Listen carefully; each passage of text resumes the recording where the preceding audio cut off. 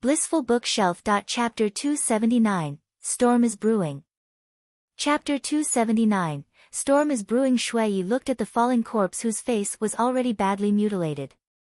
His expression was extremely gloomy. He actually chose this kind of method to keep the secret. Many people had already gathered around them and all realized that the person who was assaulted was actually Futian. Someone wanted to assassinate a cottage disciple. This caused many people to feel somewhat frightened. They all understood that the matter was really serious. That time at the Qin Imperial Palace, some people oppressed Futian and Yusheng, and injured Yusheng. Because of this, a noble from the Donghua clan was permanently disabled. On the other hand, the nature of the event at the moment was clearly much more serious. This was an attempted assassination. In the first place, the person wanted Futian dead. Regardless of whether it was successful or not, the severity of the matter would not change. If this was instructed by another top force, there would definitely be a great bloodshed. Many people could not help thinking about the event that happened earlier in the day. Futian defeated Qian Shanmu, and then knocked out Qin Mang from the Qin dynasty in just one blow, causing the Dongqin College to lose much face. Could it be that the Qin dynasty and the Donghua clan planned this assassination? These two forces were obviously highly suspicious. However, in such a situation, if someone wanted to kill Futian, the cottage would surely suspect the Qin dynasty and the Donghua clan first. Therefore, why would these two forces take such a risk? Could it be that they wanted to start a war? Or perhaps another force was trying to create a storm secretly and cause a war between the cottage and the two forces. How would the cottage and the college handle this? Many people flashed towards Futian. Shaoshi and the people from the college were here as well. Seeing the scene, their faces all turned cold. Shaoshi approached Futian and asked, "Are you injured?" "No big deal." Futian shook his head, he could still stand up. It was indeed a narrow squeak just now. Fortunately, he had come out with a few others. Otherwise, if he was alone, he might really die in the assault from an upper arcana plane cultivator. Who exactly wanted to kill him? The atmosphere was extremely tense. The mountain elders from the college, Zhu Qing and Zhong Su, had arrived as well. Walking in front of Shui, Zhu Qing asked, "What happened?" "The little brother encountered an assassination attempt," Shui said in a gloomy voice. After he finished speaking, he neared Futian. At the moment, Yusheng and Wuchen were all gathered around him, and an extremely cold murderous aura was being emitted from them. "Any clue?" Shui asked. Futian shook his head. "It's a sorcerer who is skilled in earth elemental abilities. He cultivates martial arts as well and is in the upper arcana plane.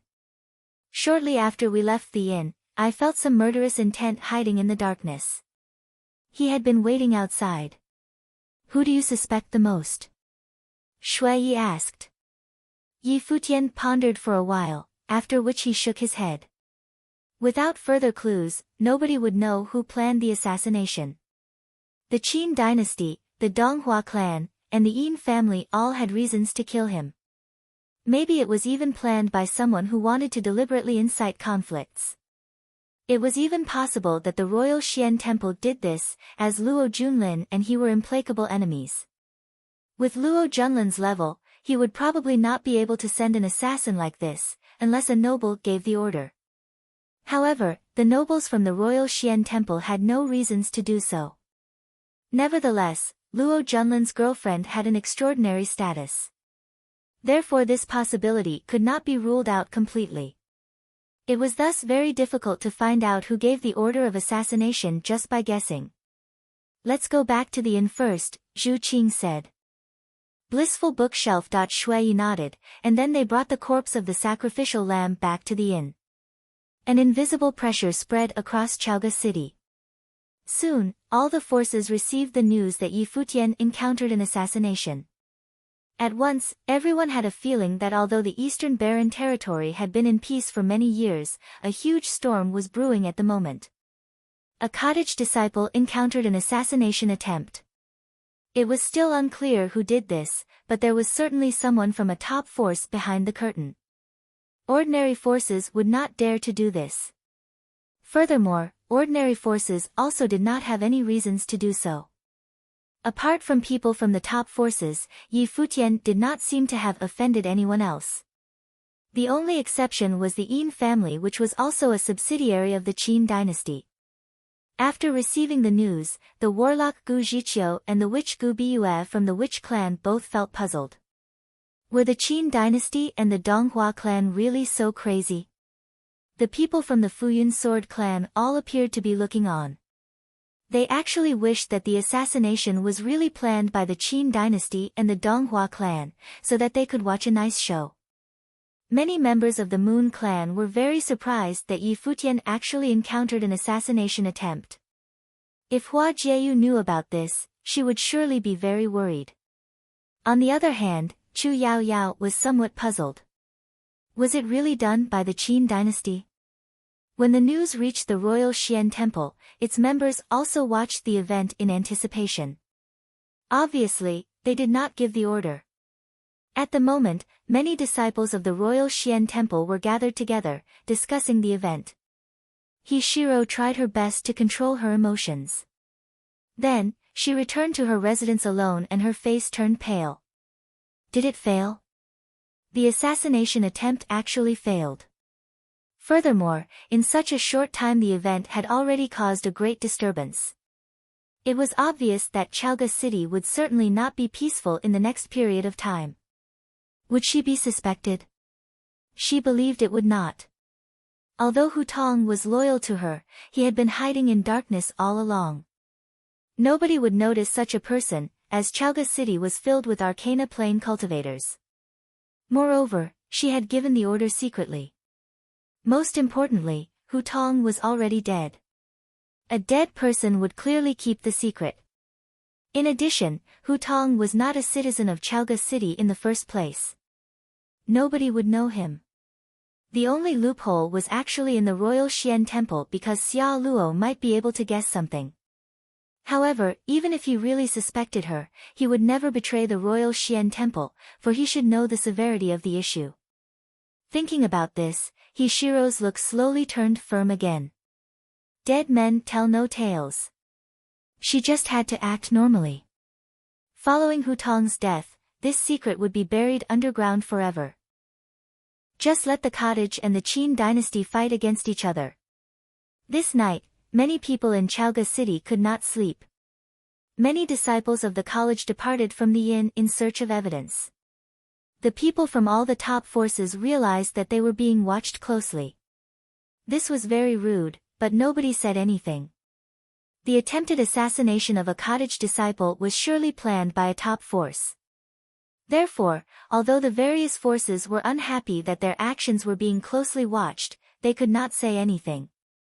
Nobody would offend the college at this time for such a reason. The Qin dynasty and the Donghua clan were very quiet, so quiet that it was actually tense. They knew well that the cottage would probably suspect them first for the attempted assassination of Yi Futian. Under such a circumstance, a war would easily break out if they were not careful. Chaoga City spent the night in this tense atmosphere. On the next day, the whole city was filled with discussions about Yi Futian's encounter. In the Dongqing College, many people were gathered around the battle platforms. The contest would be held as usual today. The Dongqing College would be admitting disciples for 3 months continuously. Even if some of the top forces were not present, the battle would still continue. However, the atmosphere at the moment was clearly somewhat different. On the last 2 days, the place was filled with enthusiasm. However, now an invisible pressure seemed to be engulfing the Dongqing College.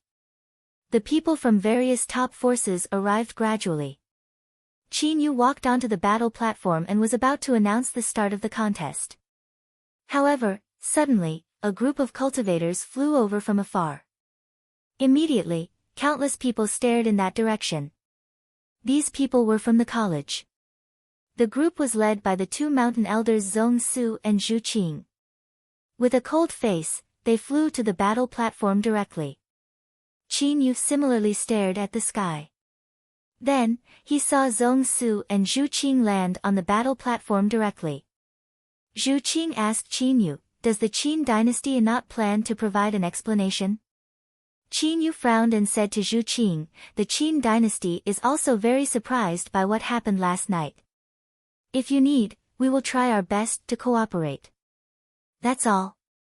Zhu Qing's face was cold. "Mountain Elder Zhu Qing, what do you want then?" Qin Yu frowned. "This is Chaoga City, owned by the Qin dynasty. The college came because of your invitation," Zhu Qing said coldly. "Do you think that the Qin dynasty is so foolish, and we will do such a thing in our own territory?" Qin Yu said. "Nothing is impossible." Zhu Qing turned around and looked at everyone else. "I'm sure that all of you know what happened last night. Next, I hope that all the people from the top forces in Chaoga City will stay to help us in the investigation until the culprit is found out. I mean every single person." Zhu Qing's expression was very stern. The entire place turned silent. The college was really overbearing. They were not allowing anyone from the top forces to leave Chaoga City. "Isn't this too much?" someone from the Futian sword clan said suddenly. "Why did they have to stay back and cooperate? After we find out the culprit, the college will go to your places to thank you and apologize. I hope that everyone can understand us," Zhu Qing continued. Many people sighed in their hearts. Since Zhu Qing had said so, it was indeed understandable. After the culprit had been found, they would apologize personally. This meant that they would not stop until they found the culprit. The Sword Saint Mountain will fully cooperate with the college. At the moment, the people from the Sword Saint Mountain made their position. Many people cursed in their minds. The Sword Saint Mountain was related to the cottage in the first place, so of course, they would cooperate. The Lu Kingdom will also cooperate. "I do not wish this kind of thing to happen to anyone," someone from the Lu Kingdom said as well. If assassinations were to happen frequently, the Eastern Barren Territory would be in a mess. In the future, if everyone could do this, all the talented juniors from various forces would be assassinated. This issue must, therefore, be handled seriously. Everyone could imagine the determination of the college. This storm would probably not end anytime soon. "Thank you for your understanding," Zhu Qing said. Then, she turned and looked at Qin Yu. "If we cannot find the culprit for too long, the college will take it that the Qin dynasty did this. Bye." After speaking, they ascended into the air directly and left. Qin Yu stared at the back of Zhu Qing, who was already in the sky, and his face seemed very annoyed. If they could not find the real culprit, they would assume that the Qin dynasty did this. Many people were shocked. Since the assassination happened in Chaoga City, which was the Qin dynasty's territory, the college would put the blame on the Qin dynasty if they could not find the culprit. This was the college's attitude. Among the crowd, where the people from the Royal Xian Temple were at, Luo Junlin clenched his fists. His heart was filled with some fear. He clearly knew who the culprit was. Although the order was given secretly, the determination of the college still caused him to feel frightened. Chapter 280, Second Sister Down the Mountain. Chapter 280, Second Sister Down the Mountain. The contest in the Dongqing College continued as usual. However, nobody was in the mood anymore, and the atmosphere in the last 2 days had totally vanished. Furthermore, the college and the cottage no longer participated. It was as if the momentum of the contest held by the Dongqing College was completely destroyed because of the attempted assassination of Yi Futian. Many people could not help thinking about the events that happened recently. The Qin dynasty and the Donghua clan were allied through marriage, and the Dongqing College officially opened.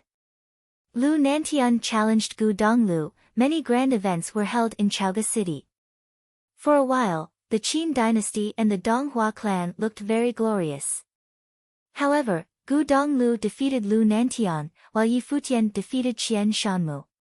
During the contest, the college and the cottage attracted the attention of Chaoga City again. At the moment, everyone in Chalga City was guessing who exactly planned Yi Futian's assassination. Could the truth be found out?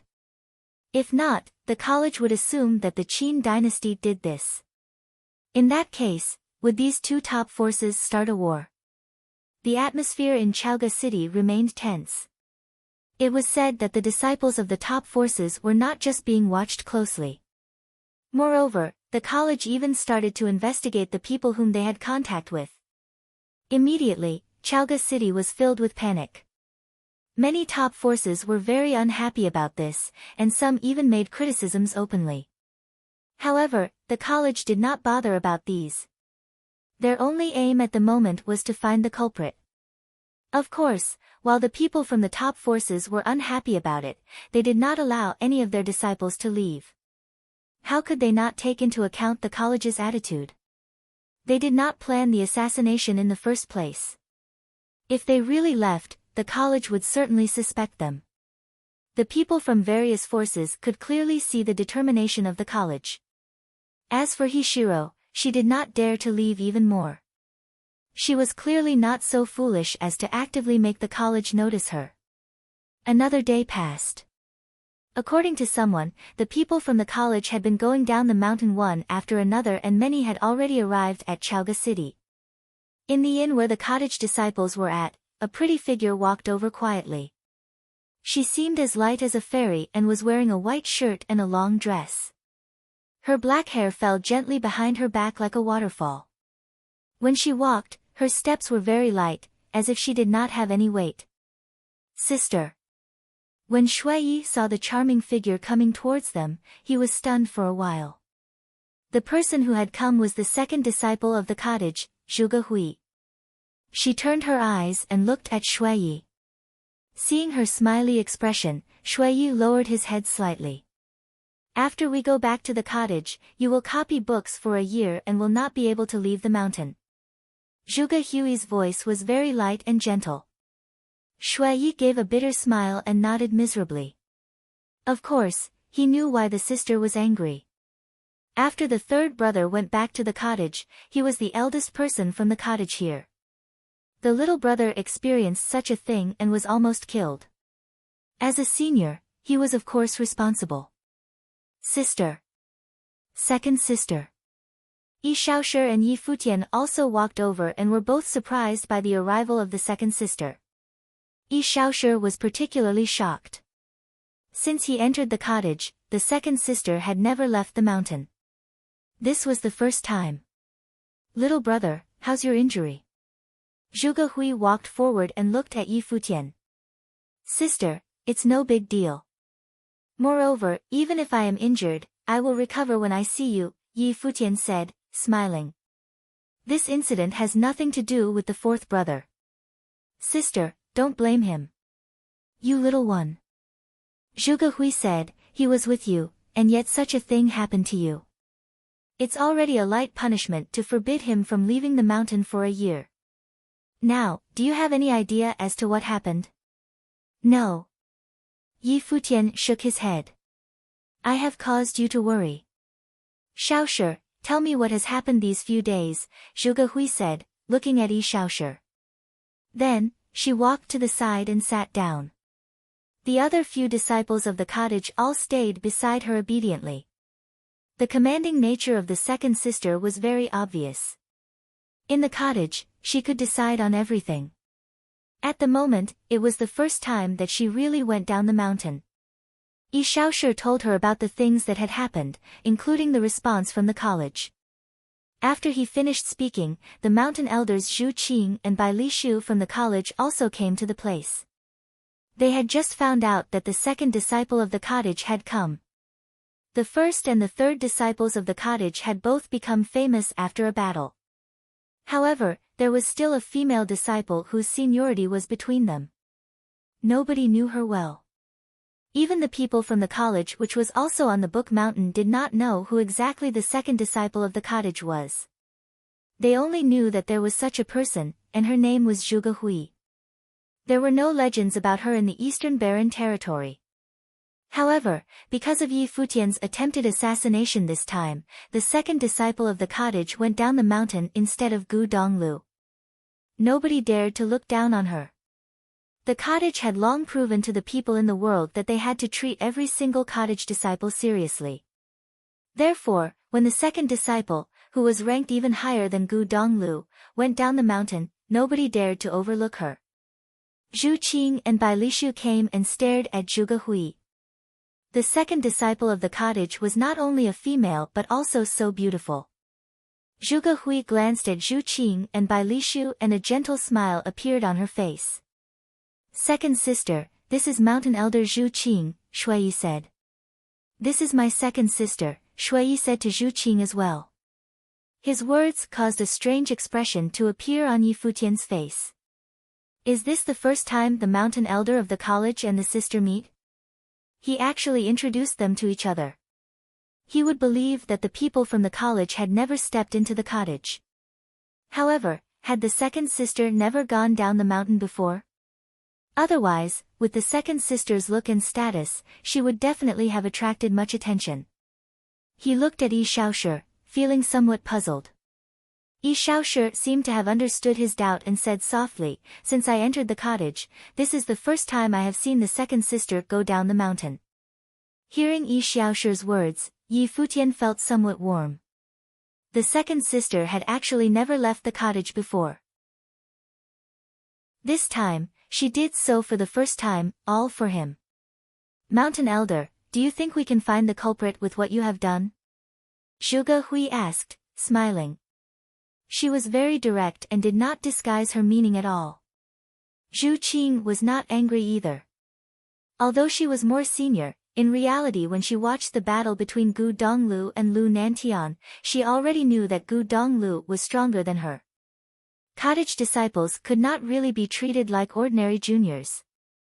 Furthermore, the cottage disciple before her was even more senior than Gu Donglu. Very unlikely, Zhu Qing replied directly. If the assassin was still alive, everything would be much simpler. However, the person who tried to assassinate Yi Futian was already dead, and he even crushed his own head and was highly mutilated. He was so cruel to himself precisely because he did not want to leave any clues to them. In addition, Chaoga City was not their territory. Although they had made all the top forces stay, they were still being held back. Clearly, they could not investigate all the top forces one by one. In that case, they would offend the entire Eastern Barren territory.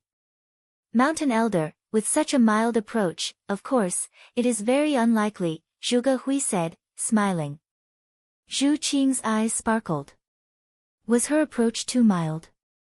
Making all the people from the top forces worried and stay back was already everything that the college could do. Was this considered as too mild as well? However, you did one thing correctly. If we cannot find the culprit, we will take it that the Qin dynasty did it, Zhuge Hui continued. Since it happened in Chaoga City, and we were invited by the Qin dynasty to come here, they have to be responsible. But you were so gentle to the Qin dynasty. Do you expect them to cooperate? Zhu Qing's eyes flashed and she asked, what do you think we should do then? My little brother encountered an assassination in Chaoga City, and yet the contest in the Dongqing College is still being held. Are they joking? The second sister said, smiling.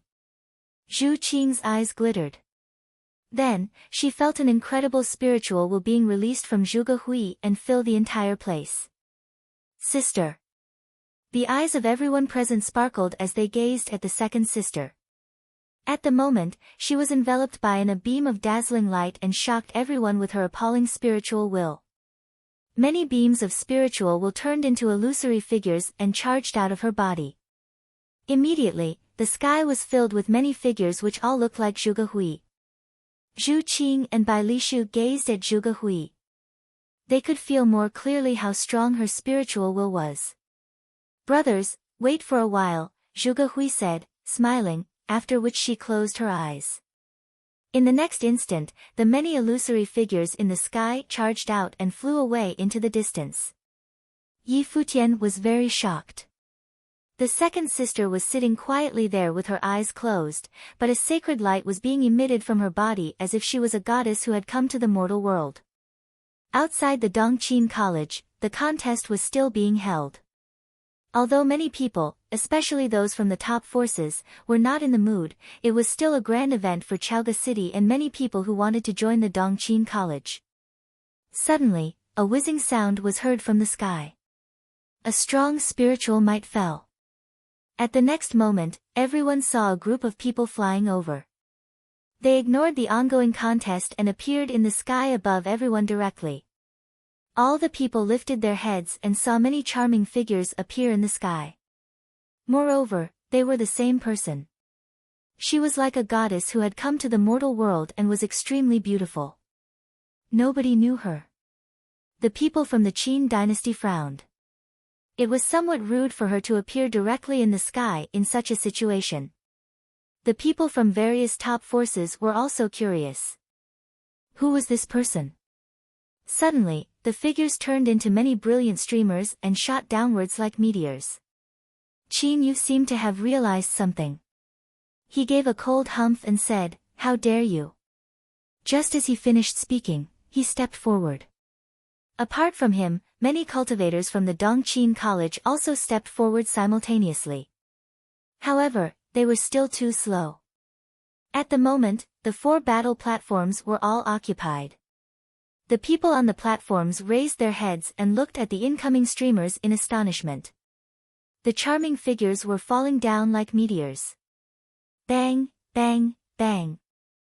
Many loud noises erupted as the people on the battle platforms were blown backward directly.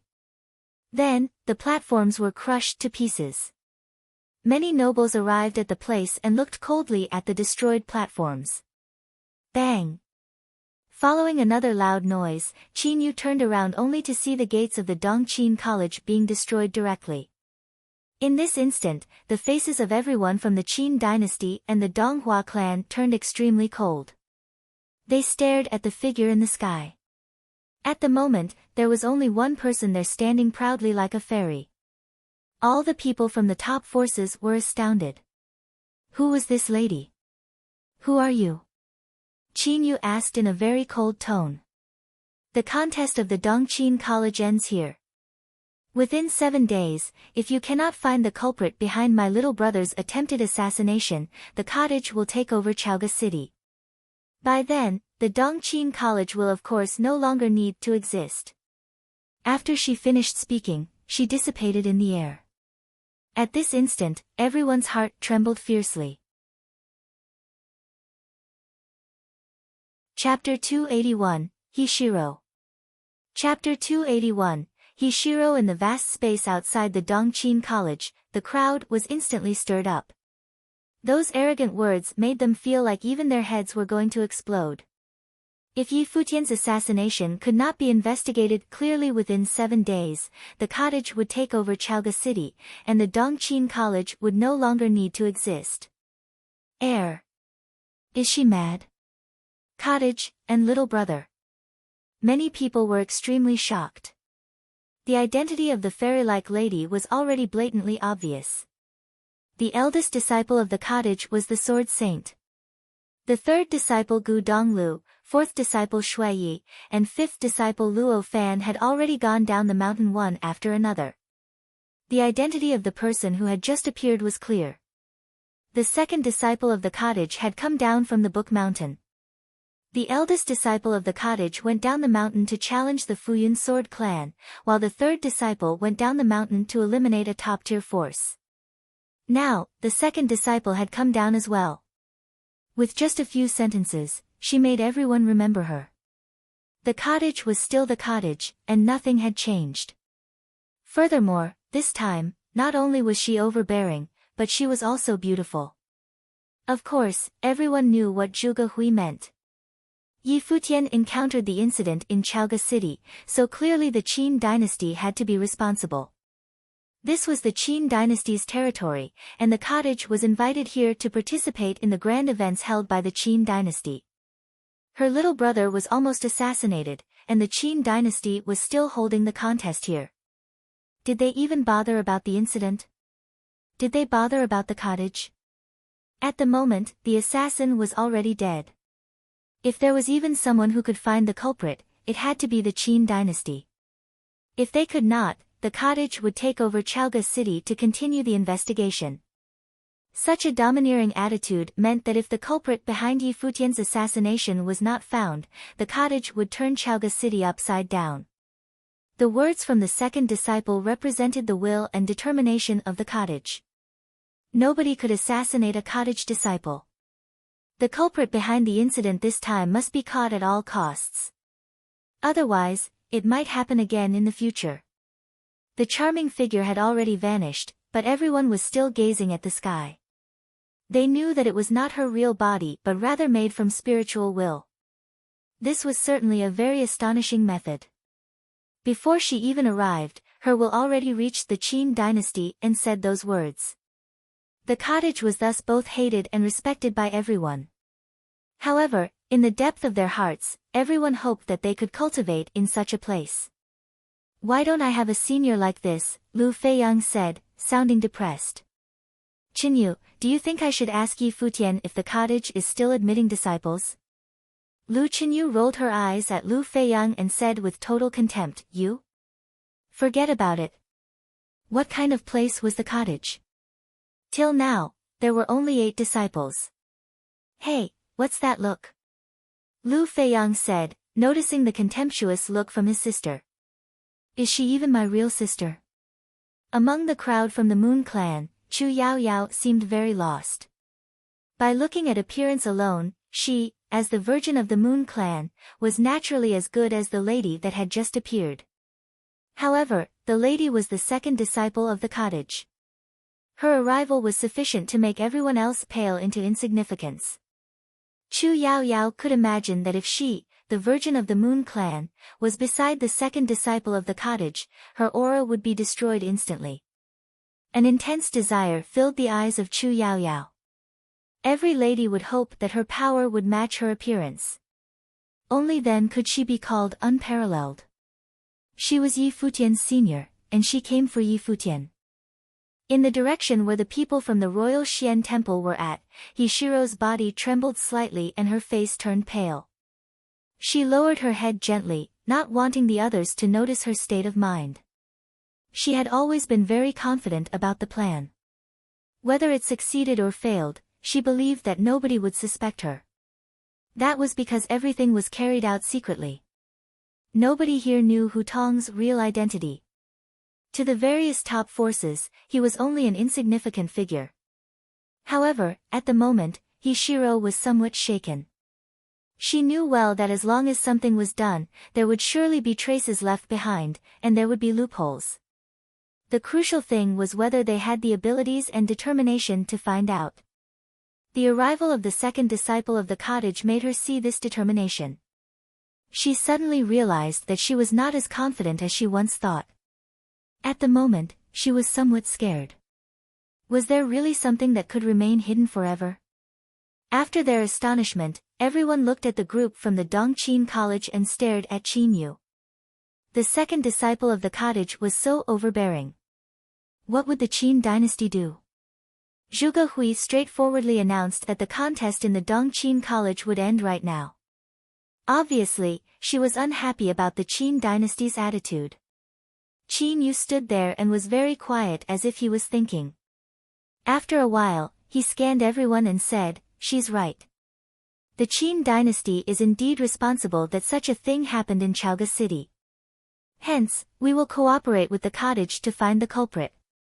After 7 days, the contest will resume." After speaking, Qin Yu turned around and left. The entire place was stirred up once again. Did Qin Yu, the prince of the Qin dynasty, actually compromise? This was really crazy. Was Qin Yu afraid of the second disciple of the cottage that just appeared? Although the second disciple of the cottage had come here for a just reason, the opposite party was the Qin dynasty and the Donghua clan after all. Qin Yu's compromise was still very unexpected and puzzling. This did not seem like the Qin dynasty's style at all. The two top forces allied and established the Dongqin College together in order to fight against the college and the cottage. Therefore, the compromise this time would make them look weaker in comparison. At the moment, Qin Yu was walking towards the interior of the Dongqing College. The people from the Dongqing College were also staring at him. They were extremely unhappy, but since Qin Yu had said so, the contest could only end. Everyone stepped out one after another and walked towards the Dongqing College. When Qin Yu reached the gates of the Dongqing College, he suddenly stopped. The destroyed gates were particularly glaring. Looking at the scene in front of him, a mocking smile flashed across his face. Then, he continued walking and stepped into the Dongqing College. Chaoga City was shocked by the words of Zhuge Hui. Countless people started discussing the second disciple of the cottage. For a while, Zhuge Hui became the spotlight of Chaoga City. Everyone was guessing how strong the second disciple of the cottage was. From her words, she should be no weaker than the third disciple, Gu Donglu. When the news spread to the inn, Shuiyi sighed with emotion. Even after leaving the mountain, the sister was still so fierce. However, it was the Qin dynasty who faced her this time. After hearing the news, mountain elder Zhu Qing was stunned for a long while and sighed uncontrollably. Later waves are stronger and higher than the former. At the moment, the world was already dominated by the younger generation. She thought that her actions were already sufficiently overbearing. However, when the second disciple of the cottage came from the mountain, her mere few words already made Zhu Qing speechless. In comparison, her response was indeed too mild. Chaoga City became tenser because of Zhuge Hui's words. The Qin dynasty also started to investigate the incident. They even started asking the various top forces where all their disciples had been and whom they had had contact with on the day of the assassination attempt. Of course, all the investigations were being carried out secretly, and not openly. Otherwise, it would cause all the top forces to lose their faces. Moreover, everyone saw the entire event. Although the Qin dynasty was investigating and the top forces were unhappy about it, they could not blame the Qin dynasty. Everyone saw the domineering attitude of the cottage for themselves. Apart from the Qin dynasty, the college was also busy carrying out the investigation. An invisible pressure engulfed the entire Chaoga city, especially the region around the Dongqing College. Very soon, another 3 days passed. In these 3 days, the contest in the Dongqing College was cancelled, but the people from the top forces could not leave, and they were very unhappy. However, they also wanted to see what this incident would eventually evolve into. At the moment, in a famous restaurant, many people from the top forces were drinking. At the same time, they were paying close attention to the progress of the situation. Suddenly, someone said in a sarcastic tone, "The Qin dynasty is really working hard for this. The Qin dynasty is indeed responsible for this incident. If they don't find out the real culprit, they are highly suspicious themselves." From what the second disciple of the cottage said, if they don't find the culprit in 7 days, there will probably be a fight. Even the Qin dynasty is not ready for a real war. Therefore, they could only help in the investigation, someone said, smiling. The person who spoke was from the Futian sword clan. They had been unhappy with the cottage all along. "Does anyone know the progress of the investigation?" someone from the Ji family asked, appearing to be discussing only for fun. "I heard that the Qin dynasty has ordered the Yin family and other major families of Chaoga City to investigate and spread the order down the chain so that the major and minor forces could all help in the investigation. They are checking everyone's whereabouts on the day of the assassination attempt. I even heard that the Qin dynasty has listed all those who have gone out on that day as suspicious targets to investigate one by one. Now, they have probably already filtered out a few," someone said. Everyone's eyes sparkled. It seemed that the Qin dynasty was really using its strong influence over Chaoga City this time. Chaoga City was, after all, Qin dynasty's territory. Before one of the tables, Hishiro and Luo Junlin were sitting together. Some panic flashed across Hishiro's eyes. When she gave Hutong the order that time, she had of course gone out of the inn allocated to the royal Xian temple. Was the Qin dynasty trying to turn Chaoga City upside down? Luo Junlin stared at Hishiro. He had faintly felt threatened. In the inn where the cottage disciples were at, Zhuge Hui obtained a stack of paper, on which there were many names listed. Furthermore, the things they had done on the day of assassination were also clearly indicated. It was sent here by the Qin dynasty. Little brother, take a look. Zhuge Hui gave the name list to Yi Futian. Yi Futian took it and then read through the contents carefully. After reading all the information, he took out one piece of paper and stared at one spot. There, a name was written, Hishiro. Hishiro was the daughter of the fifth lord of the royal Xian temple. In the evening on the day of the assassination, she left the inn alone and went somewhere nearby, returning after a short while. Nobody knew where exactly she went and whom she met. Yi Futian clearly remembered Hishiro. She was Luo Junlin's girlfriend. The people in the name list were all from top forces. Hishiro was the only person he had enmity with. She had sufficient reasons and motivations to harm him. That day, everyone saw him defeat Qian Shanmu and Qin Mang, displaying his talents. Luo Junlin and Hishiro should understand that after a few years, he would be able to kill Luo Junlin. Thinking about this, Yi Futian extended his finger and pointed at Hishiro's name. Chapter 282, Arrival of the Fifth Lord. Chapter 282, Arrival of the Fifth Lord Royal Xian Temple, Hishiro. Zhuge Hui looked at where Yi Futian was pointing at and asked, Little brother, you suspect her? Yi Futian told Zhuge Hui about some of the things that had happened in the Kangyi kingdom during that time. Then, he said, Second sister, I can't be sure either. Furthermore, this name list is provided by the Qin dynasty. I can only say that there is quite a high probability that she did this. Zhuge Hui nodded.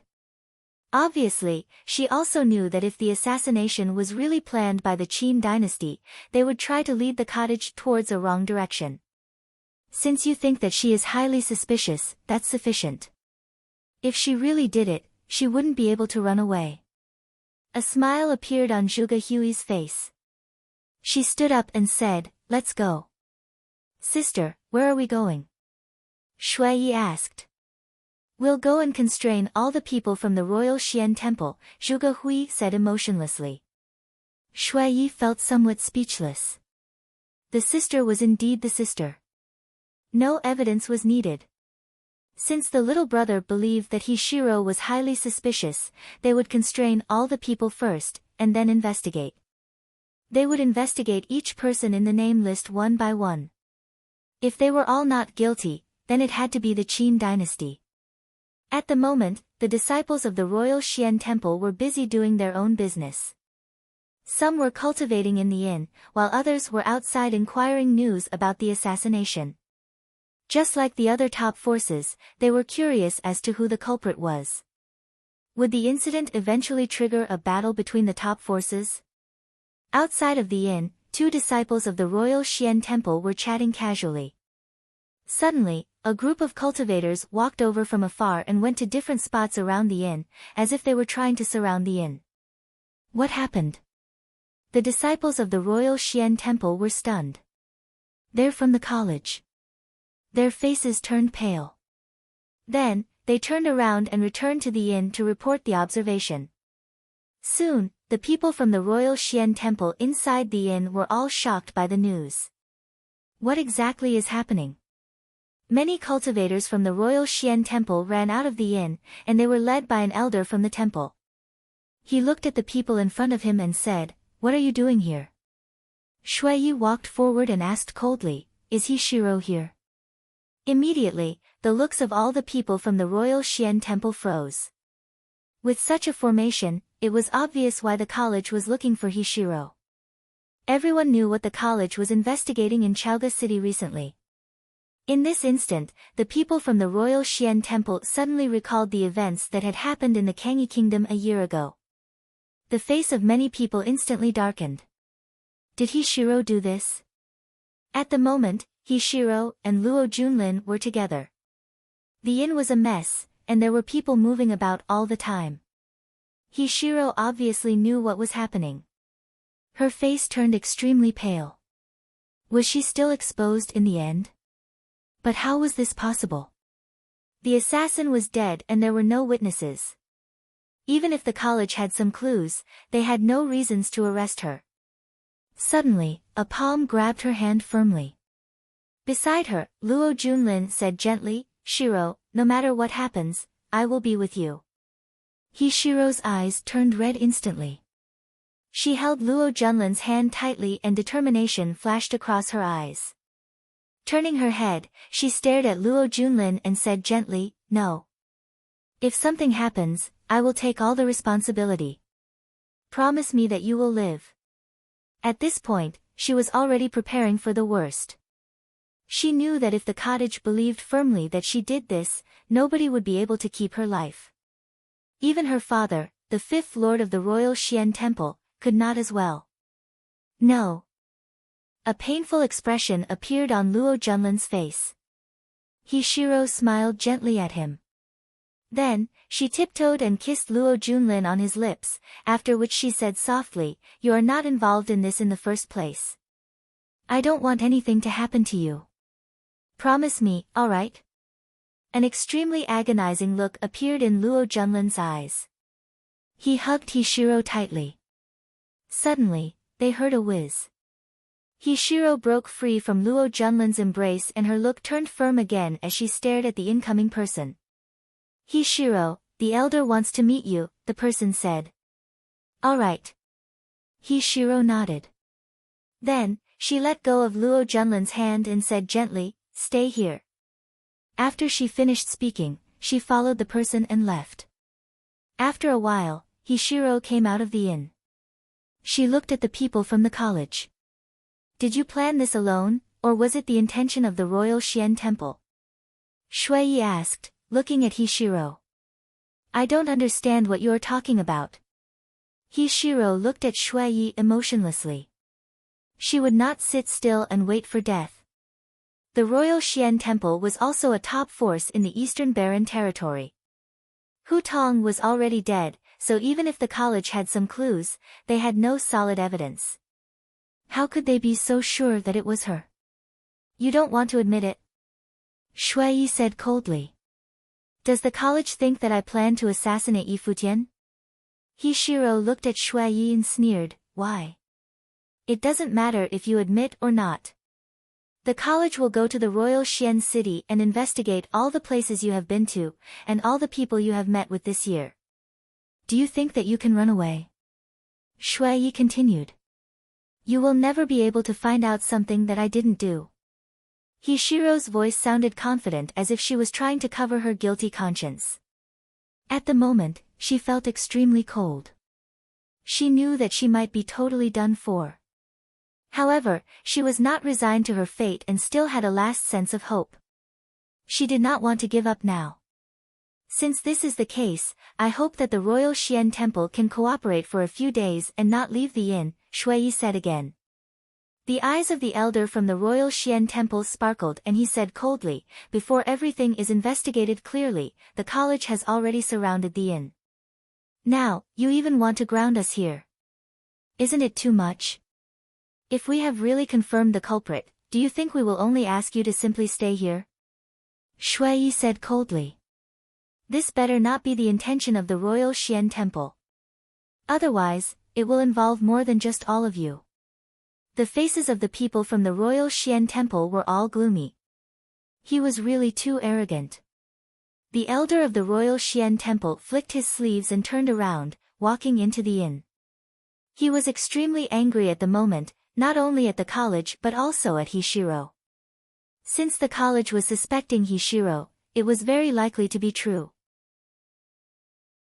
If they really find out that Hishiro did this idiotic woman could die and nobody would pity her. After the news spread, Chaoga City was shocked. Was everything actually planned by the royal Xian temple? It was said that Luo Junlin, the man whom Hishiro liked, was a genius in the royal Xian temple. He cultivated under the fifth lord of the royal Xian temple and was from the 100 Lands, a wild region, just like Yi Futian.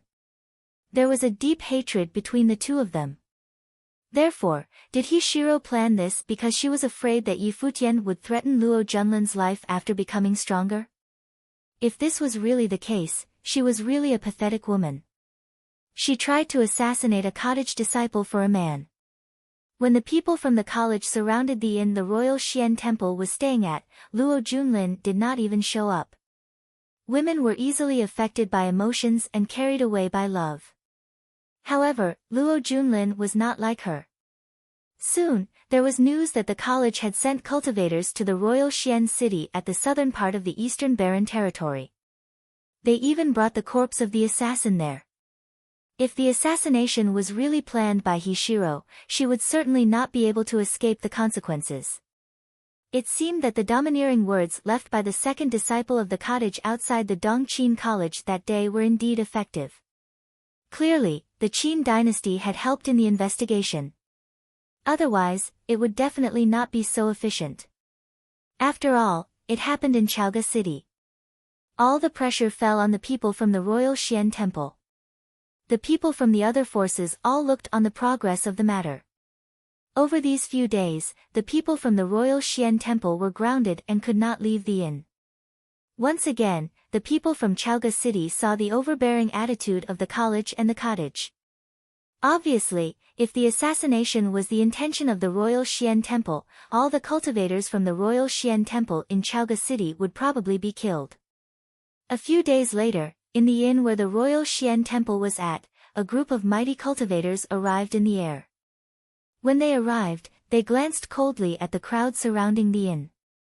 The eyes of their leader were filled with coldness as he said emotionlessly, "You surrounded the people of my royal Xian temple before even investigating the matter clearly. Very well." As he finished speaking, he stepped into the inn directly. Many people flashed forward and bowed to salute. "Greetings, Fifth Lord." The fifth lord of the royal Xian temple, Hiyulu, had arrived. His daughter, Hishiro, also appeared in front of him. "Follow me." Hiyulu stopped and brought Hishiro away. They came to the courtyard where Hishiro was staying at. With his back facing Hishiro, Hiyulu asked coldly, "Why did you do this?" "Dad." Hishiro raised her head and looked at her father. A few months ago, something happened in the royal Xian city. An arcana plane cultivator offended a powerful family, and his entire family was threatened. You helped him to solve the issue, right? Hiyulu turned around and looked at Hishiro. Hishiro's face turned completely pale. "Since I could find out about this, do you think that the college cannot?" Some pain could be seen in Hiyulu's cold eyes. She was his daughter, his biological daughter. However, now she had made a fatal mistake. "Dad." Hishiro's eyes turned totally red. She knew that she could hide it no more. Hiyulu looked at his daughter and his heart also softened. He sighed. "I have already settled Hutong's family. But it is very difficult to conceal the truth from the college." "Shiro, why did you do this? Did he encourage you?" Hishiro trembled. She obviously knew whom his father was referring to. "Dad, I decided this myself. He did not know about it beforehand." Hishiro said, her eyes becoming red. "At this point, I will take all the responsibilities." "Dad, I am unfilial. If something happens and I cannot serve you in the future, please forgive me." Seeing Hishiro's tears flowing out, Hiyulu felt somewhat sorrowful. In his heart, he hated the college and the cottage. If he was strong enough, the college and the cottage would not be able to bully them to this extent. If he was strong enough, the cottage would not be able to do anything to his daughter since Yi Futian was still alive. However, precisely because he was not strong enough, he knew well that once the cottage found out everything, they would definitely not let his daughter off. "Dad, I don't really have any wishes. I only hope that if something happens to me, you can protect him," Hishiro begged her father. She knew that after everything was exposed, Yi Futian would surely not let Luo Junlin off, even though she was the one who planned the assassination. "You are still thinking for him," Hiyulu said angrily. If it were not for him, you wouldn't have ended up like this. I regret taking him as my disciple that time. Dad, I really beg you. This is my last wish. Hishiro's face was wet with tears. Hiyulu's heart twitched and he clenched his fists. It was hard to keep a grown girl at home. Since the situation had already progressed to this extent, what else could he say? Could he blame Hishiro?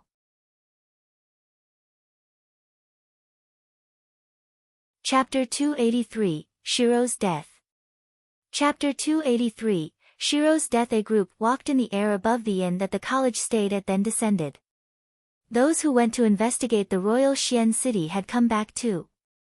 They brought the results with them. In the royal Xian city, Shiro had come in contact with someone named Hu Tong. According to someone who knew him, Hu Tong was in the upper arcana plane with earth elemental power. Shiro had helped Hu Tong's family before. Then Hu Tong disappeared. People from the college quickly went to find Hu Tong's family but found that they disappeared a few days before they went to royal Xian city. As the controller of the city, the royal Xian temple could definitely make someone disappear without a trace. When the news was brought back, everything became clear. However, the person was dead and the family had disappeared. There was no proof. Over by the cottage group, Zhuge Hui and the others sat together. Hearing this, Zhuge Hui smirked. No proof. Junior, let's go, she said to Yi Futian with a smile. It was already so clear. Was there still a need for proof? It was up to judicial discretion. Whether the evidence was destroyed or not, it was unimportant. Okay. After hearing the news, Yi Futian understood as well. Shiro was definitely the culprit.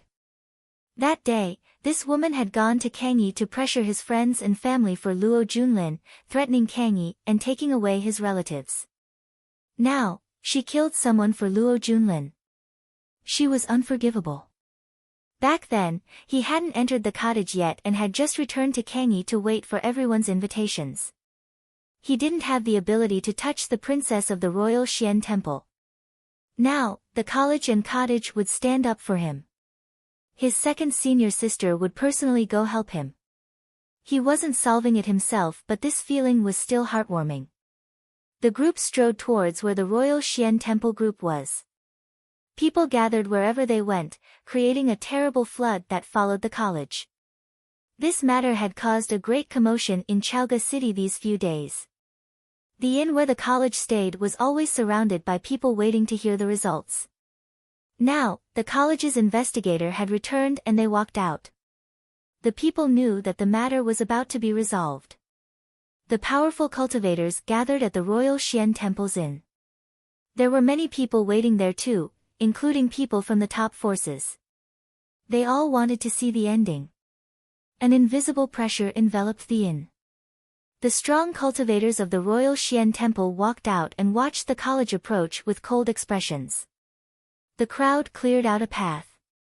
Hiyulu, the fifth lord of the royal Xian temple, walked out, looking at the college.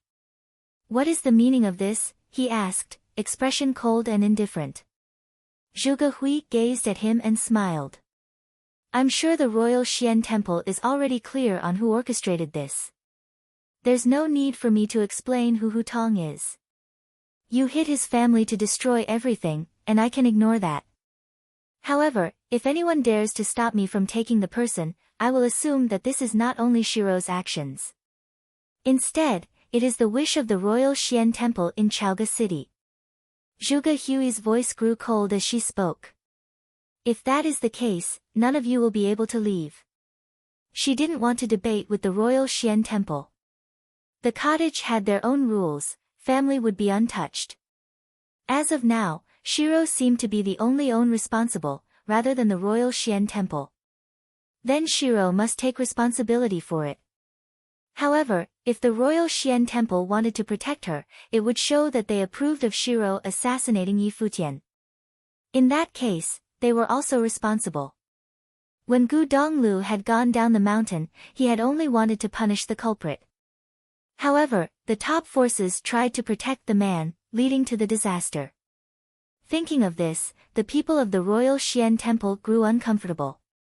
They were embarrassed by Zhuge Hui's threat and also furious for being involved because of Shiro's stupid actions. If not for the stupid woman, would this be happening? Now that the fifth lord was here. Was he planning on protecting his daughter? If so, they believed the second disciple of the cottage would really do what she said. It wasn't as if the cottage had never done that before. Even the strong cultivators gazed at Hiyulu. Was he still not willing to turn his back on his family? Was he going to make everyone pay for Hishiro's stupidity? Everyone around them was shaken. They looked at the fairy-like woman. The second disciple of the cottage was so powerful. If anyone stopped her, no one from the royal Xian temple would be allowed to leave. She didn't even care if the fifth lord was before her. Hiyulu did not know what to do and didn't reply. He knew his daughter had made a grave mistake. She could be as stubborn as she wished, but she definitely should not try to assassinate a cottage disciple. But she was still his daughter. One could imagine how it must feel to give his own daughter up. Right now, he was full of fury and hatred towards the cottage. Just then, the royal Xian temple voluntarily moved aside. Two more figures walked over. At that moment, countless gazes fell on the one in front. It was Hishiro. Right now, she looked frail. However, her eyes were still cool and indignant as she looked coldly at the cottage. These people were here to force her to die. I sent the man, Shiro said, halting. She admitted it. With how things were, would the cottage give up if she denied it? Of course not. Shiro stared coldly at Zhuge Hui. So she's the second disciple of the cottage. She was so domineering in how she bullied Shiro. Months ago, I saved Hutong's family, making him owe his life to me. I already started having these thoughts. Later, Hutong followed me and worked for me until he failed the assassination, Shiro recounted calmly. I am the only one responsible for everything. What did I do to you? Yi Futian asked. Had she been planning his death since months ago? Just how much did she want to kill him? Because you're so talented. I'm sure that I'm not the only one. Many forces in the Eastern Barren Territory want you, and even the cottage, dead. They just didn't do anything. Shiro suddenly laughed. Everyone knew that she was speaking the truth. The Qin dynasty, Donghua clan, and Futian sword clan all wanted the cottage wiped from existence. The cottage disciples were too talented and skilled. Their only crime was that they were too successful. To many people, the talents of the cottage disciples were a sin. Of course, Yi Futian's talent wasn't Shiro's only reason. More importantly, his talent threatened Luo Junlin. I will take responsibility for my own actions. I confess, Shiro spoke again. She was prepared to die. Shut your mouth, Hiyulu ordered coldly. He looked at Zhuge Hui. My daughter made a mistake because I failed in teaching her. Thankfully, nothing came out of it. Yi Futian is still alive and well. I am willing to apologize and give whatever you request. Here, Hiyulu was still trying to save his daughter's life. Nothing came out of it. Zhuge Hui smiled sarcastically. The effect of an assassination attempt wasn't only the assassination. If she let it go just because Yi Futian didn't die or only wanted compensation, wouldn't the other forces try it too? Do it yourself? Zhuge Hui asked Shiro, ignoring Hiyulu. Shiro lowered her head, fists clenching weakly. Though she was ready, she still didn't want to die. Is that how overbearing the cottage is? Hiyulu asked coldly. Yi Futian is alive, but you won't end this until she dies? Yes. Zhuge Hui only gave Hiyulu one word. Since you say I'm overbearing, then so be it. Crack. Hiyulu clenched his fists and his knuckles cracked. A wild aura spread from his body. Zhuge Hui looked at him. Her white dress fluttered but not a bit of her aura flowed out. However, the calmer she was, the more scared the others became. If He Yulu really dared to fight back, what would be the consequence? The people of the college walked forward. The assassination had failed and now they called them overbearing? What a joke. The people of the royal Xian temple looked at He Yulu nervously. If he really fought back, what would happen to them? Father, Shiro called. He Yulu looked to his daughter and saw her shake her head. I did it so I will bear it alone. Her eyes were red. She looked back at Luo Junlin, longing filling her eyes. Luo Junlin gazed at her with the same gentle and unwilling eyes. Father, I'm sorry. As soon as she finished, spiritual chi went wild around her and formed sharp daggers before her body. Then she closed her eyes. Shiro. He Yulu's expression twisted in pain. He reached out to stop her. Father, don't forget what you promised me. When she spoke, she used her mind to guide the blades to her heart and relaxed her guard. There was a soft sound and the blades pierced her, staining her clothing red. Shiro's body went limp and collapsed. He Yulu caught her. Shiro opened her eyes and looked at her father.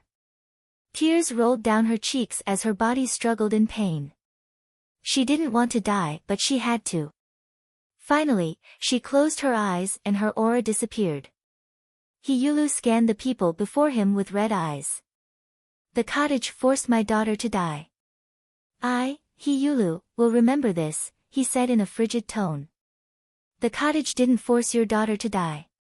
It's your disciple and daughter's evil stupidity that killed her, Yi Futian said coldly. The scene was very tragic and made people want to pity them. However, did they need pity? She had caused it and then turned to lash out at the cottage, making the cottage seem like they were bullies. Yi Futian couldn't allow it.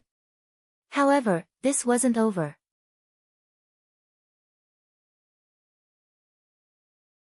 Chapter 284, Location, Nanda Nation. Chapter 284, Location, Nanda Nation. He Yulu raised his head and stared coldly at Yi Futian. His daughter had died but Yi Futian still spoke so condescendingly. Don't look at me like that. Yi Futian stared coldly back at him. I know you want to kill me. If I wasn't from the cottage, I'd be dead long ago. I wouldn't even be standing before you. 1 year ago, your daughter Hishiro brought Luo Junlin and people from the royal Xian temple to the Kangyi kingdom. She threatened the kingdom to hand over my family. At that time, I didn't even know your daughter. Yi Futian stared at He Yulu and said coldly, if I hadn't made a name for myself in the ancient barren world at that time, if strong cultivators from the Lu kingdom hadn't gone with me, what would the result be? My family would die horribly because of your daughter's name.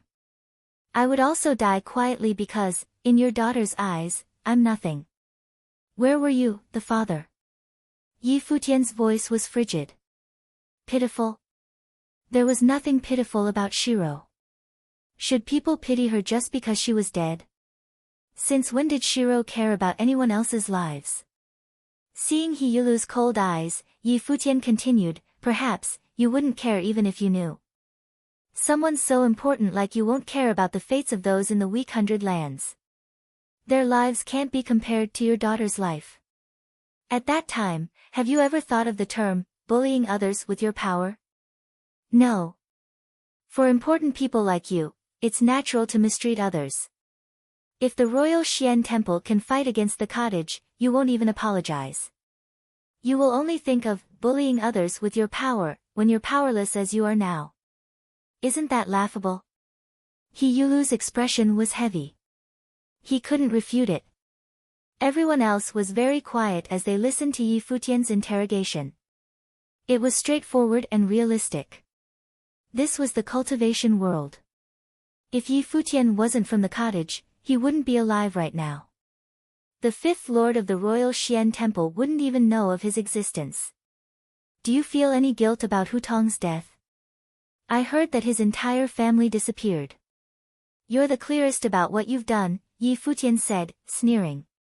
You don't care about other people's lives, so what is pitiful about your daughter's death? It's karma. Even without this assassination attempt, Yi Futian would still have killed Shiro in the future. There was no reason except for what had happened in the Kangi kingdom back then. It was unforgivable. Junior, there's no need to say that to him. He won't understand, Zhuge Hui said. Their teacher had said that logic prevailed in this world. Shiro had committed this crime, so she must bear responsibility for it. They wouldn't involve her relatives or family. It wasn't that they couldn't fight against the royal Xian temple. The assassin warranted a cleansing, but they didn't do it. Their teacher had told them that if they had weapons, the murderous aura would be created naturally. In the world of cultivation, it would be more dangerous for a stronger cultivator to go astray. If they didn't have principles, they would act as they wish and kill people like cutting grass. It would be a great sin. Virtue wasn't only one's plane of cultivation. Zhuge Hui knew that Yulu would hate the cottage and may even hurt them in the future, but they still held to their principle. She couldn't reach their teacher's plane, but the cottage acted without feeling guilty. Senior sister, the cottage can't be tainted by him. Yi Futian glanced at Zhuge Hui. The cottage didn't need to give explanations, but he couldn't allow the cottage to be defamed. Right now, he viewed the cottage as his family. Zhuge Hui looked into Yi Futian's clear eyes and smiled brightly. Her junior brother was mischievous and great at flirting but was very pure. Their teacher would definitely like him. She didn't say anything else. Yi Futian was clear about things so he could take care of it. She stood behind him, the cottage would also stand behind him. Any disciple of the cottage could represent them all. Yi Futian continued looking at the royal Xian temple. No one is stupid here, he said. Shiro deserved to die, but it's sad because she fell for someone unreliable. All her evils were done for that person. Even now, he's still standing in the back, watching everything. Luo Junlin, don't you feel ashamed? As soon as he spoke, many people looked to Luo Junlin, including people from the royal Xian temple and Hiyulu. Luo Junlin's eyes hardened. He stared coldly at Yi Futian. Of course I feel ashamed. Because I'm powerless to take revenge for Shiro, he said coldly. Yi Futian scoffed. You're still pretending. If you truly love Shiro, why would you, a man, tell her about your hatred and what happened in the 100 Lands? Why would you use her to borrow the royal Xian temple's power against me and Kangi? Yi Futian laughed coldly. If you didn't think of the consequences before, wouldn't you still know about Hu Tong and this assassination with your relationship with Shiro after I entered the cottage? Wouldn't you know the consequences then? Even if you didn't participate and this was Shiro's own idea, had you ever done anything to stop her? You stood in the back, watching everything, letting her kill me and take all the blame. Even now, you're standing in the back to protect yourself. Do you take the royal Xian temple or me as idiots? Yi Futian stared coldly at Luo Junlin. Shiro was dead and that was over. But how did everything start? It was because of the one behind her, Luo Junlin. The man's eyes were frigid. Yi Futian's words all implied that Yi Futian wanted him dead. Now, his teacher looked over. His gaze was cold. Teacher, I tried to stop Shiro, Luo Junlin said, voice pained as he clenched his fists. Really? Yi Futian laughed. Then why was Shiro the one who stood out instead of you? Everything she did was for you. Don't you think that it's more suitable for you to confess? If you gave yourself up, wouldn't my anger and the cottage's anger be extinguished? Wouldn't Shiro still be alive? Shut up. Luo Junlin's features turned menacing. You forced Shiro to kill herself and are now putting all the blame on me. Are you angry from the shame? Yi Futian sneered. Everyone can decide by themselves who is right or wrong. Luo Junlin, I always thought that our rivalries would be solved by ourselves, however, you keep pushing my bottom line. In that case, I won't play with you anymore. Luo Junlin had tried using the royal Xian temple and Shiro to kill him. All these tricks and the assassination had threatened his life. In that case, it should end now. Since you love Shiro, you must want to avenge her. Now, I will give you the chance, Yi Futian said. We will fight. Neither the cottage nor the royal Xian temple will interfere. Only one man may live. With that, he looked away from Luo Junlin to Hyulu. Your disciple can avenge your daughter's death now. I'm sure the royal Xian temple won't refuse. As he said that, he knew that Luo Junlin couldn't refuse. Even if the cottage didn't pressure him, Hyulu definitely would. As expected, Hyulu looked over as soon as he finished. It was an arcana against a dharma. Luo Junlin had entered the arcana plane last year while Yi Futian was still a level. How could he let go of the chance for revenge? Luo Junlin stared at Yi Futian. A fight to the death. He was so arrogant. Yi Futian was strong. Luo Junlin had witnessed his performance at the Dongqing College's battle platform. But did he really look down upon Luo Junlin? Right here, right now? Hyulu asked. 1 month later at the Nanda Nation of the Hundred Lands. Yi Futian looked at Luo Junlin. Back then, you wanted me to be your servant. Your father's one decree forced me into despair. How about we end it all today? If you lose this battle, you won't be the only one dying. Hearing his words, Luo Junlin's expression turned cold. He obviously understood what Yi Futian meant. The location was the Nanda Nation.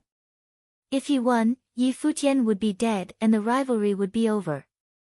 If he lost, not only he would die, but the Nanda Nation would also be destroyed. Yi Futian wanted to use this to destroy Nandu. He clearly didn't want to wait anymore. He didn't want to keep playing with Luo Junlin.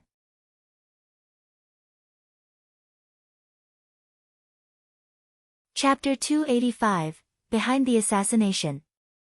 Chapter 285, Behind the Assassination. Yi Futian indeed didn't want to keep playing with Luo Junlin. He wanted to solve it by himself, but Luo Junlin didn't think like that. If you use tricks, then I'll do it unashamedly. It began in Nandu and it will end in Nandu. Before, the Luo family had oppressed him. They thought they were kings and could be high up in the kingdom. Then Yi Futian would now return it to them. Okay, Luo Junlin said with a dark face. He accepted the challenge. He was clear that he had to accept. Yi Futian's every word went straight to his heart. Both the cottage and his teacher would force him to accept. Furthermore, he wasn't untalented. Since Yi Futian was so confident, he would let him have his way. 1 month later, they would fight in Nanda Nation. He knew that he couldn't escape from this. Instead of waiting for Yi Futian to mature, he should end it when he still had the advantage of a higher plane.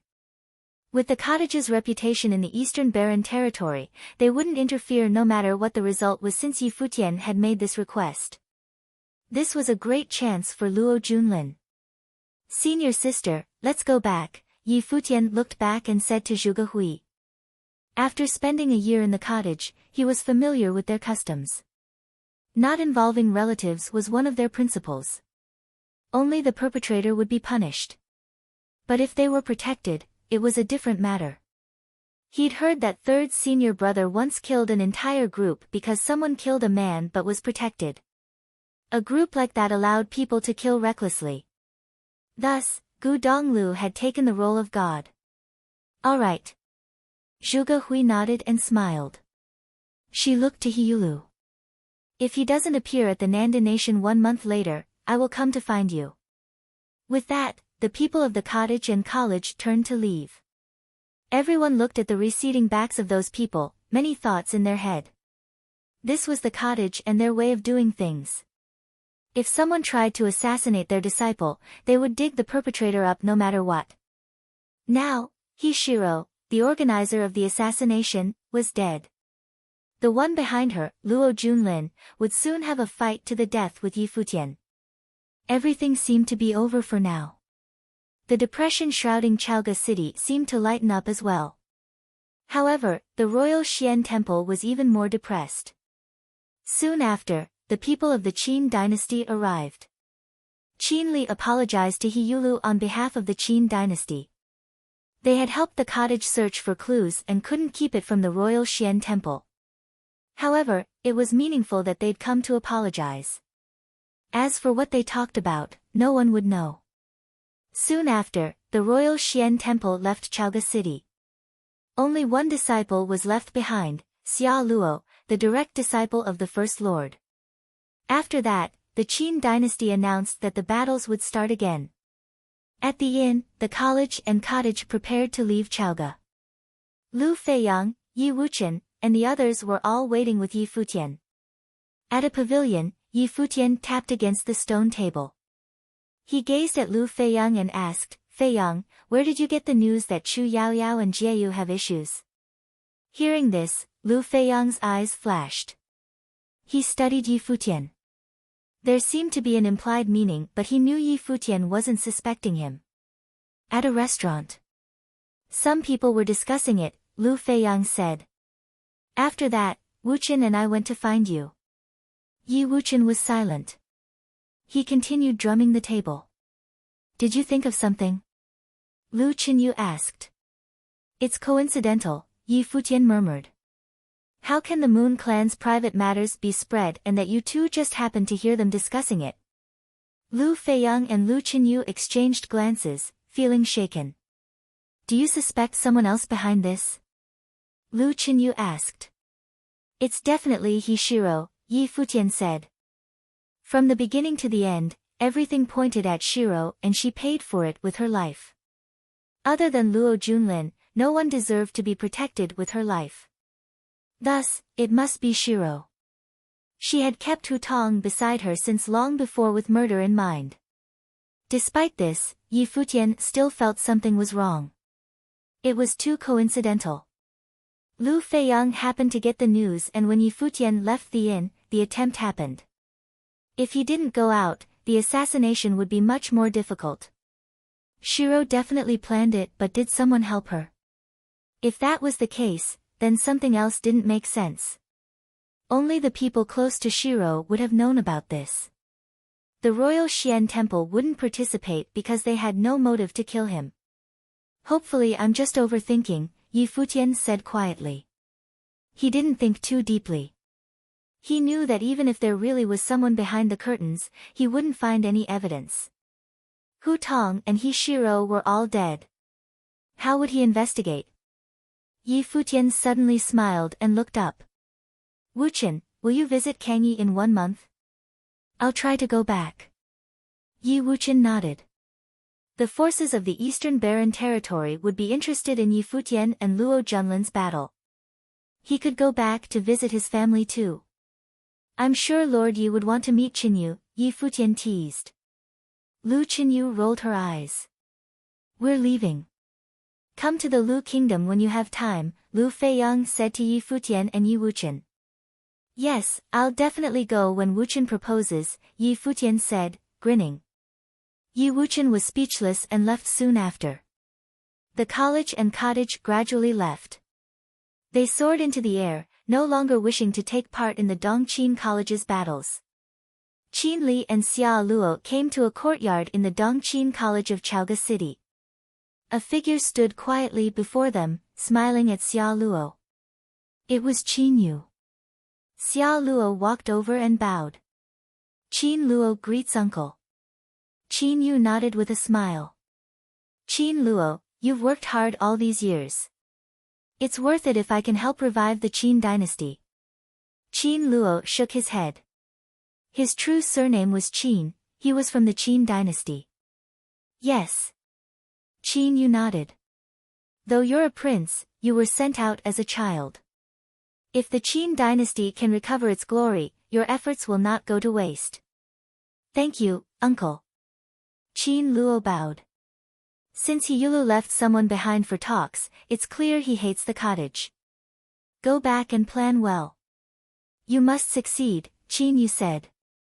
His daughter died. How can He Yulu not have hatred? He should be angrier that he's powerless. His daughter died before his eyes, but he couldn't protect her. This powerlessness will definitely transform into hatred for the cottage. I'm sure he won't refuse if there's any way to fight against the cottage. My teacher is a bit troublesome, but I will try my best.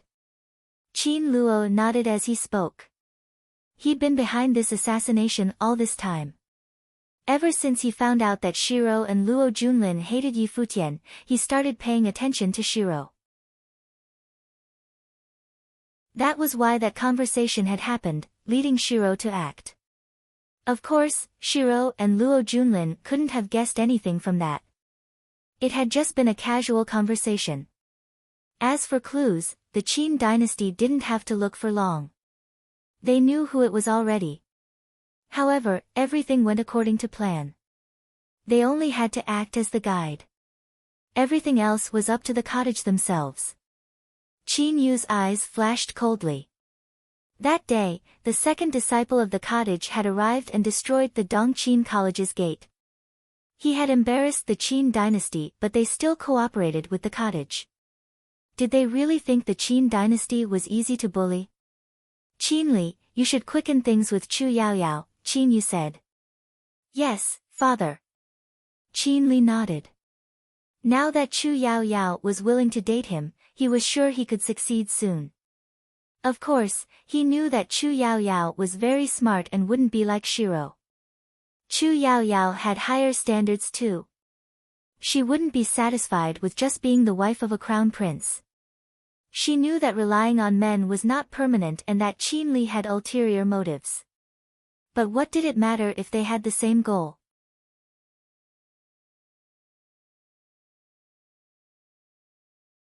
Chapter 286, Newcomer to the College. Chapter 286, Newcomer to the College. The battles of the Qin dynasty continued, but the large forces had all started leaving Chaoga City. Next, the Dongqin College would start enrolling students. Yi Futian's group returned to Book Mountain. Everything seemed to go back to normal. The college examinations for this year were about to start. Strong cultivators from all over the divine capital came. Perhaps pressured by the Dongqin College, the college would hold large-scale entrance exams this year and enroll more talented cultivators. It caused a splash in the divine capital. Countless youths would come to the college. What had happened at Chaoga had spread throughout the Eastern Barren territory. Everyone knew about it. The divine capital was the college's territory and was one of the three main cities of the Eastern Barren territory. Naturally, they paid more attention than other places. The Dongqin College would definitely become a superpower, but the cottage still had its legacy. Especially with Gu Dongliu's victory over Lu Nantian and Zhuge Hui's appearance, everyone witnessed the cottage's true face again. The first three disciples of the cottage could all represent the top of the Eastern Barren territory alone. The powerful college was about to hold exams and the divine capital was watching. People from the other mountains of the college paid attention too. Many talents appeared, attracting much attention. This all seemed unrelated to Yi Futian. He continued to cultivate quietly in the cottage, preparing to go back to Nandu. He was confident in himself, but he couldn't underestimate Luo Junlin either. There was a difference in plane, after all. One day, Yi Shaoshi found Yi Futian and had a strange expression. "Seventh senior brother, why are you looking at me like that?" Yi Futian found his eyes strange. "How many girlfriends do you have?" Yi Shaoshi blurted. Yi Futian made a face. He glanced towards Zhuge Hui and Xing'er. The two pretty girls looked over and Yi Futian glared at Yi Shaoshi. "Seventh senior brother, you're ruining my image." "What the heck?" He asked how many girlfriends I have. Is he purposely ruining my perfect image before senior sister? Jealousy. He must be jealous of my status. Yi Shaoshi gave him a look. What image? The new students are choosing their mountains today. A really beautiful girl didn't choose any mountain, not even the first one. She said she wants to join the cottage to find you. Yi Shaoshi side-eyed Yi Futian. How many pure girls had this guy tainted? Yi Shaoshi had gone down the mountain to look. The girl's eyes were very clear and she was beautiful. She was definitely an innocent one. Thinking of Yi Futian's character, She must have been lied to. So why was Yi Futian pretending to be innocent before senior sister? Yi Futian was awkward. Seventh senior brother, you're purposely doing this. How can someone other than Jiayu come to find me? Jiayu was part of the Moon clan. She wouldn't take part in the college's exams. I'll give you a hint. She's a silver-haired beauty, cold as ice. Yi Xiaoshi continued, giving him a look. Did he really want to deny it? Could the girl have found the wrong guy? Yi Futian blinked, deflating. He'd thought of someone. Silver hair, cold as ice. She was indeed unforgettable. Seeing Zhuge Hui and Xing'er grinning at him, Yi Futian looked away. This was too awkward. How beautiful. Zhuge Hui smiled at Yi Xiaoshi. Yi Xiaoshi looked at her and replied, very beautiful but definitely not as beautiful as you, second senior sister. He had chubby cheeks when he smiled and looked submissive. After being with Yi Futian for a year, he'd learned some things just by watching. He had to, his status was at risk.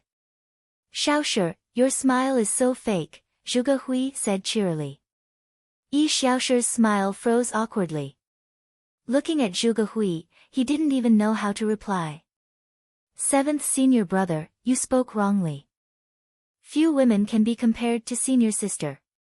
I do know that girl, but she can't even be compared to senior sister, Yi Futian said seriously. His tone was much more natural than Yi Xiaoshi's. I always like what Junior says, Zhuge Hui said with a smile. Yi Xiaoshi was about to cry. How come they were so different? Even being shameless required talent. He could only lament at his lack of skill. Beitang Xing'er watched this all with a smile. Xiaoshi wanted to copy the junior but it wasn't the same. Yi Futian was attractive and looked even better when he smiled. This was his personality too. He was natural when complimenting girls and it felt comfortable. Since she's here for junior, bring her here for me to see, Zhuge Hui said with a smile. Yi Xiaoshi blinked and looked at her in shock before nodding. Okay. With that, he left, feeling sad at the bias. Zhuge Hui was too biased. Even girls who came for Yi Futian could enter the cottage. When Yi Xiaoshi left, Zhuge Hui smiled at Yi Futian. Old lover. Senior sister, I'm not like that. Yi Futian gazed into her eyes and explained seriously, her name is Lulan Shui. She's a regular friend I made in the ancient barren world. Why would a regular come to find you at the cottage? Beitang Xing'er asked. There was no trust in her eyes. Really? Yi Futian looked into the eyes of his pretty senior sisters and muttered sadly, if you don't trust me, you can ask her later. Okay, Zhuge Hui replied, smiling. The newcomer indeed was Lulan Shui. She'd participated in this year's grand exams and performed extraordinarily well. She was known as the most powerful of this year. Everyone paid attention to her and even the top mountain wanted her. They believed she could be the direct disciple of the dean. At this time, there were many disciples at the square on Book Mountain. Lulan Shui stood primly in the middle. One would be attracted with a single glance and everyone was like that. Every mountain wanted her, but Lulan Shui said she wanted to find Yi Futian at the cottage. This caused an uproar. Many people guessed that she was Yi Futian's old lover. Some knew Lulan Shui, such as Tang Yi. He'd seen Lulan Shui when she was with Yi Futian in the ancient barren world. But Yi Futian and the others all entered the eastern barren world last year while Lulan Shui didn't. Many people forgot about her. The disciples from last year were also in the crowd, such as Nangong Jiao and Tuo Beiyun. They were attracted by Lulan Shui's aura too. Many people said that not only was she the best of this year, the last year couldn't beat her either. At this time, someone walked over and stopped close to the crowd. People looked over. It was Yi Xiaoshi from the cottage. Lulan Shui looked over too. Many people thought she would be disappointed. She was talented but one didn't enter the cottage just by being talented. No one in the cottage was normal. The event at Chaoga had bolstered the cottage's reputation. Second senior sister wants you to follow me up the mountain, Yi Shaoshi said. As soon as he spoke, everyone stared at him in shock. They knew clearly who the second senior sister was. It was the powerful girl who dared to shatter the Dongqing College's gate. She wanted Lulan Shui to go up the mountain. Was she going to accept Lulan Shui as a disciple? Oh. Lulan Shui started walking, following Yi Shaoshi towards the cottage. Everyone looked over but they didn't argue. If the cottage really wanted her, what was there to argue about? No force in the Eastern Barren Territory could compete with the cottage. They were sure that the cottage's one word was more impactful than a genuine invitation from any top force. Yi Shaoshi brought Lulan Shui to the cottage. After seeing Yi Futian, Lulan Shui kept looking. It had only been 1 year but now, everyone in the Eastern Barren Territory knew his name. Her mother said that he was born this way. There would be chaos wherever he went. Hello, Virgin. Yi Futian smiled at her. He didn't think they could meet again after the farewell at the ancient barren world. He definitely didn't expect her to come to find him. Yes. Lulan Shui nodded. Her personality was cool, just like her aura. How come you're here? Are you going to cultivate at the college? Yi Futian asked. I'm here to find you. Lulan Shui looked at him with her silver eyes. Find me? Yes. Lulan Shui nodded. Why do you want to find him? Zhuge Hui asked, grinning. This silver-haired girl really was cold. Lulan Shui glanced at her and then back at Yi Futian. She bowed her head slightly and hesitated to speak. Just speak, Yi Futian said after seeing that. Lulan Shui raised her head, staring at Yi Futian. My mother wanted me to ask you if you plan on marrying me. Yi Futian was shocked. Zhuge Hui and Beitang Xing'er were shocked too. They gaped at Lulan Shui. Did this cold girl really ask that? Good friends indeed. Beitang Xing'er grinned at Yi Futian, smiling ambiguously. Seems like we don't have to ask anymore, Zhuge Hui asked, smiling. Yi Shaoshi felt emboldened. He gave Yi Futian a look. Was he still going to deny it? Was he still going to pretend? He'd lied to this innocent girl and now, she'd come to the cottage. Was Yi Futian going to take responsibility? Yi Futian's mind was in turmoil. He stared at Lulan Shui. Virgin, even if the Empress acts recklessly, you shouldn't. He didn't know how to reply.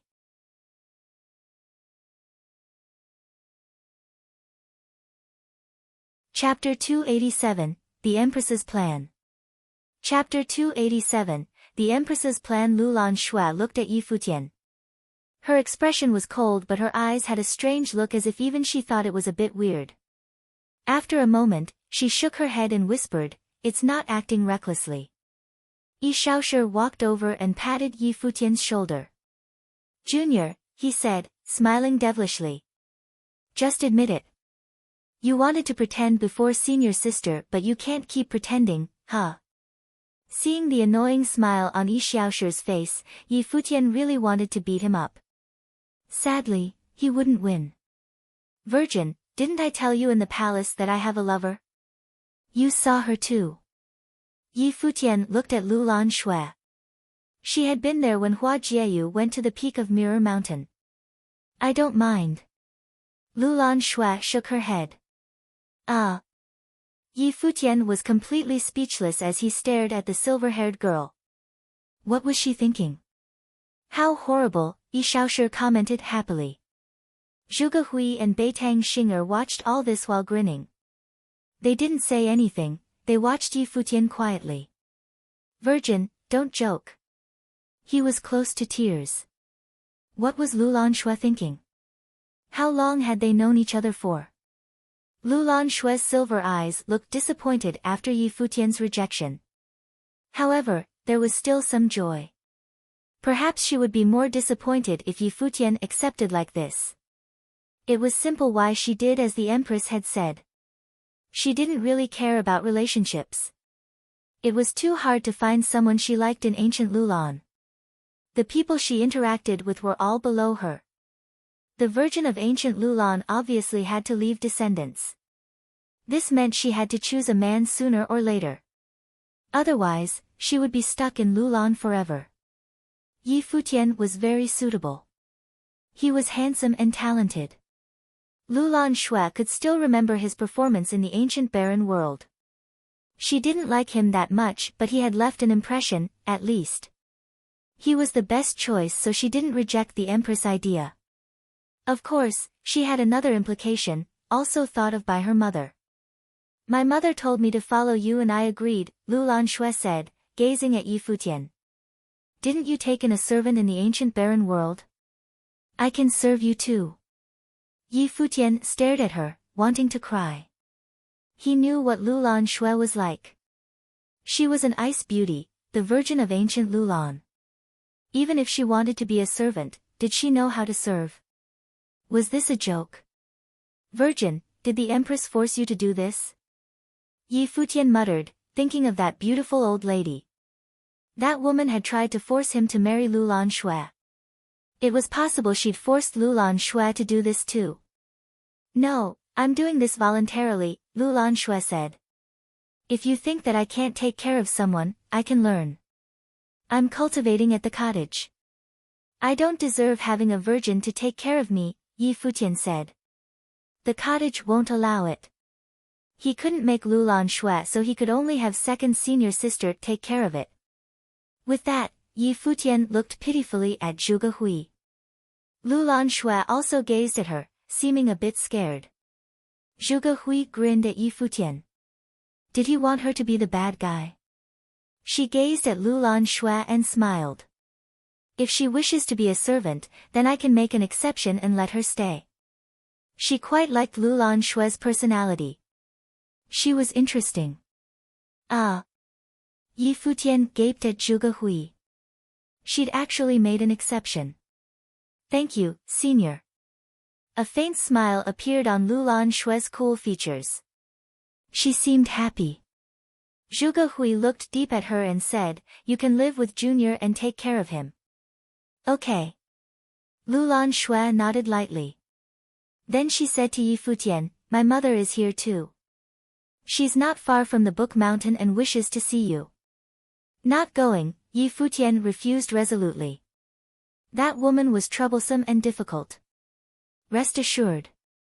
She won't be hard on you, Lulan Xue continued. Yi Futian blinked. Did she plan all this? He asked, defeated. Lulan Xue just looked at him quietly without replying. Yi Futian couldn't have a temper faced with this cold beauty. What could he do? All right, I'll go with you, he could only say with Lulan Xue's eyes on him. Okay. Lulan Xue nodded. Then Yi Futian said to Zhuge Hui, senior sister, I'm going out. Okay. Zhuge Hui smiled and nodded. Lulan Xue took Yi Futian down the mountain. After they left, Zhuge Hui was still smiling. Second senior sister, Beitang Xing'er called. Why did you agree? Zhuge Hui gazed at the receding backside and chuckled. If someone else did that, I would think she just wants to stay in the cottage. But why do I find this girl so cute? Beitang Xing'er's eyes glimmered while Yi Shaoshi rolled his eyes. Having good looks meant everything. After leaving Book Mountain, the two went to an empty field. The black winged eagle flapped its wings and they climbed on. Yi Futian didn't speak and Lulan Xue didn't either. They were both quiet. Do you find me shameless?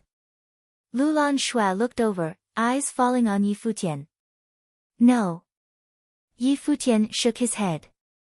My mother said that I can't enter the cottage with my talent. If I want to cultivate there, I have to use you. I knew it was that old woman, Yi Futian thought. He didn't say it out loud though. He couldn't insult Lulan Xue's mother in front of her. However, this wasn't all because of her.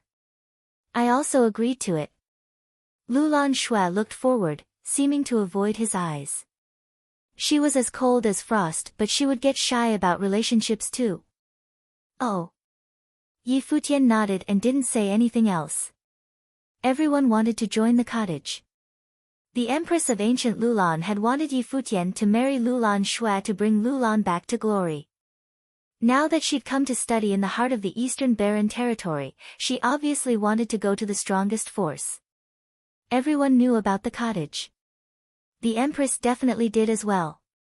With Yi Futian cultivating at the cottage, she would naturally think of a trick like this. After some time, they arrived at a pavilion in the divine capital. Yi Futian stepped in and discovered many strong cultivators there. The Empress of ancient Lulan had come personally. People naturally flocked to her. Yi Futian saw her in a courtyard. He wasn't that respectful this time. He stared straight at her. What, you dislike me that much? The Empress saw Yi Futian look at her coldly. No, I wouldn't dare, Yi Futian said. You are now a disciple of the cottage. I can't do anything to you. No one in the Eastern Barren territory can. You can dare to do anything. The Empress smiled coldly. Then she looked at Lulan Shui. He didn't agree. Lulan Shui shook her head and murmured, but the senior at the cottage said that if I'm willing to be a servant, I can stay in there. The Empress nodded. She could accept this. However, she was even unhappier with Yi Futian. I'm giving my talented daughter to you, but you bear to make her a servant. Good job, she said sarcastically. Is she not pretty enough? Empress, you're being a bit too illogical. I can't force feelings. How long have we known each other for? Plus, you and the Virgin know that I have a lover. What is the point of doing this?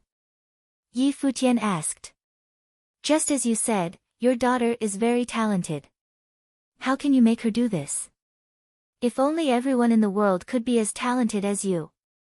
If we had the cottage to support us when something happens, we wouldn't care about that much. The Empress scoffed.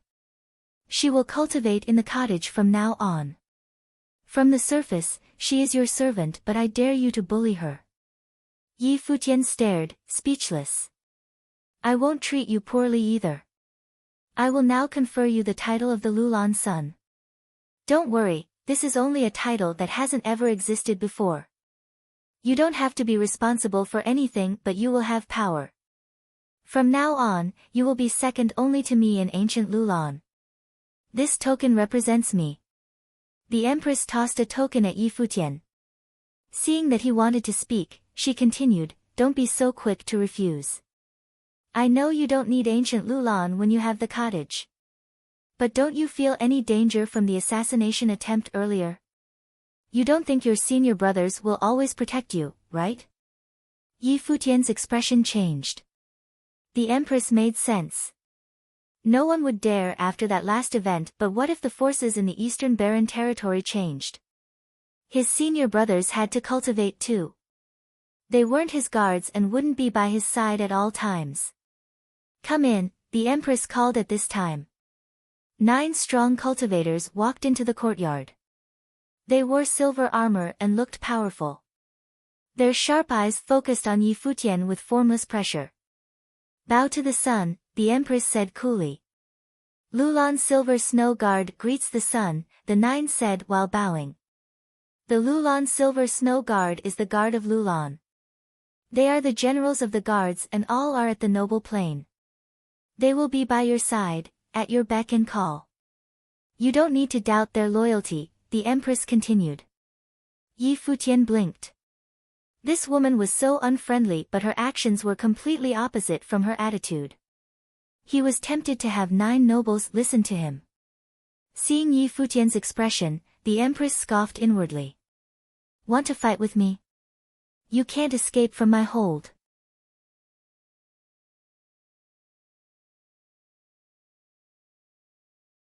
Chapter 288, Yi Futian's Decision. Chapter 288, Yi Futian's Decision. The Empress of ancient Lulan was extremely powerful. She was the ruler and king. But Yi Futian gave her a headache. Back then, Yi Futian had received the sage's treasure from the Lulan relic. The sage told her to become closer to Yi Futian and make him part of Lulan and also choose a husband for her daughter. But she failed. Later, Lulan Xue went back and told her that Yi Futian's girlfriend truly was extraordinary. She had also broken many records at the Mirror Mountain Peak. The Empress had been very frustrated.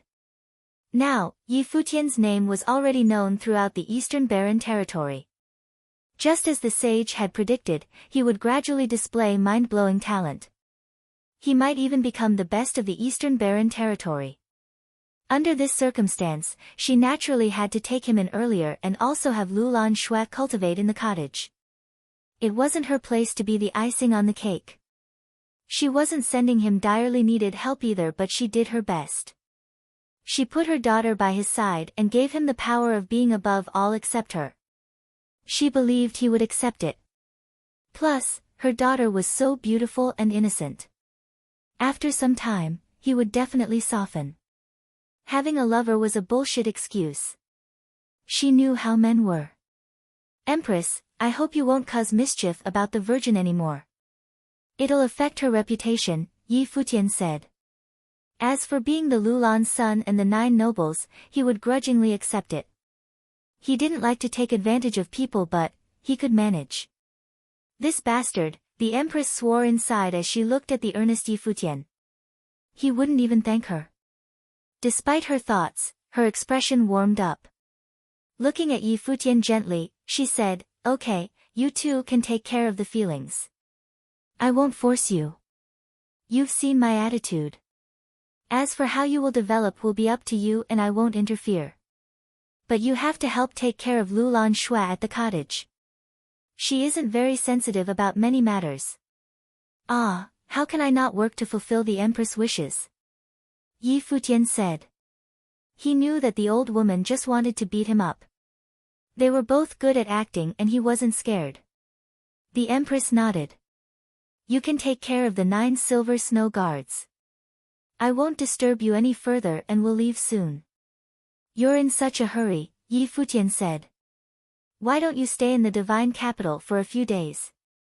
"No, I have matters to take care of in Lulan. I will come to visit in the future," the Empress said. Inside, she cursed, "You're so fake. You must wish I'd leave right this moment." "I see." Yi Futian nodded. Then he said to the 9 guards, "Since the Empress is in a hurry to leave, I won't keep you. As for you 9 seniors, let's change a place to live. I have relatives cultivating in the divine capital. You all can live there and take care of each other." The Empress gritted her teeth. Yi Futian said that he wanted her to stay, but now he was already ordering the Silver Snow Guard. So conscious, huh? I've never seen someone so shameless. Yes. You all listen to the sun's command in the future. Seeing him is like seeing me, the Empress said to the 9. Yes, Empress. The 9 bowed and then said to Yi Futian, "Please order us as pleased." "Seniors, you are too kind," Yi Futian said. "I will take you all there now. Second senior sister is still waiting for me, so I shouldn't delay. Empress, safe travels." "Okay, go do what you must." The Empress smiled and nodded while she ground her teeth. "Goodbye." Yi Futian put his hands together and then left straightforwardly. The 9 silver snow guards bowed to the Empress and followed him away. Lulan Xue gazed at the Empress, who nodded at her. "Go and cultivate well. With our treasured book and the sage's guidance, I'm sure the cottage will truly approve of you one day." "Okay, I'll go now." Lulan Xue nodded lightly and left with Yi Futian. When everyone left, a female guard in the pavilion walked over to the Empress. She looked in the direction Yi Futian went and said, "Empress, that man is too shameless. I've realized." Her smile disappeared and she glared in that direction. She had ruled ancient Lulan for so many years as the female regent. She'd seen all types of people and controlled countless strong cultivators. Only Yi Futian was uncontrollable. She'd given Yi Futian her daughter and even nobles as his guards, as well as giving him the title of son. But that bastard accepted the guards happily but didn't give her anything. He wasn't even grateful and wanted her to disappear. That bastard. Yi Futian didn't care about what the empress thought of him. That old woman tried to use him so he couldn't be too nice with her. Since she gave him nobles, he would take them without feeling bad. As for Lulan Shui, they had traveled together in the ancient barren world. Hua Jieyu knew that he saw Lulan Shui as a friend. Since Zhuge Hui allowed her to cultivate at the cottage, he would take care of her as needed. In the sky, Yi Futian asked the guards, "What do I call you all?" "Silver 1, Silver 2, Silver 3. The 9 said one by one. Yi Futian was shocked but he nodded. "Oh, I got it." They were quite special. Soon after, they arrived at the Guqin Gardens of the Divine Capital. Coincidentally, Hua Fenglu and the others were there. Seeing Yi Futian come, they all came out. They'd heard of what had happened at Chaoga. Nandu Wenin walked up and asked, "Futian, were you hurt in Chaoga City?" "Some minor injuries." "I'm all right, you don't have to worry." Yi Futian smiled innocently. His masteress was the best. That old empress couldn't compare. "Be careful out there," Nandu Wenin said. On the other hand, Hua Fenglu and Tang Lan's gaze fell on Lulan Shui. She was so pretty and had a unique aura. Her silver hair was like snow and her silver eyes were strangely beautiful. Was this guy getting with girls again? And he'd even taken her to see his father-in-law? Yi Xiang looked at the 9 guards. He could feel faint pressure from them. They were nobles, 9 powerful nobles. From what he knew, the cottage only had 8 disciples so they couldn't be it. The cottage wouldn't wear silver armor either. "Master, Masteress, this is my friend Lulan Shui," Yi Futian introduced. "We met in the ancient barren world.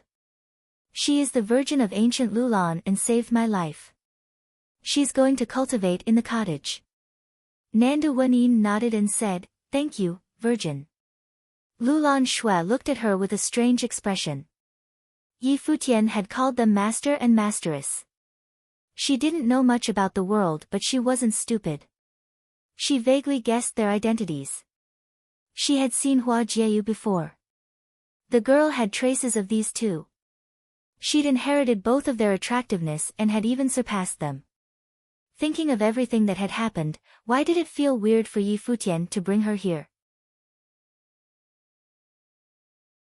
These 9 seniors are noble cultivators from ancient Lulan. The empress has helped me and even made me the son of Lulan. These 9 are with me, Yi Futian continued. The listeners kept getting shocked.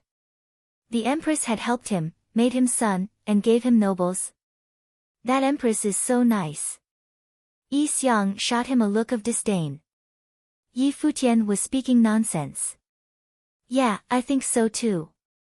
She's so kind and is a good woman." Yi Futian nodded seriously. The empress wouldn't know how to think if she heard this. "Ha!" Hua Fenglu looked at him, Tang Lan also looked. Tang Wan and Yi Qingxian smiled ambiguously. Why would the empress of Lulan do all this? Thinking of the relationship between Hua Fenglu, Yi Futian, and Hua Jieyu, wasn't it obvious? Seeing everyone's eyes, Yi Futian lost some confidence. However, he still said naturally, "Master, Masteress, it's not what you think." "Then what is it?" Hua Fenglu asked. The empress' idea was obvious. He knew that Yi Futian could tell too. As his teacher and father-in-law, he knew how this boy was. Yi Futian sighed inwardly. Why didn't they believe him? Was he a player? "Master, Masteress, I want the 9 seniors to live in the Guqin Gardens. If anything happens, they can take care of it. If you and Senior Yi Xiang have any questions, you can ask them too," Yi Futian said. With the stone statue from the Mirror Mountain, they would definitely try for the noble plane. It would be easier if they had nobles to guide them. Also, I will have a final battle with Luo Junlin in the Nanda nation to take care of everything. How about you and Masteress come back with me? You can take care of the problem with the Nanda family too, Yi Futian continued. I will go to the Moon Clan to get Jieyu. Then we can go back together. What do you think? Hearing this, Hua Fenglu glanced at him. At least he remembered Jieyu. Nanda Wenyin looked at him gently. Futian, you've worked hard. These things would require him to take care of. She'd always had her mind on the Nanda family. It was the place that filled her with disappointment and sadness. Her brother was still there. Going back. Yi Xiang looked up into the air. Even though he always insulted Yi Futian, he'd seen the boy's growth this year. He wasn't even 20 years old, but he had already shaken the Eastern Barren territory. Still in the Dharma plane, he was known by all. He didn't say it, but he knew that Yi Futian valued relationships greatly. It was time to resolve the matter with the Nanda nation. Up to now, they'd only escaped.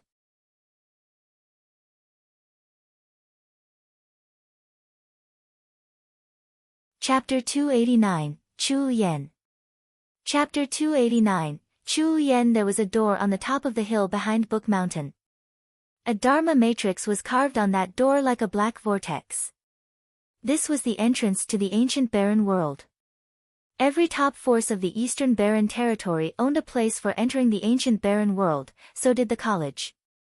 After returning from the Guqin Gardens and helping Lu Lanshui settle down, Yi Futian came here, ready to enter the ancient barren world not for cultivation but for the Moon Clan. The Moon Clan was in the north of the Eastern Barren territory. It would take even strong cultivators much time to go there. The passage to ancient barren world was no doubt the fastest way. The black winged eagle flew fast into the ancient barren world. The stronger Yi Futian became, the more the black winged eagle grew. At this moment, it had reached the peak of the Dharma plane. Before getting into the Arcana plane, it could still enter the ancient barren world. The two crossed the passage and landed on a mountain. There were some buildings among the mountains where many disciples of the college lived. Those disciples came to the ancient barren world for cultivating. Therefore they lived temporarily here in the mountain instead of going back and forth. Seeing Yi Futian's arrival, many disciples were confused. Who is he? A new guy asked. Yi Futian. Someone recognized him. Many people looked over here, including Nangong Jiao. Her beautiful eyes fell on Yi Futian. Though they were enrolled in the college together last year, Yi Futian had already become a legend. In the Battle of Chaoga City, Yi Futian defeated Qian Shanmu with rhythmic sorcery, which was enough for him to be known to all in Eastern Barren territory. The black winged eagle flapped its wings and brought Yi Futian away. The Moon Clan was in the central area of the ancient barren world, north of the barren city. The ancient barren world was like a smaller version of the Eastern Barren territory, sharing the same terrain. The base of the Moon Clan was more beautiful than the college's. With ancient green hills, surrounded by rivers and mist, the scene here was very relaxing. When one or two beauties walked down from the hill, people would feel that this must be heaven. Arriving here, Yi Futian saw two young beauties walking down. They were very young and full of energy. The left one was tall with a pair of beautiful slender legs. She looked slightly proud and became vigilant when seeing Yi Futian here. The one on the right was petite and slim. She looked at Yi Futian with her innocent eyes, full of curiosity, thinking that this guy was really handsome. The two beauties were both disciples of the Moon Clan. The left was Lu Qiu, the right was Ning Qiao Qiao. Who are you? Lu Qiu looked at the Futian arrogantly but full of vigilance. There shouldn't be males in the base of Moon Clan. The arrival of Yi Futian confused her. I'm Yi Futian. I want to visit the Moon Clan. Would you two fairies please lead the way for me? Yi Futian smiled. Yi Futian, Ning Qiao Qiao murmured. Suddenly, something occurred to her. Are you Yi Futian from the cottage? Yes. Yi Futian nodded lightly, smiling at Ning Qiao Qiao. She blushed a little and immediately nodded, "All right, just follow us." "Thank you, fairy." Yi Futian's smile grew bigger. This beauty was really kind. But Lu Qiu was still observing Yi Futian with her beautiful eyes. She knew this guy was very famous, even in Moon Clan. He was indeed talented, but part of his fame also came from the fabulous disciple of the Moon Clan who was as good-looking as Chu Yaoyao, one of the 3 top beauties in Eastern Barren Territory. "Are you here for Hua Jieyu?" Ning Xiaoqiao asked and took a quick glance at him. This was her first time meeting Yi Futian. Though she knew of his name, Ning Xiaoqiao didn't expect that he could be so good-looking. He and Hua Jieyu were well matched to each other. "Yes." Yi Futian nodded with a smile. "She must be very happy to know you are here." Ning Xiaoqiao laughed. "Last time, Hua Jieyu wanted to go to Chaoga City too. Yi Futian must be the reason. I heard that you defeated Qian Shanmu on the battle platform of Dongqing College. Can you defeat him without the help of the ritual implement?" Lu Qiu asked Yi Futian. There were many rumors about Yi Futian, even in Moon Clan. She was very curious about his strength. "I would fail," Yi Futian responded very frankly. He could fight across levels but not across planes. And since Qian Shanmu was master in rhythmic sorcery, he would be too arrogant to say that he could win. "What if it was not for rhythmic sorcery and you are in the same plane as him?" Lu Qiu kept asking. Yi Futian smiled and looked at her. "I wouldn't know unless I try." "So you mean the outcome is unknown? Perhaps you are not as strong as in the rumors." Lu Qiu doubted his strength. The disciples of the cottage were indeed strong, but every top force had top talents. If a disciple of the cottage could be so powerful, would the Moon Clan even have the right to be compared to them? Maybe. Yi Futian didn't want to argue.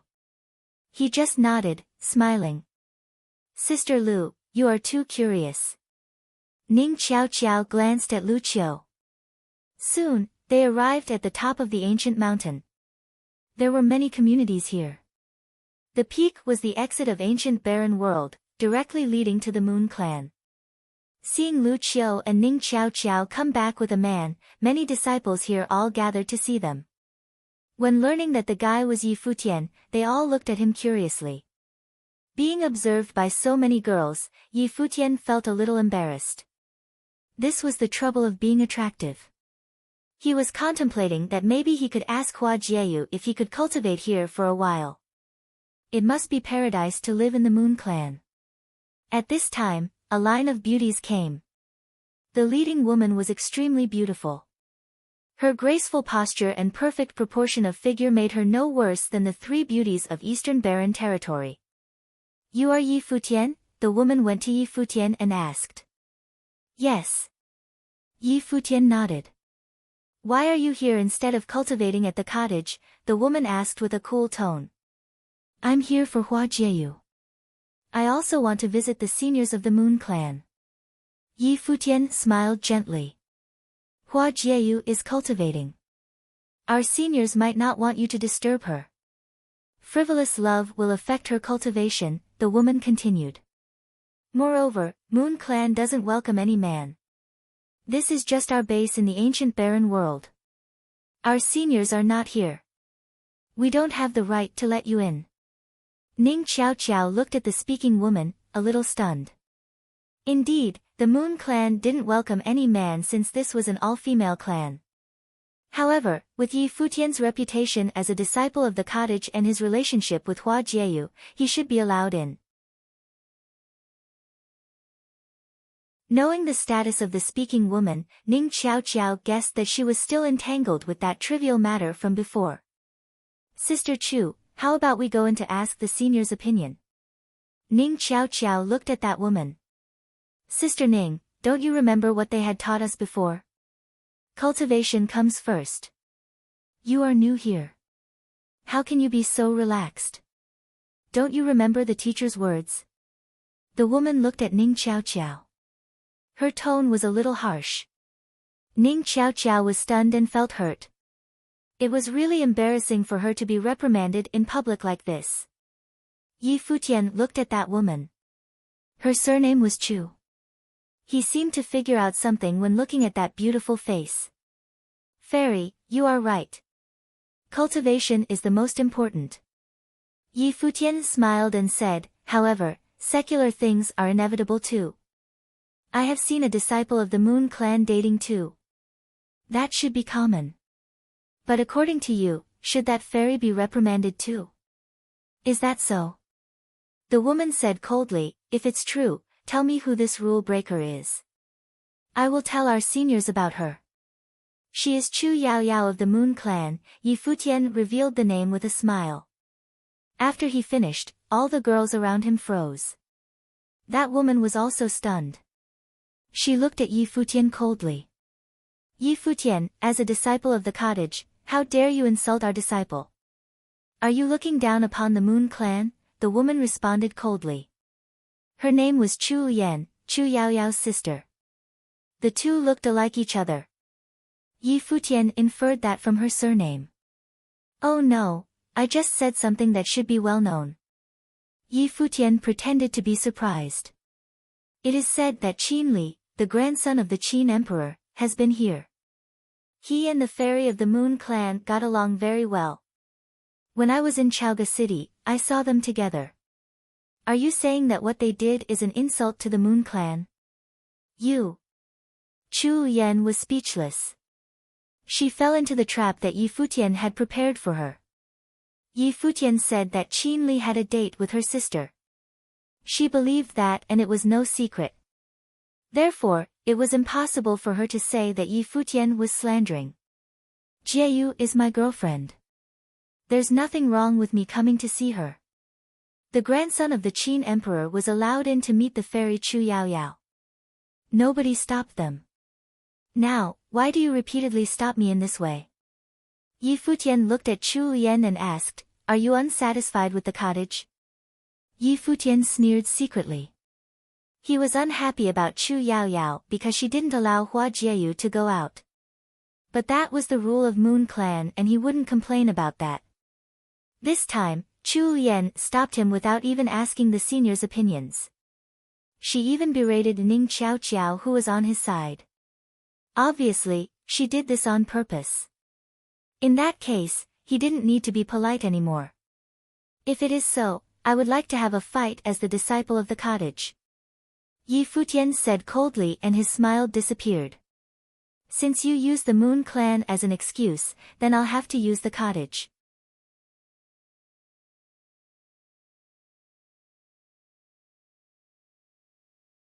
Chapter 290, Within the Moon Clan.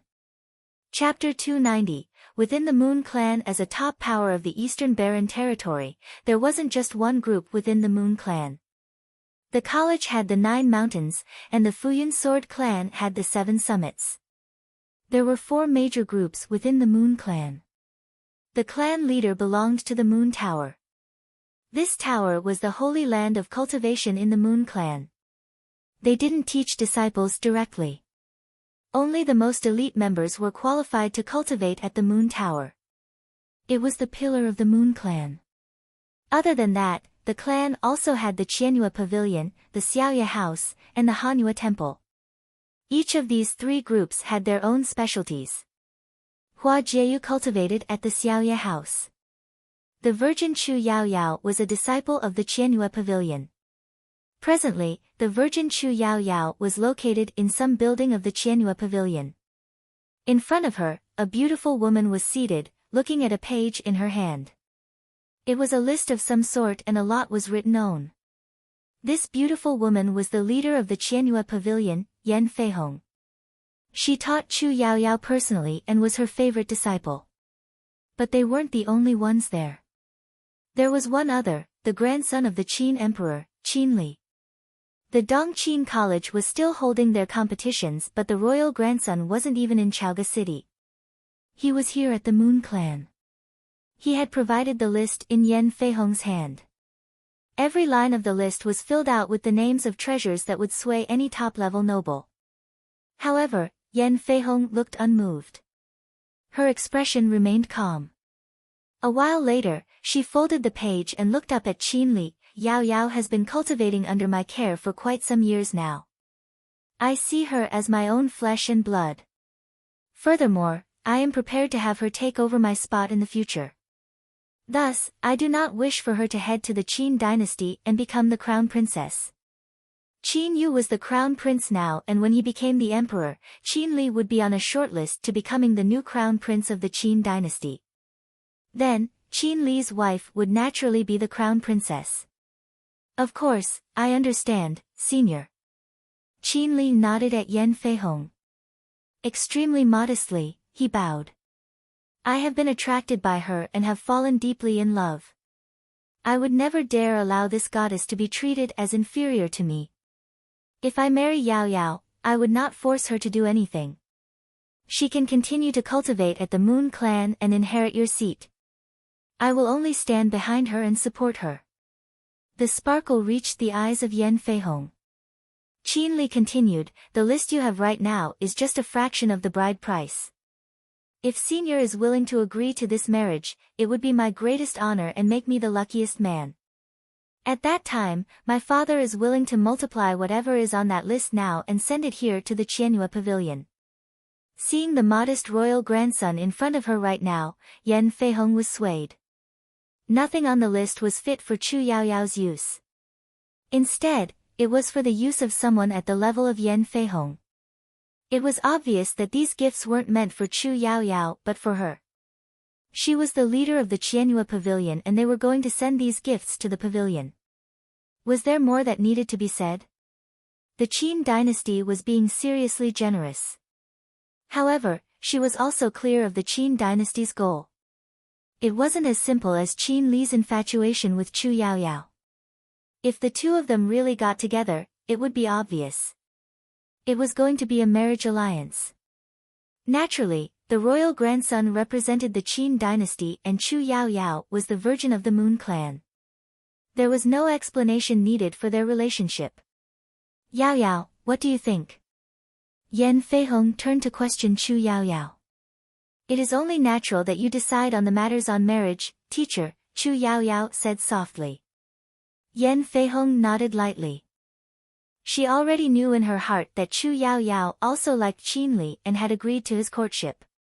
With Qin Li's gifts and his status, he was definitely a fitting candidate. Furthermore, he was not going to interfere with Chu Yaoyao's cultivation at the Moon Clan. This way, Chu Yaoyao wouldn't need to worry about her future. I don't dare to be rash when it comes to your marriage. I will discuss this with your uncle masters. Go bring Qin Li for a look around, said Yan Feihong. Chu Yaoyao nodded and led Qin Li away.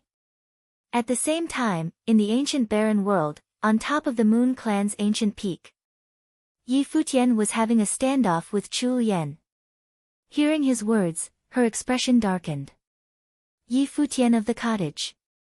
There wasn't anyone who didn't know of this name. Although she had not gone to Chaoga City, she had heard the stories of his glorious victories. Forget about his battle with Qian Shanmu, the mere fact that he defeated Qin Mang of the Qin dynasty was the greatest proof that he would be undefeatable by anyone in the same plane as him. And since Chu Yan was still in the lower ancient barren world, it was obvious that she was also still in the Dharma plane. Yi Futian wanted to pay a visit to the Moon Clan and was blocked by her. He had the audacity to challenge her. Thinking of this, Chu Yan said coldly, "This is the entrance to the Moon Clan. Past this door behind me, you will be in the Moon Clan territory. You aren't a member of our clan, so I will not let you enter, and this is how you're going to act. Is this how all the disciples of the cottage take care of things? Are you trying to bully us?" What she said had just placed Yi Futian against the Moon Clan. If Yi Futian really dared to make a move on Chu Yan, he would actually be bullying the Moon Clan. Yi Futian didn't answer. Instead, he stepped forward, giving off a feeling of dominance. His handsome features seemed to have been carved from stone, very defined. Chu Yan felt pressured with every step he took. The Moon Clan disciples all around were at a loss upon witnessing this scene. It reminded them of the conflict between Chu Yaoyao and Hua Jieyu. Such a small ordeal could be exacerbated because of different standpoints. And now, Yi Futian had come for a visit. Chu Lian shouldn't have stopped him, but she did. Yi Futian wasn't exactly known for his good temper, so he challenged her. Multiple figures flashed by and appeared beside Chu Lian. They were her senior and junior sisters from the Hanhua temple. So, of course, her enemies were their enemies. Are you qualified to represent the Moon Clan? Yi Futian asked her coldly. There are many of your fellow clan members here right now. It should be pretty easy for them to tell whether or not you're targeting me on purpose. You also know the truth. If you have the guts to do so, then don't go hiding behind the name of the Moon Clan. What an embarrassment. You. A chilling gust washed over Chu Lian. Spiritual chi gathered as an ice spell was released. But just then, Yi Futian stepped forward at an unbelievable speed. A crisp sound was heard and the ice spiritual chi formed a spell and crystals of ice began to cover Yi Futian. The chilling air permeated his body and tried to frost him over. Boom! Yi Futian's body was tough. The ice crystals burst, and with one step, he had arrived in front of Chu Lian. His terrifying aura crushed down on her. Following that, Yi Futian lifted his hand, and with one palm forward, he sent Chu Lian flying back. Even when her feet finally met the ground again, she had to take steps back to stable herself. She let out a soft groan. They were on completely different levels. Chu Lian. Multiple figures ran to her side and stared coldly at Yi Futian. However, they knew that if he was able to send Chu Lian flying simply by the wave of his hand, there was no way they could go up against him. Yi Futian's cutting gaze turned to look at them. He then walked right past them. The black winged eagle flapped its wings and gave the girls a look of disdain. Walking over to the ancient barren world's exit, Yi Futian turned back to look at Ning Qiao. Can you be my guide? Ning Qiao was surprised but quickly nodded with a smile. All right. She walked forward to Yi Futian's side and led him through a gate, leaving the ancient barren world. All the other people saw this and gradually started to follow, preparing to head back as well. Chu Lian's expression was dark. Yi Futian had humiliated her simply with the wave of his hand. As soon as Yi Futian exited the ancient barren world, he had arrived at the Moon Clan's ancient peak.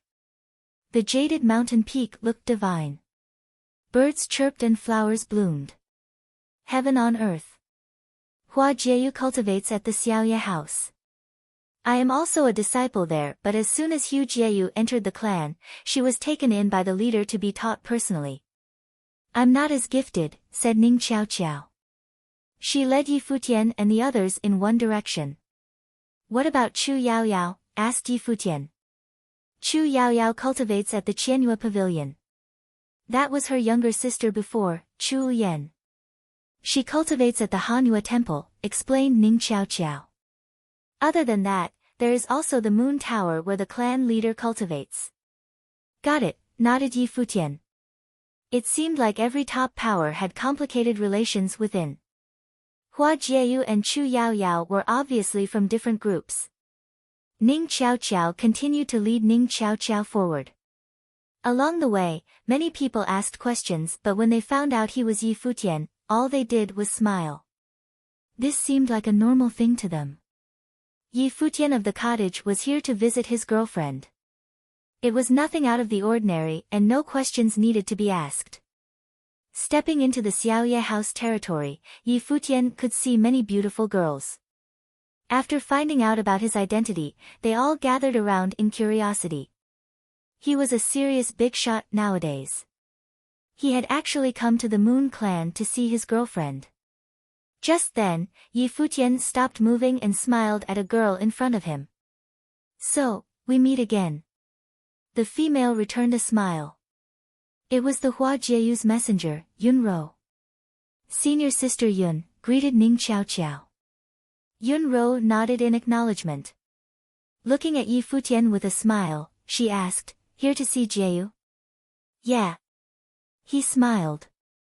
I'll take you there, she said. Thank you.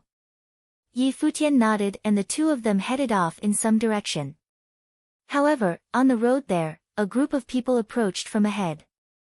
A group of women. A picturesque sight. The laughter was music to the ears. Yi Futian's eyes fell on the figure at the center of the group. It seemed that in the year that Hua Jieyu had cultivated at the Moon Clan, she had become even more beautiful. Yi Futian thought to himself, good thing I made my move quick. Hua Jieyu's eyes locked on Yi Futian. Her clear eyes filled with hints of bitterness, longing, and joy. Her slender fingers reached up to brush away the hairs obstructing her vision, and she looked at Yi Futian shyly. Just one look was enough to make Yi Futian feel like she had taken his soul. This fox, how was she still so captivating?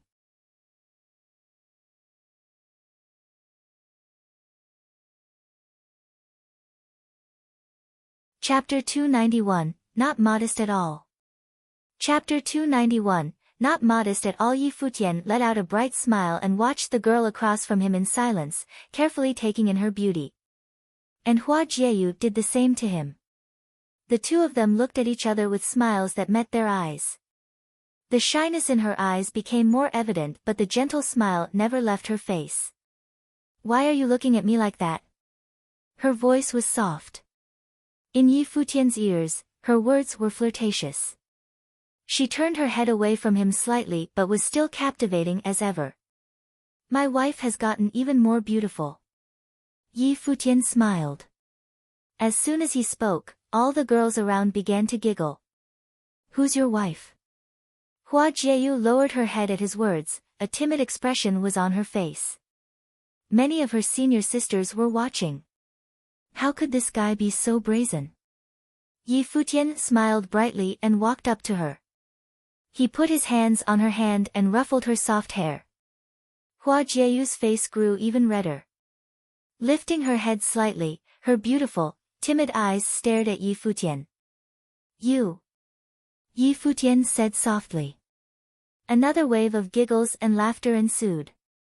They were all teasing Hua Jieyu. Feeling the countless eyes on her, Hua Jieyu's face burned. I haven't agreed yet. Hua Jieyu stared at Yi Futian with a pouting face.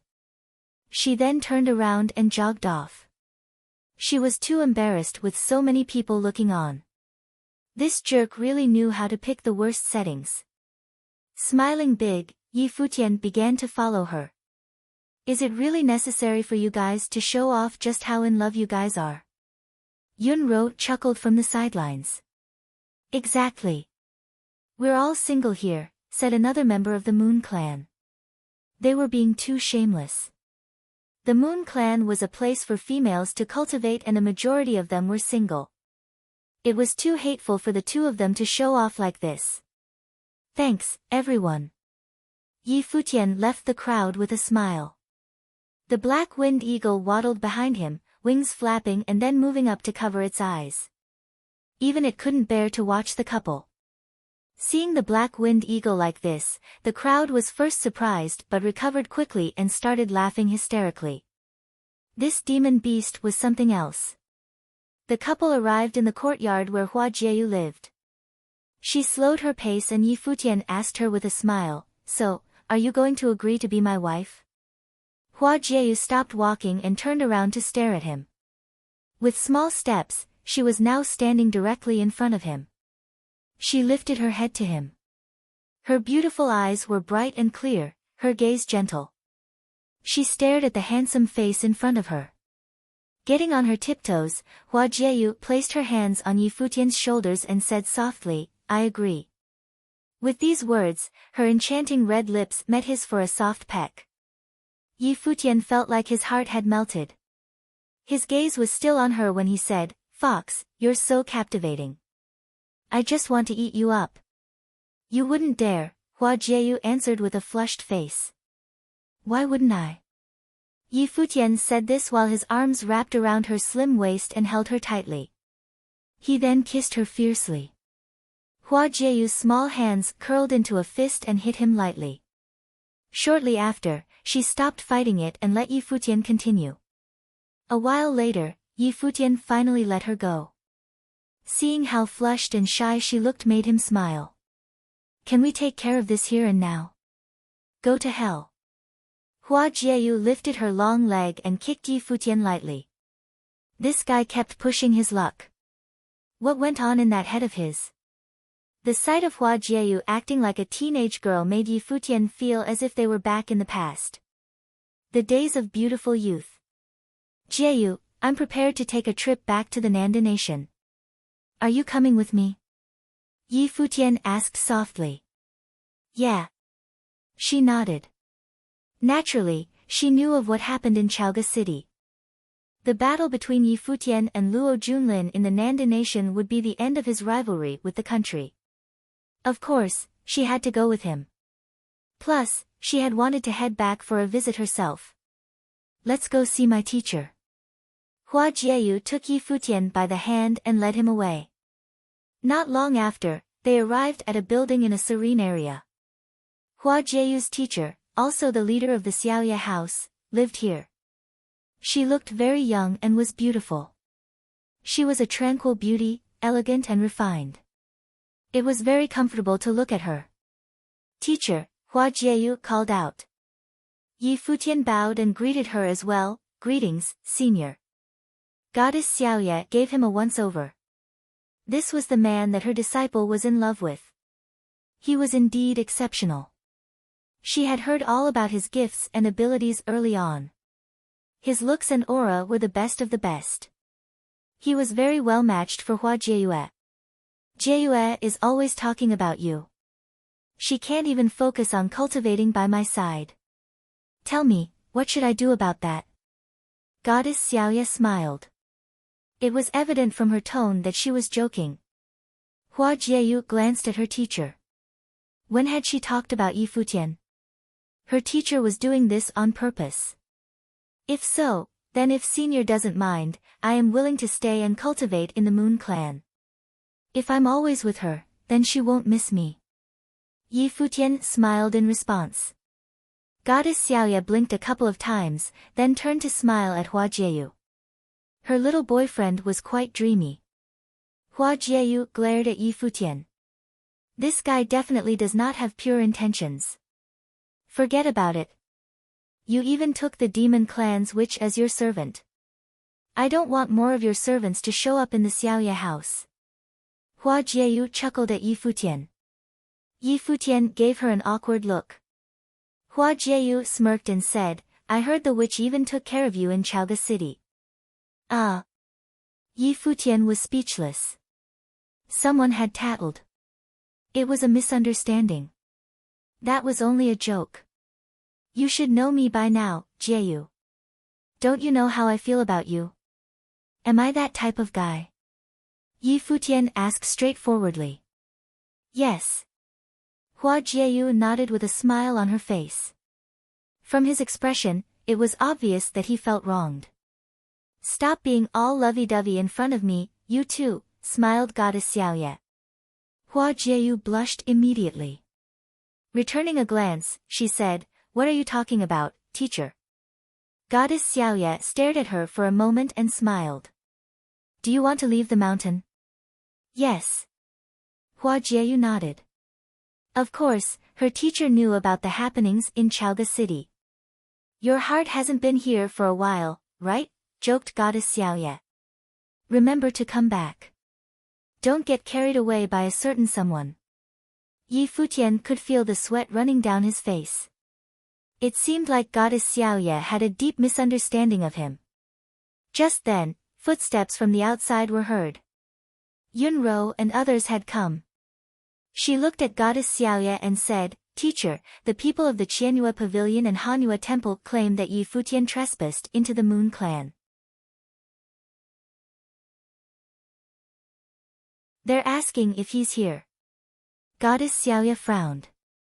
She turned to Yi Futian. What happened? Please forgive me, senior. Yi Futian bowed and then proceeded to explain the situation. Yunro nodded in agreement. One of our fellow Xiaoye house disciple, Ning Qiao, witnessed the entire thing. That's what she said as well. If so, Then Chu Yan was purposely giving Yi Futian a hard time. Goddess Xiaoye sounded a bit upset. They didn't say anything after what happened last time, but it seemed that the opposing party still held a grudge. But even so, Chu Yan is a disciple of the Moon Clan, and Yi Futian is an outsider. Yi Futian fought them and entered the Moon Clan by force. Using this as an excuse, there isn't much we can do to fight back, said Yunro. Qinli should be at the Qianyue Pavilion, correct? Goddess Xiaoye asked suddenly. Correct, nodded Yunro. If so, then you go tell her, if they want to start something with Yi Futian, they are welcome to. If they're gutsy enough to pick a fight with a disciple of the cottage, then I'm obviously not going to stop them. If they try to bring up the Moon Clan's reputation, ask them if Chu Yan is allowed to block Yi Futian from coming into the Moon Clan to look for a disciple of my Xiaoye house. Did they ask for our permission before Qinli entered? Yunro nodded at every word Goddess Xiaoye said. I understand. I will go tell them now. I should go with her, Yi Futian said. Okay. Yunro, on your way, guide Yi Futian and Jieyu off the mountain, said Goddess Xiaoye. Yes, teacher, nodded Yunro. Thank you, senior. Yi Futian lifted his hands and bowed to her before they left. At the entrance to the Xiaoye house, there were many people waiting. Powerful cultivators of the Qianyue Pavilion and the Hanyu Temple were present. Chu Yaoyao and Qinli were also among the crowd. When Yi Futian's group approached them, everyone's attention turned to him. Chu Yaoyao took one look at Yi Futian and Hua Jieyu who were standing side by side, and then thought of Qinli beside her. Yunro stepped forward and said to the crowd, the situation has been made clear. Yi Futian came to see my junior sister, and the Xiaoye house had agreed to it. He did not trespass into the Moon Clan. As for the accusation that he hurt junior sister Chu Yan, Yi Futian has stated that she was deliberately trying to give him a hard time and not allowing him to enter clan territory. This was why he made a move, and that was personal between the two of them. If Chu Yan or anyone else has something to say about that, they can go directly to Yi Futian. The Xiaoye house is part of the Moon Clan, so obviously, we won't be interfering in their personal business. Those from the Hanyu Temple and the Qianyue Pavilion frowned. Based on her attitude, it was obvious that Yunro was not happy about this. Take things on directly with Yi Futian? What about the cottage? Yunro took the Moon Clan out of the equation and claimed that it was personal business. This was pushing everything onto Chu Yan. Chu Yan is a disciple of the Moon Clan. What's the problem with her stopping an outsider from entering? Someone from the Hanyu Temple asked coldly. If Yi Futian was here for someone in the Hanyu Temple, then it wouldn't have been a problem. But he came for someone at our Xiaoye house. Since when did we need permission from the Hanyu Temple? Yunro's tone was still soft and gentle. The Qin's royal grandson is also present. Did anyone come to ask the Xiaoye house for permission when he entered clan territory? Qin Li's eyes widened. Yunro had put him on the spot. I was simply making an example. I don't have anything against you. Please forgive me if I have caused you any inconvenience. It's fine, Qinli answered nonchalantly with a smile. I have witnessed the ways of the cottage's disciples back in Chaoga City. Everyone in the Eastern Barren Territory knows. You are right, though. This isn't a big deal. If Yi Futian is willing to apologize to Chu Yan, then we can all put this behind us. We shouldn't let it hurt the relationship between anyone here. Yi Futian looked over at Qinli. This guy is becoming more and more of an eyesore. Since when did you have a say in my business? Yi Futian spoke in a cold demeanor. He was not modest at all.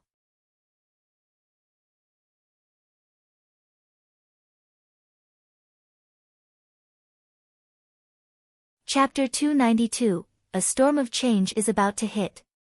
Chapter 292, A storm of change is about to hit. Of course, Yi Futian knew that Qin Li's utterance was meant to instigate more problems for him. He knew that it was impossible that Yi Futian would apologize.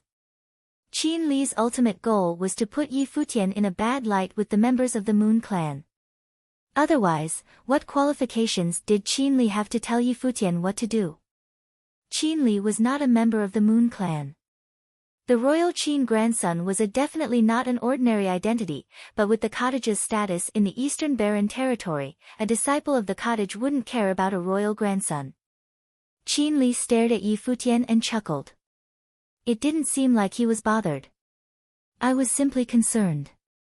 I only want the best for the Moon Clan. Looks like I have overspoken. Yi Futian stared right back. He's a sly one. He always tried to turn people against Yi Futian, but never confronted him directly.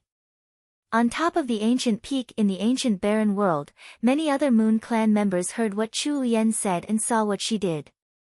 Do I need her permission to come and see Jiayu? And to use an excuse like dating can affect cultivation? If so, then what is the royal grandson doing here in the Moon Clan? Don't tell me you came to play. Yi Futian's cold eyes swept over everyone in front of him. When his gaze fell on Chu Lian, he said, "It looks to me like you guys have a pretty good relationship. So, why is it a distraction to cultivation when it comes to me? In your heart, you know well whether or not you were purposely being difficult with me. Do you think that everyone is an idiot?" If this was the way Chu Lian and the others wanted to do things, then Yi Futian was going to let them. Didn't she feel like a despicable person? Yi Futian didn't care about his relations with these people. So, what if some people in the Moon Clan didn't like him? Was he supposed to simply let Chu Lian stop him from entering and just go back to the college? Simply because of what they thought? Or was he supposed to apologize and admit that he was in the wrong? Chu Lian and the others didn't look too good. Yi Futian continued, "What Yunro said is right. You are welcome to pick a fight with me, but don't claim that I disrespected the Moon Clan as an excuse. Who does Chu Lian think she is? Can she represent the entire Moon Clan? I will take my leave now." Yi Futian said his goodbyes and stepped forward with Hua Jiayu by his side. The crowd in front of them very naturally parted to make way for them and watched Yi Futian and the others leave. The black winged eagle followed behind them, flapping its wings. Its sharp eyes swept over everyone. One could feel its disdain with just one look. This dumb creature. Chu Lian was pissed. How dare it look down on them? The disciples of the cottage are domineering as usual. Qin Li chuckled. Everyone around him did not seem like they were in the best of moods. Let's go. Naturally, they were going to have to report this incident to the elders. Chu Yaoyao watched Yi Futian's departing figure and felt a mix of emotions. Even though Yi Futian didn't know her, every time she saw him, her impression of him deepened. Yi Futian obviously didn't care about what Chu Yaoyao and her friends thought of him.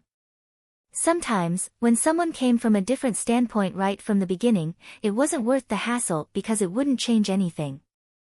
Yunro sent them off the Moon Clan territory, and the couple mounted the Black Winged Eagle to return to the college. In the skies of the ancient barren world, the Black Winged Eagle soared with Yi Futian and Hua Jiayu on its back. It's nice when it's just the two of us. Yi Futian looked to the beauty beside him. Standing there, her long hair fluttering in the wind. She looked like a fallen angel, her beauty incomparable to any worldly things. There's also a demon beast. Hua Jiayu smiled lightly. Should we roast it for dinner? Yi Futian said jokingly. The Black Winged Eagle jolted in shock. Please don't joke like that. It would scare an eagle to death. Hua Jiayu rolled her eyes at him. Yi Futian walked forward until he was standing behind her and wrapped his arms around her slim waist. Holding the beauty tightly in his arms, he placed his head on her shoulder. Tilting his head downward, his nose was in her hair, inches away from her neck. Her sweet scent was an attack on his senses. Hua Jiayu's face flushed red immediately. His actions were so flirtatious. Jiayu, I missed you so much, Yi Futian said softly. I missed you too, she replied. The Black Winged Eagle blinked a couple of times. Oh gosh, this was too much, even for an eagle. Jieyu, do you know what my greatest wish is every day? Yi Futian asked. His soft voice was warm and affectionate. Hua Jieyu shook her head. My greatest wish is for you to be the first person I see when I open my eyes in the morning, he said gently. Hua Jieyu blinked, and when she registered what he had said, she blushed even harder. The color reached her eyes and she stomped down on Yi Futian's foot. In what sounded like a whining tone, she said, how shameless. Fox, when do you plan on fulfilling my wish? Yi Futian teased her with a smile on his face. In your dreams, she said. I do often see you in my dreams. He sighed. I'm not talking to you anymore. Hua Jieyu couldn't stand him anymore. She wanted to move forward but could not escape the tight embrace of Yi Futian. Her body relaxed and leaned into him. It was a scene right out of a storybook. When they got back to the college, Yi Futian explained why Lulan Xue had come. This made Hua Jieyu question whether all his words on the way here were paving the way for this. Arriving at the cottage, Yi Futian brought Hua Jieyu to the second senior sister. The first thing the second senior sister and Beitang Xing'er thought when they saw Hua Jieyu was that she was beautiful. The second thing that came to mind was still that she was beautiful. So beautiful, Zhuge Hui complimented. Smiling at Yi Futian, she said, little brother, how come I feel like everything you told me before was a lie? This rascal complimented her every day.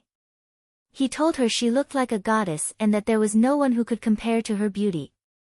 It turned out, he was hiding such a beautiful girlfriend. It was suspicious indeed. How could that be? In my heart, the second senior sister and Jieyu are equally beautiful, Yi Futian stated matter-of-factly. Obviously, Hua Jieyu wasn't going to call him out in front of Zhuge Hui. Is that so? Zhuge Hui chuckled at his response. You're such a sweet talker. It's no wonder you tricked the best-looking girl to be your girlfriend. You're indeed my junior brother. Yi Futian scratched his head and muttered, senior sister, there was no trickery going on. It's mutual attraction. Yeah, mutual attraction. The second senior sister was amused by Yi Futian's actions and started laughing. Passing by, Yi Shaoshi and Luo Fan witnessed this scene and sighed deeply. They then lowered their heads and went on with their own business. What a monster! Hua Jieyu stayed for a meal at the cottage and then headed back to the Guqin Gardens with Yi Futian. He was going to head out first, going back to the Kangyi Kingdom for a visit before meeting her in the Nanda Nation. The 100 Lands, at the entrance to the ancient barren world. Ever since the entrance opened over a year ago, this area began to thrive compared to its previously barren state. A city was built from scratch. Emperors of countries all over the 100 Lands had set up quarters in this area. There was no way the area wouldn't flourish. Now, powerful cultivators in all different planes roamed the streets of this city. Whether they were in the Arcana plane or the Dharma plane, they all wanted to test their luck in the ancient barren world. Even though it was possible that they would lose their lives there or might come back with nothing, people continued to go. This was a great opportunity in the eyes of those in the 100 Lands. Just then, a commotion was heard from the ancient barren world's entrance. A group of people could be seen exiting and stepping into this space. Leading them was a middle-aged individual. His aura was outstanding and domineering. He reached out both hands and an energy was released. A force of noble will erupted from him. He looked up at the sky and laughed maniacally. The heavens have not forsaken me. Noble. He had finally reached the plane of his dreams. A plane that only emperors could reach. Although he could already feel the power in the ancient barren world, he could not hide his excitement once he stepped out onto this land. Noble. From here on out, he stood at the top of the 100 Lands. He had finally reached the level of his ancestors and had the qualifications to become the emperor of a country. The cultivators behind him smiled. This trip to the ancient barren world had been a dangerous one. Life-threatening situations at every turn. Some of their fellow Arcana Plane cultivators were never going to come back, but it was all worth it. This was the chance they had been waiting for. The clan leader was now in the noble plane. After being oppressed for so many years, he was finally now a noble. This middle-aged individual was the leader of the Nanda clan, Nanda Tai. After his outcry, everything fell silent again. His eyes swept over everyone in his surroundings. He said, "Let's go." Then, he moved to leave the area. Although he was now in the noble plane, he still couldn't be rash when it came to Yi Futian and Luo Junlin, who were disciples of top powers in the Eastern Barren territory. It was unfortunate that he wasn't a noble all those years ago. Though it wasn't too late. At least now he was qualified enough to deal with many things. Emperor Luo probably wouldn't dare to mess with the Nanda clan again. "Who is that?" someone asked.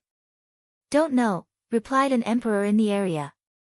They were all confused by the departing figure. "How many cultivators have made it into the noble plane so far?" an observer questioned. Since the ancient barren world opened, more and more nobles in the 100 Lands were born. A little while after Nanda Tai left, another group exited the ancient barren world. These people had terrifying auras. Just one look was enough to have people trembling in fear. "Are we there yet?" someone among the newcomer group asked. "We've arrived at the entrance to the ancient barren world in the 100 Lands. We'll head to Nanda now," a young man answered. In a flash, they were all on the move, traveling in a certain direction as a pack. Their energy filled the area. There was absolute silence at this moment. Many people looked to the large group in the sky. That was the energy of nobles. Other than the young man, everyone else was a noble. It was impossible that the 100 Lands had such a powerful force. "That looked like the crown prince of Nandu, Luo Junlin," said an emperor. Everyone's eyes widened immediately. The Nanda nation's Luo Junlin was back. He had joined the royal Xian temple, a great power of the Eastern Barren territory, and now he was back with many nobles in tow. What did this mean? A year ago, Yi Futian joined a top power and many emperors gave in to him and were still in the Kangyi kingdom. Lots of people went to pay their respects back then. They felt that Kangyi was on an unstoppable rise. But what now? Luo Junlin had returned with nobles. This news spread like wildfire throughout the city. People from all countries in the 100 Lands got a hold of this news and they realized a storm of change was about to hit the 100 Lands.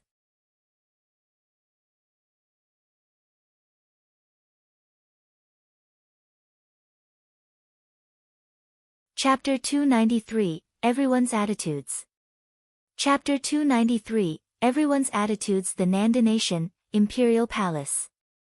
In the past year, there seemed to be a force of pressure in the skies above the palace causing the entire area to feel suppressed. There were many emperors in the Kangyi kingdom and also all emperors were willing to ally with them. Yi Futian was also fought over by top powers of the Eastern Barren territory. All of this combined caused everyone in the Nanda palace to feel heavy-hearted. Emperor Luo felt extremely pressured and thus, he spent the past year almost entirely on cultivation. He was waiting for an opportunity. When happenings of this past year faded into the past and when he became more powerful, Emperor Luo was going to head to the center of the Eastern Barren territory. There, he was going to get rid of Yi Futian once and for all. He was willing to wait for the perfect time. He was not going to give Yi Futian a chance to grow. Just then, a group of powerful cultivators appeared in the sky above the palace. This got the attention of many in the palace, causing them to lift their heads. When the sight of the youth leading the group became clear, everyone grew excited. The crown prince is back. Junlin had returned leading nobles. More people looked up. This was the moment they felt the heavy burden being lifted off. Crown Prince Luo Junlin had returned and he was leading a group of nobles. What did this mean? Immediately, people came running from all directions of the palace. The entire place began crowded and lively, contrary to the pin-dropping silence it was in before. A figure stepped into midair. It was Emperor Luo. He looked to Luo Junlin and the nobles. "Junlin, you're back." "Father," Luo Junlin called out. "This is my teacher, and these are elders from the Royal Xian Temple." The Royal Xian Temple's fifth lord, He Yulu. He had come in person to see Luo Junlin kill Yi Futian. If Luo Junlin couldn't kill Yi Futian, then he would watch Luo Junlin be killed. Emperor Luo's heart pounded. He had heard from Luo Junlin last year that his teacher was the fifth lord of the Royal Xian Temple, a big shot in the Eastern Baron territory. And now, he was here in person. "Greetings, fifth lord." Emperor Luo was very polite. He placed himself below the other party. Even though he was an emperor, he was nothing when in front of a person of high status from the Eastern Baron territory. He Yulu simply glanced at him. "Let's go down." "Yes, teacher," nodded Luo Junlin. He was not in the best mood right now. He had been watched for days now, there was no way he could escape this battle. There was a light in Emperor Luo's eyes. Luo Junlin's teacher didn't seem too happy. "Where is Miss Shiro?" Emperor Luo asked his son. He knew that He Shiro was the fifth lord's daughter and Luo Junlin's girlfriend. She was very polite to him when they had met. He quite liked this future daughter-in-law. "Father," called Luo Junlin. He watched as He Yulu stopped in his track and glared coldly at Emperor Luo. This caused the father-son duo to shiver. They had a bad feeling. Could it be that Luo Junlin came back because something happened? He Yulu descended and walked into the palace with the Luos following behind him. There was tension in the atmosphere. Luo Junlin saddled up beside his father. "Father, Yi Futian challenged me to a battle here in Nandu."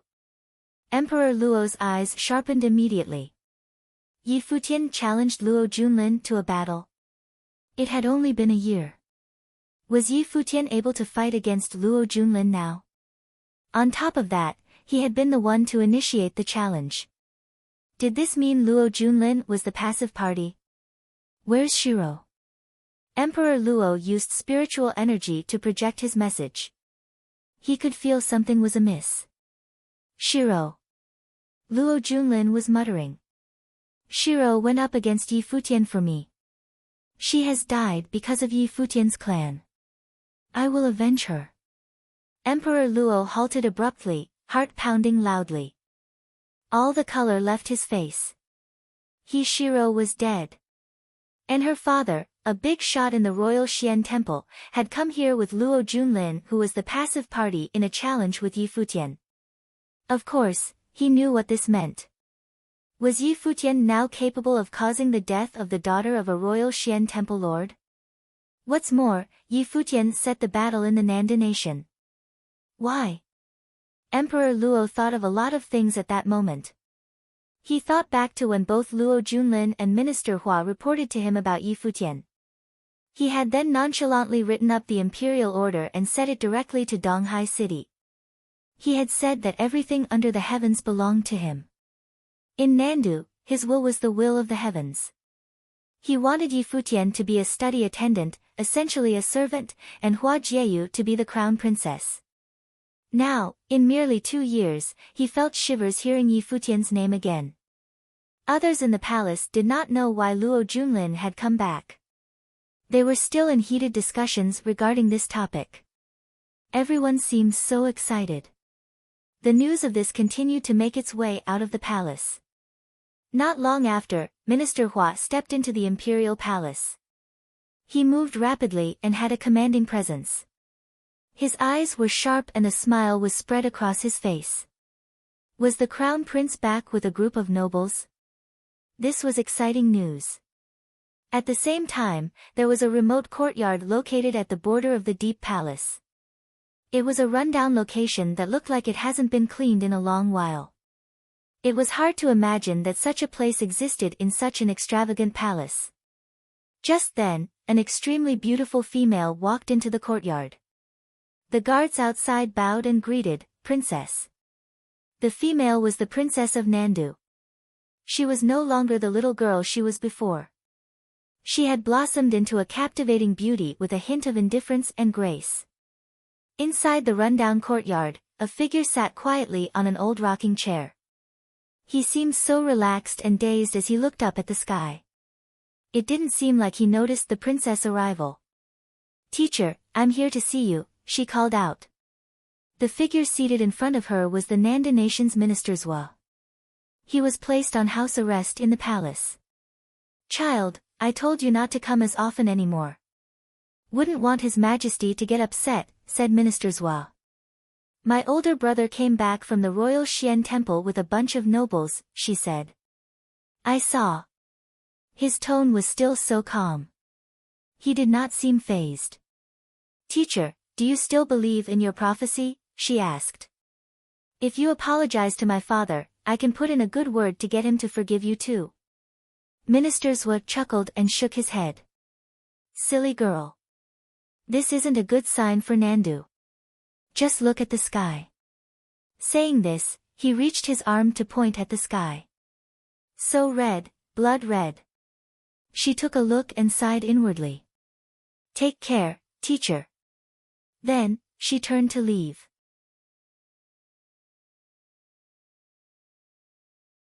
The princess had been trying her best but never managed to persuade anyone. Minister Zwa was still smiling up at the sky. "The evils we bring ourselves are the hardest to bear." The news quickly spread all over the 100 Lands. On the second day of Luo Junlin's return, many emperors from surrounding countries came to pay the Nanda nation a visit. Even when Hishiro had come, many of them arrived to see her. Now, nobles from the royal Xian temple were here, and the rumors even said one of them was a lord of the temple. In the past year, many emperors became close with the Kangyi kingdom. They were afraid that Emperor Luo might hold a grudge against them for that. There was no way these emperors from the 100 Lands knew what was going on at the center of the Eastern Barren territory. They also didn't know why Luo Junlin came back with the nobles. Ever since Luo Junlin entered the royal Xian temple and the door to the ancient barren world opened, the 100 Lands have been in a state of unrest. Nobody wanted to get sucked into the storm and potentially lose their lives. Everyone wanted to move up in life. In a situation like this, how could they not visit when a big shot from the royal Xian temple was here? Thus, the entire Nanda palace, no, the entire imperial city, was filled with a celebratory atmosphere.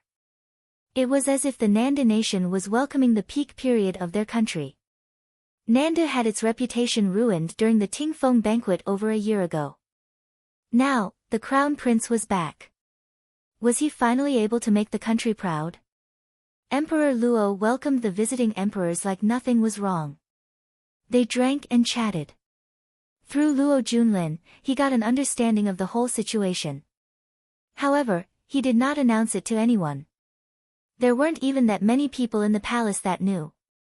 On the other hand, the atmosphere in the Kangyi kingdom was the complete opposite of that in Nandu. After getting the news, everything became tense. This was especially true in the Kangyi palace. Many people felt just a bit worried. Luo Junlin was back with nobles. It was obvious that he came prepared. They were definitely not here in the 100 Lands for an innocent visit. So, why were they here? To destroy Kangyi. Had something happened to Yi Futian in the Eastern Barren territory? Some people thought so. Others thought it might be possible that Yi Futian, Yi Wuchen, and the others who left for the Eastern Barren territory weren't favored by elders of their clans. So, perhaps they didn't have any say, unlike Luo Junlin. Therefore, he was able to get nobles on his side and get them to return with him. This was very possible. After all, Yi Futian and the others were still at lower levels of cultivation.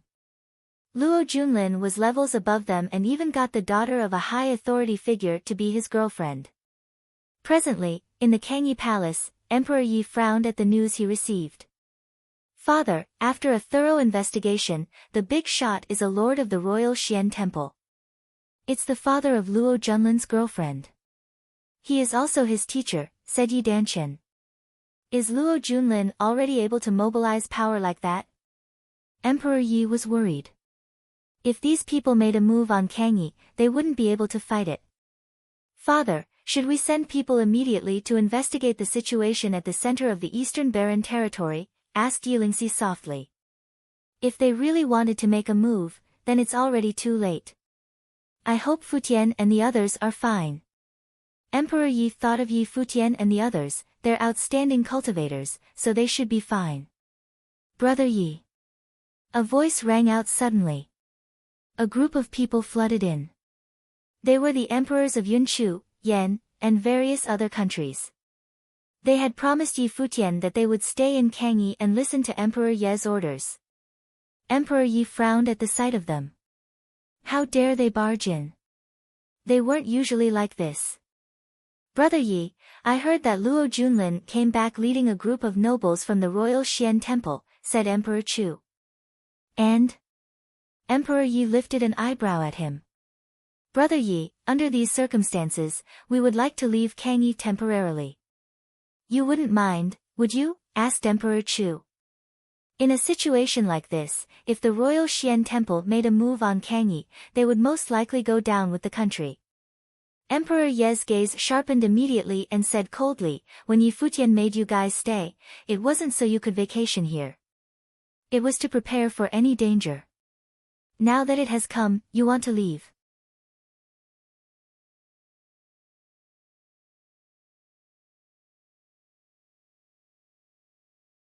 Chapter 294, Betrayal.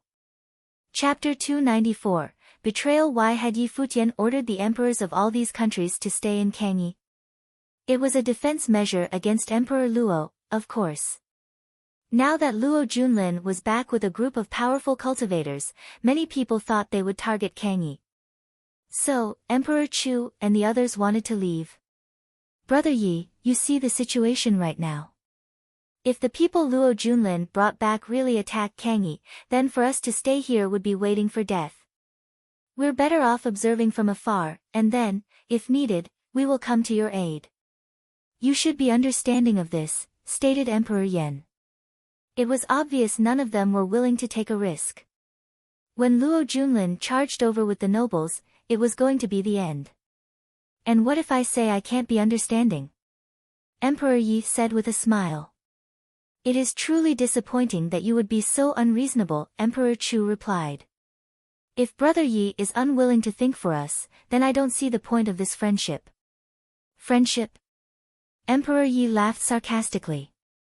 Don't you guys forget the reason why you stayed. You were the ones who begged Yi Futian. You guys gave yourselves up to Kangyi as an act of redemption. Back then, the 6 emperors allied with Hishiro and Luo Junlin, demanding that Yi Futian's friends and family be relinquished. They wanted to kill Yi Futian. Then, Yi Futian came back on the Kunpeng and the emperors came to ask for forgiveness on their own accord. They wanted to talk friendship now. When they had just given themselves up to be controlled by Kangyi, they acted with the utmost respect. They agreed to whatever Yi Futian said and were polite with Emperor Yi, referring to him as His Majesty. But after some consideration and some time together, Emperor Yi didn't feel the need for them to address him as so and reverted to addressing each other as Emperor. He had become friendly with his fellow emperors. But now, thinking of this, Emperor Yi said again in a cold manner, you guys were the ones who were willing to give up power. That was the only reason why Yi Futian let you all off the hook. It seems like you have forgotten this in just a year's time. If so, then do as you please. Also, you better pray that Luo Junlin and his people are absolutely sure they can take on Futian and the others. Otherwise, if Yi Futian and his friends come out unscathed, I will be the one praying for you guys. Praying that when you come to our doorstep begging for forgiveness once again, he'll let you all go a second time. Did they want to be fence-sitters? Everyone knew how to do that. But this wasn't that simple. They had threatened Yi Futian's family. He only decided to keep them in Kangyi because he was worried that there would be nobody to protect the country once he left. But they wanted to leave now, immediately after Luo Junlin returned. They sure knew how to switch sides for their own benefits. Emperor Chu's group looked at one another and shared a common look in their eyes. Naturally, They understand what Emperor Yi meant, but the problem was, they were in imminent danger while the threat of Yi Futian was not immediate. How should they decide? Of course, it was to take care of the immediate danger. The other choice was to stay here with the Kangyi people and lose their last fighting chance when Luo Junlin attacked. In all honesty, they also wanted to wait and get a clear understanding of the situation, or they could travel the long distance to the center of the Eastern Barren territory and investigate. However, danger was too close. Rumor had it that emperors of many other countries had already arrived in Nandu and were having a jolly good time socializing with Emperor Luo. The 100 Lands were already stirred up by the situation and everyone was talking about it. It was said the Nanda nation could mobilize its troops at any time. Plus, it wouldn't take long for the nobles to arrive in Kangyi due to the proximity between the two countries. There was no time. The lesser of two evils. This was a simple choice to make. Emperor Ye's words hit a sore spot for the emperors. If they left now and Luo Junlin couldn't get rid of Yi Futian, they would still be in danger. There was only one way out. They had to pick a side. They had already decided to leave for Nandu. Once they got there, the emperors were going to apologize and beg for forgiveness. They were forced to stay in Kangyi, against their will. Would Emperor Luo be understanding of them? Under these circumstances, should they do something to prove their sincerity? The emperors looked at one another and sent secret messages telepathically. Emperor Yi raised a brow, seemingly noticing that something was amiss. He turned to Yi Danchen and Yi Lingxi, "You two should step out." Yes. The royal Yi siblings could feel the weird atmosphere as well and prepared to leave. Attack. Right after Emperor Yi had spoken, the 6 emperors made their move abruptly. Yi Danchen and Yi Lingxi's faces fell and they tried to retreat. But these were nobles, it wasn't that easy to escape them. The pair of siblings were captured in the blink of an eye. Presumptuous. Emperor Yi yelled furiously. Sword chi filled the air and covered the entire area in a matter of seconds. However, the emperors of Yunchu and Yen stood as a blockade in front of Emperor Ye's children. They gave off a similar burst of wild energy. Emperor Chu said, "Forgive us, Brother Yi. We don't have a choice. We'll be borrowing the prince and princess." Emperor Yi moved his arms about and sword chi blanketed the sky. The 6 emperors froze. Emperor Chu said, "Brother Yi, don't push us. Would the palace be able to withstand it if we fought? 6 against 1. There was no questioning the results and many people in the palace would die. "Father," called out Yi Danchen, "we'll go with them." He knew well and clear of the situation they were in. If anybody made a move, the Kangyi palace would be in danger. "Father, send someone to the Eastern Barren territory." "Nothing will happen to us," said Yi Lingxi. The two of them were furious too. These bastards actually had the nerve to betray Kangyi. Yi Futian was the only one they could believe in now. He wasn't going to let this go. Yi Futian, Yu Sheng, and the other 2 were their friends. The 2 royal children saw for themselves how well the group did in the ancient barren world. Even though Luo Junlin had the upper hand right now, as long as Yi Futian wasn't dead, the 2 of them would be fine. Danchen, Lingxi. Emperor Yi turned green while his eyes burned red with rage. "Brother Yi, we have no other choice. Farewell for now." The 6 emperors left in a flash and made their way out of the palace in no time. Then, they went to get their families. When they had surrendered to Kangyi, one of Yi Futian's conditions was to have the royal families from these countries move to Kangyi.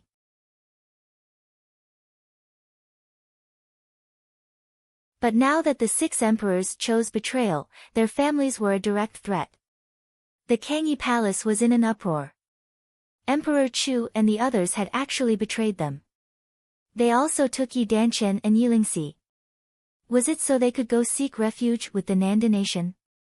Emperor Yi stood there with a darkened expression. Sword intent flowed around him, almost suffocating. Naturally, he knew why Emperor Chu took Yi Danchen and Yi Lingxi, as an offering to the Nanda nation, to make amends. The emperors understood that since they had chosen to betray Kang Yi, they must make their way back to Luo Junlin. There was no going back after this. They had to mend their relationship with Nandu. When the news got out, the imperial city of Kang Yi was in an uproar. The reactions were as strong as an earthquake. Dark clouds shifted and spread in the skies above the imperial city. Could it be that the rumors were true? Luo Junlin was bringing people to attack Kang Yi. In the imperial city, the Lins were a powerful family. Kang Yi's #1 beauty, Lin Yueyao, lifted her head to the skies. The news that trickled out from the palace shook the city. It was only natural Lin Yueyao would find out. The figure of a handsome young man came to mind for her. Luo Junlin had made a fierce return. What about him? Where was he? She hoped that nothing had happened to him in the Eastern Barren territory. She was worried. Presently, no one knew how things would turn out under these circumstances. The Nanda nation was lively. Emperors from all over had arrived. All the while, the Kang Yi kingdom was met with stormy skies. It seemed like in the span of a single night, the two countries had swapped positions. And what would be their fate? Yi Futian had no idea what had happened in the Kang Yi kingdom, and nobody knew that Luo Junlin's return with the nobles would cause so much commotion. When he made the 6 emperors pledge their allegiance to Kang Yi, it was indeed to protect the country. It was to give Kang Yi the power to speak up to the rest of the 100 lands. He never anticipated any of the present events when he did what he did back then. The 6 emperors had betrayed Kang Yi, and Yi Futian's past decision had created a direct threat to the country. Presently, Yi Futian was still on the way back. There was a long way back to the 100 lands. They passed by many deserted areas. It took a long time, even for nobles. In the cloud-ridden skies above the barren lands, a Kuanpeng soared with wings that looked like the clouds in the skies. It was the Kuanpeng from the Lu kingdom. Yi Futian didn't choose to depart from the ancient barren world. Hua Jieyu, Yu Sheng, and himself were in the Dharma plain, while his master, Hua Fenglu, and the others were in the Arcana plain. There were also the 9 nobles. If they left from the ancient barren world, they wouldn't have been able to travel together. Thus, they decided to travel the distance to meet up first. On the way, they passed by the east of the Eastern Barren territory. That was where the Lu kingdom and the Futian sword clan were located.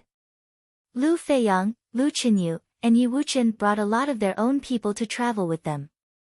Up ahead, on the land below them, was an enormous, magnificent ancient city. Looking down from the skies above, the ancient city looked white, like it was sculpted from white jade. Son, this is Lulan city. On the Kuanpeng, a noble of Lulan pointed this out to Yi Futian. Yes, but we're in a rush now, so we won't be stopping. We'll come again if we get the chance next time. Yi Futian nodded at the noble.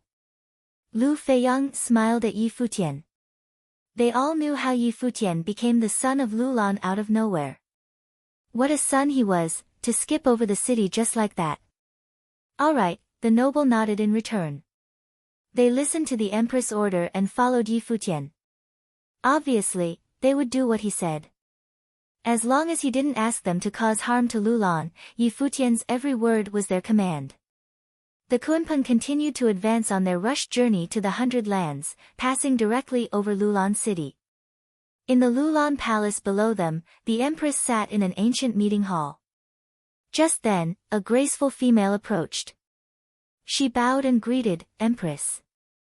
Lan, there is something I need to bother you with. You'll have to take a trip, said the empress. All right, the female nodded. The son, Yi Futian, will arrive in the Nanda nation a short while later for a battle. Bring a group of Lulan's most powerful nobles over to greet the son. Other than that, if he is victorious, you guys don't have to do anything. But if he loses, I don't wish for anything to happen to him, said the empress. I understand. This young lady was the empress' most trusted subordinate. She had been with the empress for many years, through thick and thin. She was known as the person only lesser to the empress. Lan left the hall and the empress sat back in her chair. Her eyes drifted outside. They would pass by Lulan on the way to the 100 lands from the eastern barren territory, but that rascal, Yi Futian, felt prejudice against her. He was definitely not going to come. However, she didn't care. To her, it didn't matter what he thought of her.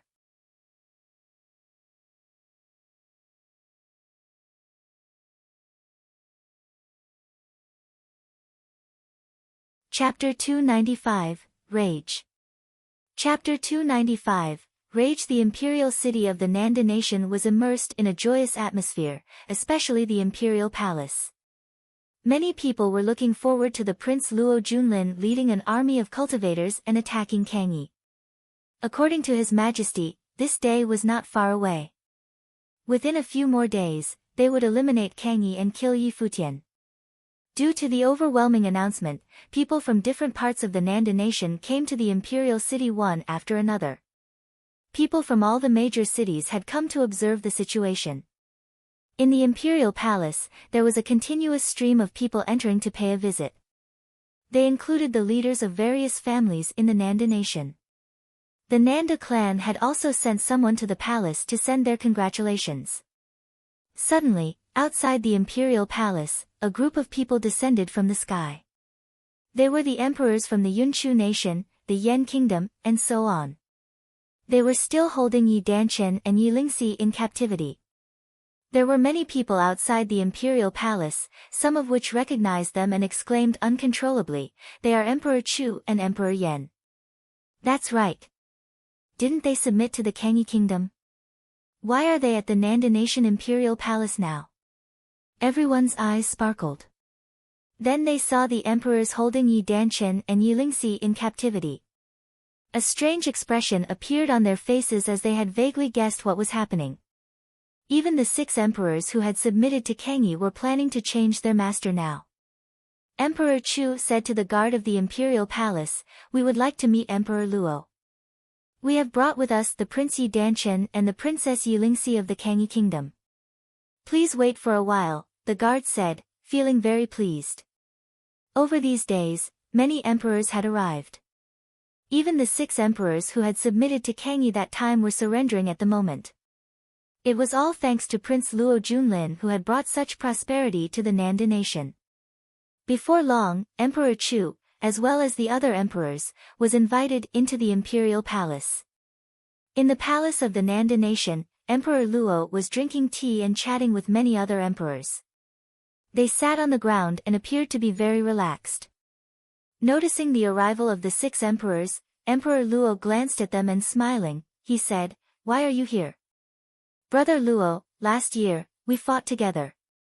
However, because of the situation at that time, we had to submit to Kangyi. Fortunately, the prince has finally made his grand return now, and we no longer need to live a petty life under the Kangyi kingdom. We have brought the prince and princess of the Kangyi kingdom here to visit you," Emperor Chu said. Many other emperors looked at him. He had said everything in such a beautiful way. Furthermore, he was actually so calm and thick-skinned. "Why did you bring the prince and princess of the Kangyi kingdom to Nandu?" Emperor Luo asked emotionlessly. "I think you should settle this yourself." After he finished speaking, he continued drinking his tea quietly, as if he was a mystery. At the moment, he was sneering in his heart. The 6 emperors were people who would bend with the wind. That time, when the Kangyi kingdom was strong, they all wanted to enter and enjoy the benefits. Now when Luo Junlin had just returned, they received the news and came here to observe the situation. Since this was the case, he would fulfill their wish. He did not say anything about the situation in the Eastern Barren Territory, and also did not mention the challenge. He deliberately created a false impression that Luo Junlin had brought the cultivators from the Royal Xian Temple here to destroy Kangyi. He wanted to see how these people would react. As for the consequences, he was no longer bothered at the moment. If Luo Junlin won the challenge, Yi Futian would die, and the Kangyi kingdom would, of course, be destroyed. Everything would happen naturally. If his son, Luo Junlin, lost, Then all these happy clowns would be buried with them. Brother Luo, what do you mean? Emperor Chu asked. Emperor Luo was still drinking his tea and did not say anything, allowing Emperor Chu to take his own understanding. He would not mind it even if Emperor Chu got the meaning wrong. Seeing the scene, the eyes of the 6 emperors sparkled, after which they glanced at Yi Danchen and Yi Lingxi. Emperor Luo had asked them to settle everything themselves. How should they handle it? Was it not enough to bring them here? Suddenly, an emperor sitting opposite Emperor Luo asked, Brother Luo, when do you plan to send the army and eliminate Kang Yi? There is no need to hurry. In a few days' time, Yi Futian will come here and die.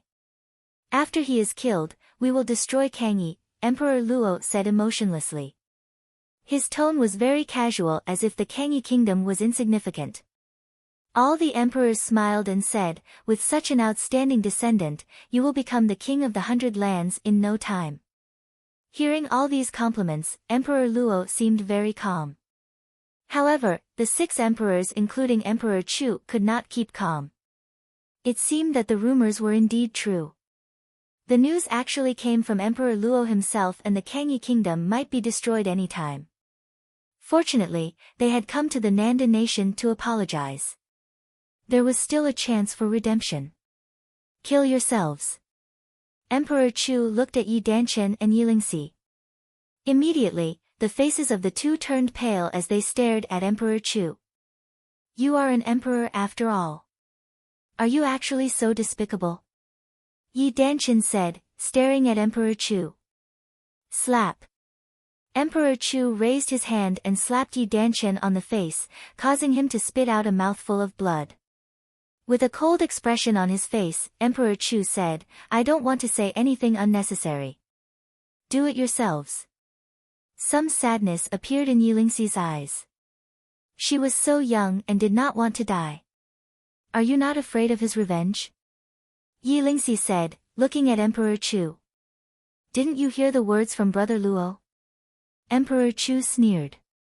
Yi Lingxi smiled and said, although I do not know what happened, what does Luo Junlin, the prince of the Nanda nation, have to compare with Yi Futian? Furthermore, there is still Yu Sheng, Yi Wuchen, and Hua Jieyu. You will definitely regret it. A cold aura was emitted from Emperor Luo, and a murderous intent filled the place. Yi Lingxi closed her eyes and a figure appeared in her mind. She was not resigned to her fate. Was she going to die like this? She did not want to die. Why did fate make fun of her like this? Stop, someone shouted coldly. Then, Emperor Chu saw a graceful lady in a red shirt walking towards him. She looked at him coldly and said, You are an emperor after all. This is too mean. That time, he surrendered to Kang Yi pettily.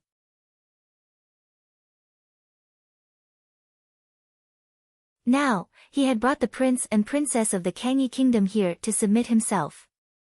In order to survive, he was really using all kinds of methods. Emperor Chu was humiliated like this and his face darkened.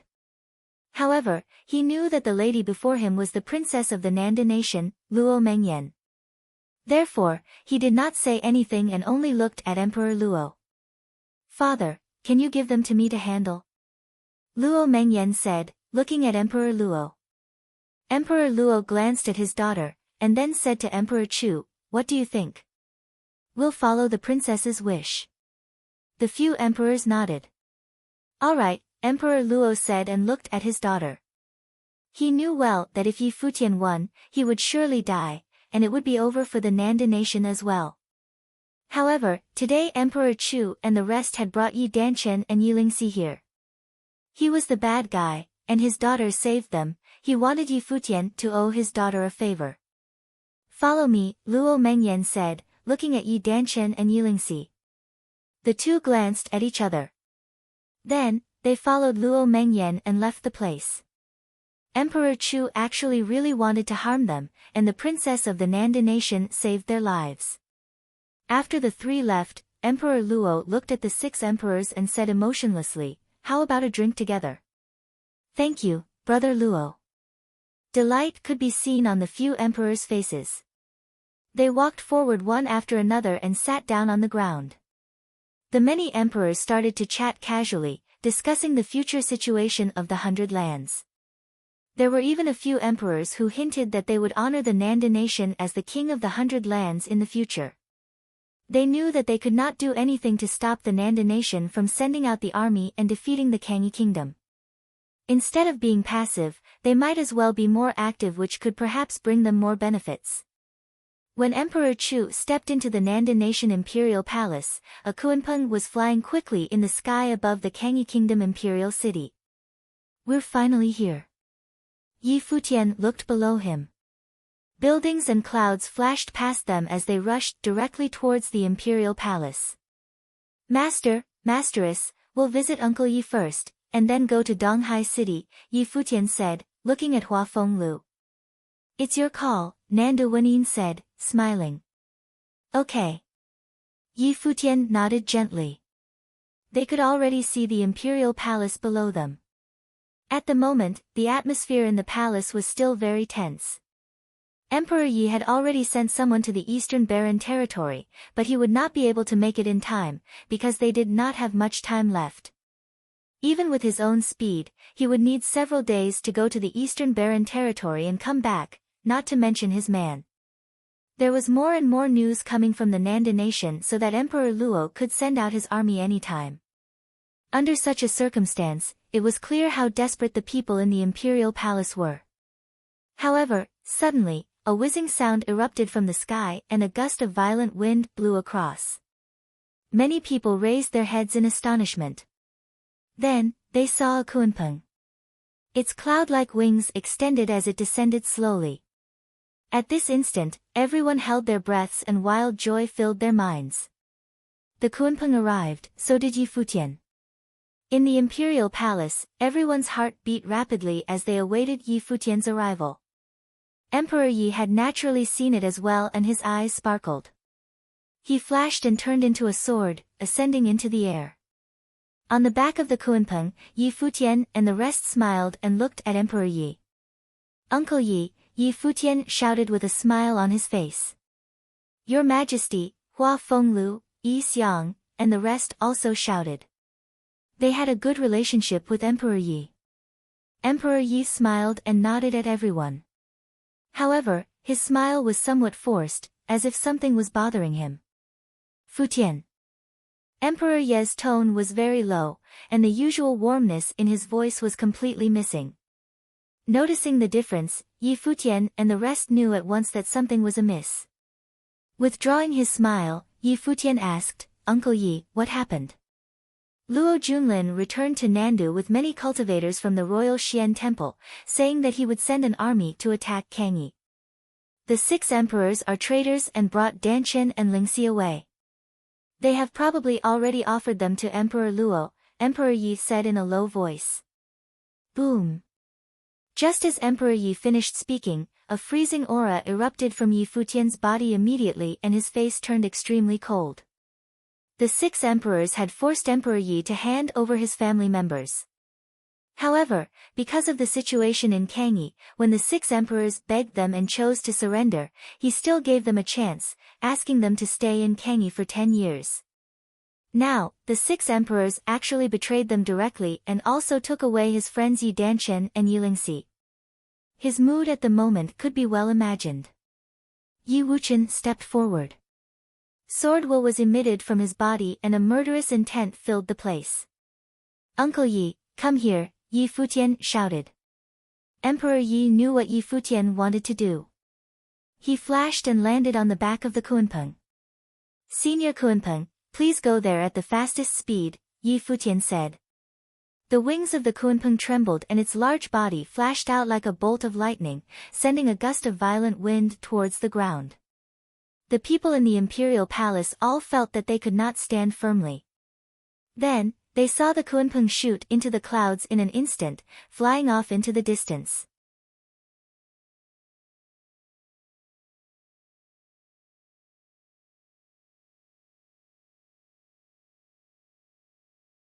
Chapter 296, How Overpowering. Chapter 296, How overpowering at the moment, many cultivators were gathered outside the Nanda Nation Imperial Palace, staring at the majestic palace. There were many emperors inside the palace, including the 6 emperors from the Yunchu nation and the like who had come to apologize. Nanda Yu was a cultivator from the Nanda clan, whose leader had just entered the noble plain. However, Luo Junlin had returned, and they had to observe the situation first. Because of their leader's current level, they were thinking about whether the Luo family could return the Nanda nation to them after dominating the 100 lands or perhaps give them another kingdom, such as Kangyi. Nanda Yu came here to send his congratulations, and at the same time gather more information. More than a year ago, the Kangyi kingdom and Yi Futian were so glorious. However, all of this turned out to be illusory and was about to become history. Greetings, Minister Hua. Suddenly, Minister Hua walked out of the imperial palace. I heard that the leader of the Nanda clan has entered the noble plain. Congratulations, Minister Hua said emotionlessly, feeling somewhat envious. Nanda Tai actually stepped into the noble plain before he did. All thanks to your support. When can I meet His Majesty and the Prince? Nanda Yu asked. His Majesty is now chatting with various emperors, while the Prince is cultivating with the people from the Royal Xian Temple. You can follow me and take a walk around the palace, Minister Hua said. Nanda Yu nodded and said, all right then. Thank you. Then, the two walked towards the palace. Suddenly, a fierce whiz was heard in the distance, accompanied by many exclamations, causing Minister Hua and Nanda Yu to stop and turn around to take a look. There, a giant was charging directly towards the palace at an astonishing speed. It seemed to be a Kuanpeng. Kuanpeng. Minister Hua's look turned serious. More than a year ago, Yi Futian rode a Kuanpeng to return to Kangyi. Now, a Kuanpeng appeared in the sky above the Nanda nation. Was he here? Apart from him, many people outside the imperial palace raised their heads and looked at the sky as well, all feeling shocked. It was actually the legendary demon Kuanpeng. The enormous Kuanpeng flew towards the imperial palace directly. Finally, the group of people on its back became visible. Their leader was a handsome man with an icy expression. He was, of course, Yi Futian. That time during the Tingfeng banquet, Yi Futian behaved extremely frivolously. There were too many people in the Nanda nation who knew him. Yi Futian is back. Everyone was very surprised. Furthermore, he was going towards the Nanda nation imperial palace. Minister Hua frowned. After the prince returned, His Majesty said that after a few more days he would kill Yi Futian and destroy Kangyi. Indeed, Yi Futian was here. It seemed that His Majesty and the prince knew about it all along. Nanda Yu's eyes sparkled. He did not only see Yi Futian, but also the charming and elegant lady beside him. She was Hua Jieyu, a junior whom the Nanda clan had put in a lot of effort to train. Also, Hua Fenglu and Nanda Wenin were all there. Stop them, Minister Hua commanded coldly.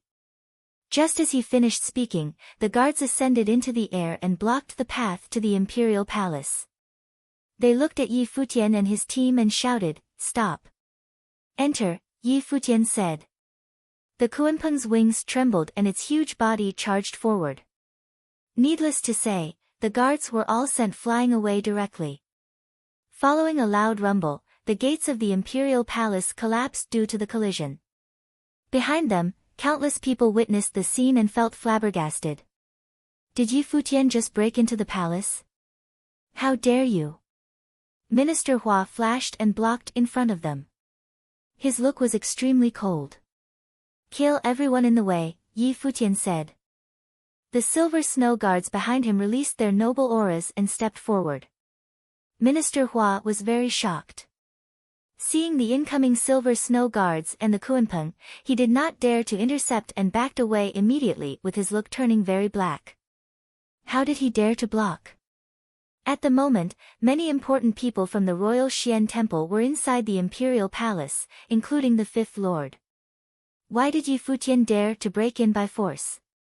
Even if he had nobles with him, he should not be so bold. The Kunpeng flew past Minister Hua. Standing on its back, Yi Futian glanced at Minister Hua. His extremely freezing look caused Minister Hua to feel cold throughout his body. Yi Futian's look made him feel that he was looking at a dead person. It was as if in Yi Futian's eyes, Minister Hua was already non-existent. Nanda Yu's heart raced wildly. Not long ago, he was still thinking that Yi Futian and the Kangyi kingdom would probably both be eliminated this time. However, in the blink of an eye, Yi Futian was here, and he broke into the Nanda nation imperial palace by force. But did Emperor Luo not say that he would kill Yi Futian and destroy Kangyi? Why did Yi Futian still dare to do so? Did Yi Futian really not get any help from his clan? Then where did those nobles come from? Let's go, Minister Hua said coldly. He continued moving forward, following the Kunpeng. At the moment, the various emperors who had been drinking tea inside the imperial palace had noticed the sound outside. Emperor Luo's look turned cold, for he knew that Yi Futian had come. Only he knew the reason for Luo Junlin's return. He did not tell anyone else and even announced to the public that he was going to kill Yi Futian and annihilate Kangyi. However, Yi Futian was now here. It was really funny that those foolish emperors from the Yunchu nation and the like heard the rumors and wanted to surrender to him. But he would obviously not care about the fate of those emperors. During that time, these people who would always fall on the side of the stronger had already betrayed once. Since they were willing to come here, he welcomed them warmly. Clearly, he was not bothered about the consequences. What is happening? All the emperors were astonished. What happened? Emperor Chu's eyes sparkled. Suddenly, Emperor Luo stood up and smiling, he said, "Brothers, you should get up and welcome the guests."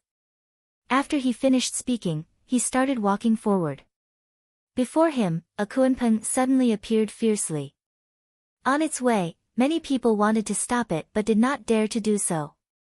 Therefore, they could only watch the Kunpeng flatten many buildings and eventually reach the place. Yi Futian appeared on the Kunpeng.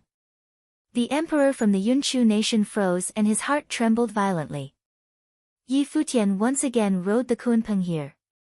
The scene was extremely similar to the one that happened more than a year ago. Moreover, this time, there were more powerful cultivators beside him. Where are they? Yi Futian asked coldly.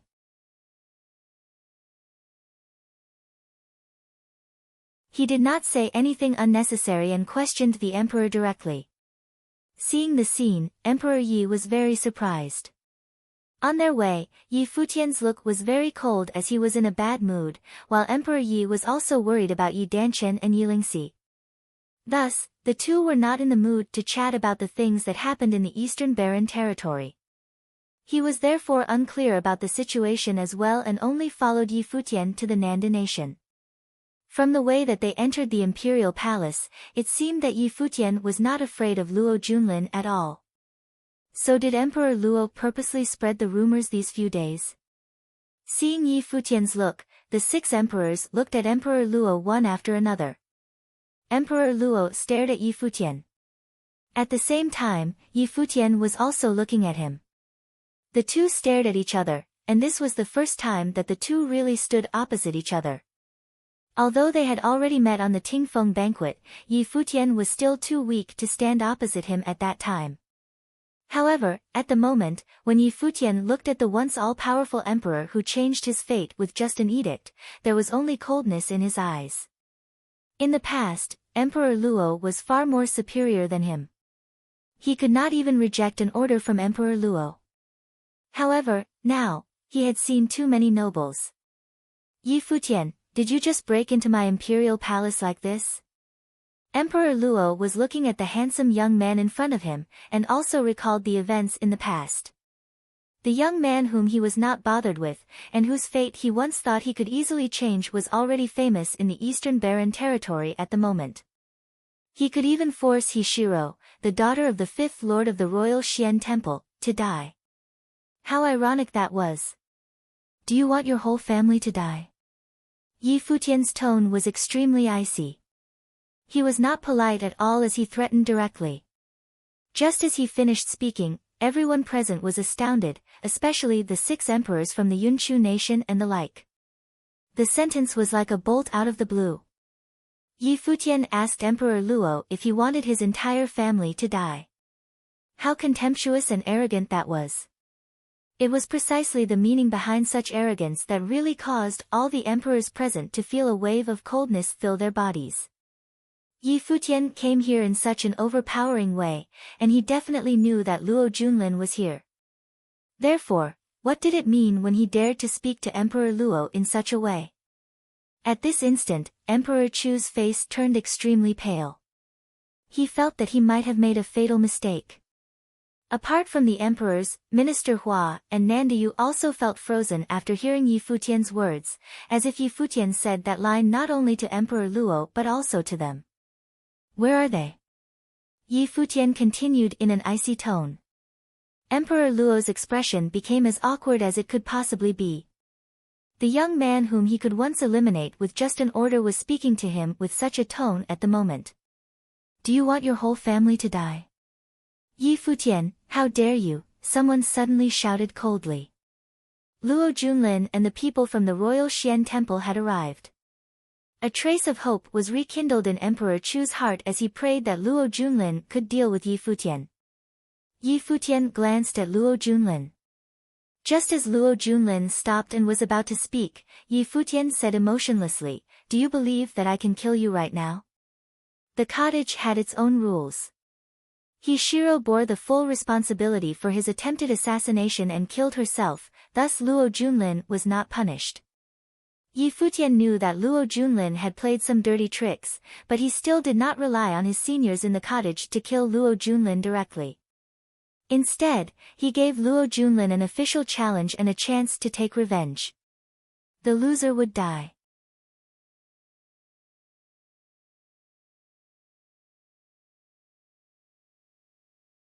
Yi Futian was, however, not polite at all as he glanced at Luo Mengyan emotionlessly. Luo Mengyan gazed at him and said stubbornly, "How can you speak to me like this?" Yi Futian frowned. It seemed that she had not changed after all. Stepping forward, some coldness spread from Yi Futian's body. "Do you want to hit me again?"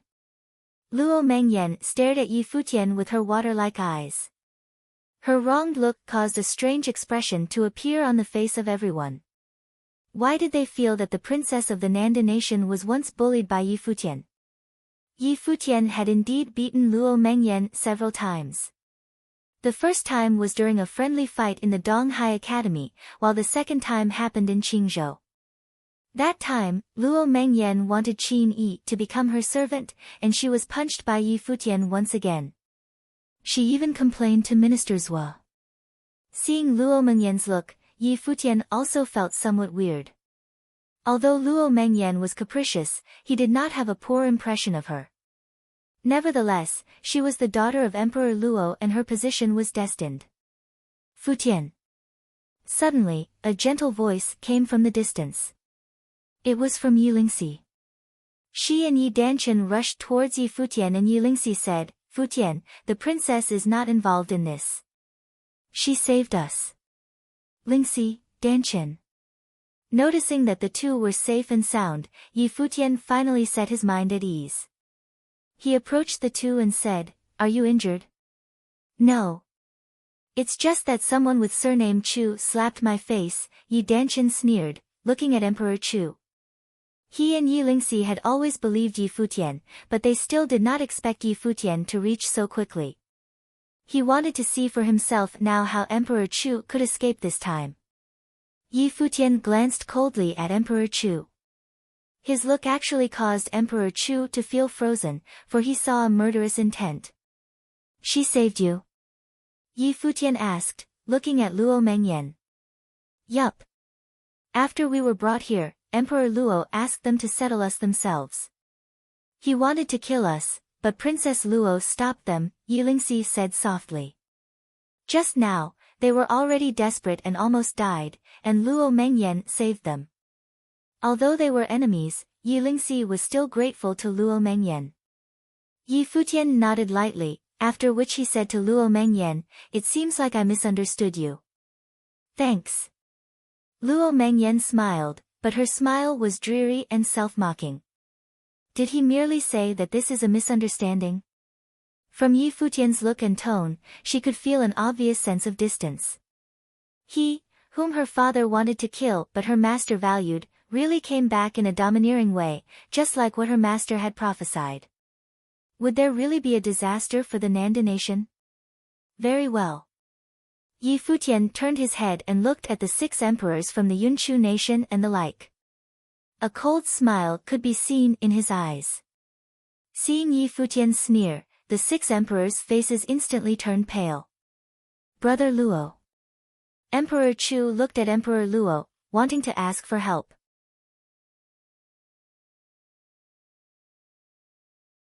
At the moment, only Emperor Luo and the people from the royal Xian temple could save them. Seeing the scene, Yi Futian sneered. Did they still want to count on Emperor Luo now? Yi Futian, go out of my palace to settle the resentment between you and them, Emperor Luo said coldly. Shut up. Yi Futian glanced at Emperor Luo. The 6 emperors were allowed to enter the palace, and yet Emperor Luo asked him to settle the issue outside. Emperor Luo's expression turned very bitter. He was the emperor of Nandu, and this was his imperial palace. At the moment, Yi Futian had shouted at and threatened him multiple times here, and made little of him. Hearing the conversation between the two, the 6 emperors became totally hopeless. They knew that nobody would be able to save them, neither Emperor Luo nor the royal Xian temple could. Yi Futian's dominance was way beyond everyone's expectations. The royal Xian temple did not dare to touch him. It was funny how they thought Luo Junlin had returned in order to kill Yi Futian and destroy Kangyi. Emperor Luo also said so. But what was the reality? How hilarious. It's all him. We were bewitched by Emperor Chu. Master Yi, please forgive us, an emperor said, pointing at Emperor Chu. Bastard, Emperor Chu roared in anger. He looked at Yi Futian and said, Master Yi, I know that I am wrong. I swear that from now on, I will only listen to your orders. Do you think that you still have value? Yi Futian glanced coldly at Emperor Chu. Does he still want to live? During the first time, Yi Futian forgave them. The second betrayal was, however, unforgivable. Emperor Chu looked at the nobles on the back of the Kunpeng and became hopeless.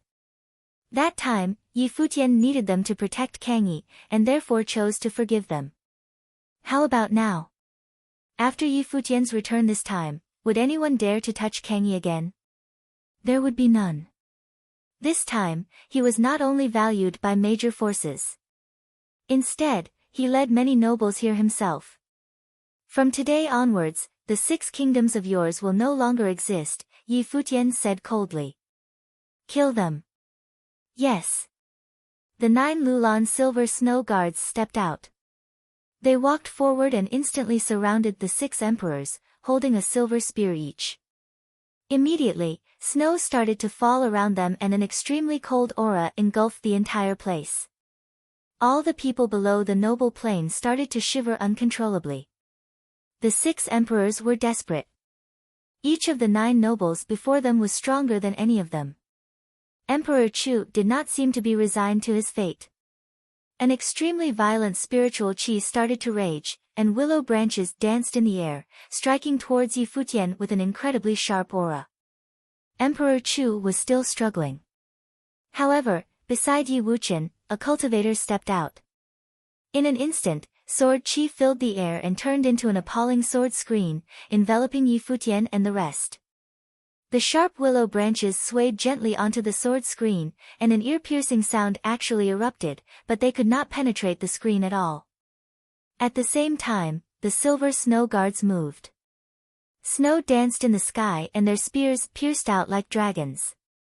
The terrifying snowstorm tried to bury the 6 emperors while an extreme coldness exploded from the silver spears. The 9 spears, along with the snowstorm, finally arrived and a silvery light enveloped the whole space around the 6 emperors. Then, everyone saw a strikingly brilliant, dazzling silvery light. No. Miserable cries erupted. Overpowered in terms of grades, Emperor Chu and the other 5 did not even have the chance to show their powers. The sky-blotting silver light penetrated their bodies like snow, and the silver spears passed through their throats, but there was no blood. Their blood and bodies were frozen directly. They stood motionlessly as if they had turned into statues. The 9 nobles flashed and returned behind Yi Futian quietly as if they had not done anything. The cultivators from the royal Xian temple looked at the 9 nobles. Who were they? Clearly, they were not from the college. Then why were they beside Yi Futian? Emperor Luo, as well as the other emperors, did not, however, bother about the identity of the 9 nobles. He only saw the death of the 6 emperors. They were killed like ants. At this instant, he felt sad because of the death of his kind. Would his ending be like this? As for Minister Hua and Nandiyu, their faces turned completely pale, and even their bodies were trembling slightly, due to either the coldness of the air or the coldness within their hearts. They were emperors, the high-ups at all the places. In the 100 lands, they were kings. However, because of just one sentence from Yi Futian, the 6 emperors all died, turning into frozen statues. Suddenly, Nandiyu thought about Nanda Tai who had entered the noble's plane not long ago. An intense fear filled his heart.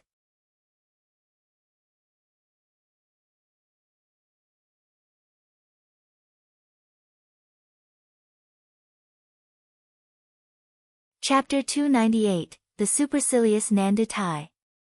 Chapter 298, The Supercilious Nanda Tai. It was not just Emperor Luo, Minister Hua, and Nandiyu who felt fear.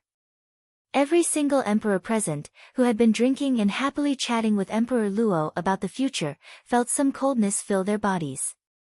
At this exact moment, Yi Futian raised his head and glanced at them casually.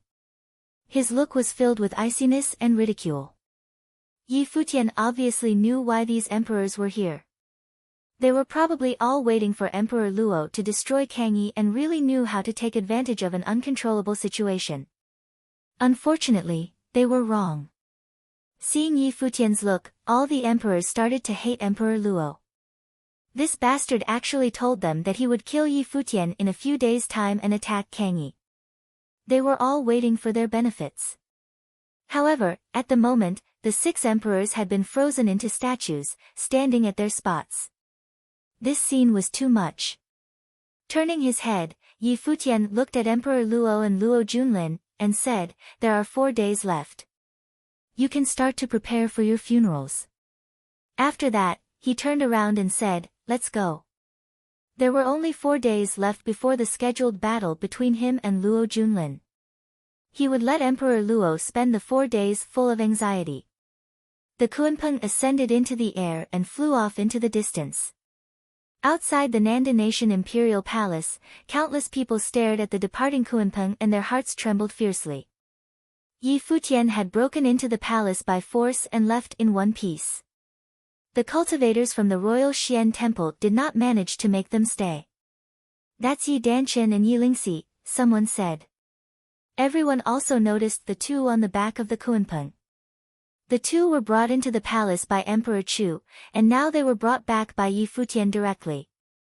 What did this mean? Yi Futian came to the Nanda Nation Imperial Palace for them and successfully brought them back. What exactly happened in the palace? Nobody knew. At the moment, the palace was in dead silence. The 6 frozen statues stood there, and their throats all had similar wounds. Emperor Luo and Luo Junlin were speechless. Yi Futian asked them to prepare for their funerals. The people from the royal Xian temple gave a cold humph, after which they left. The various emperors did not continue to flatter.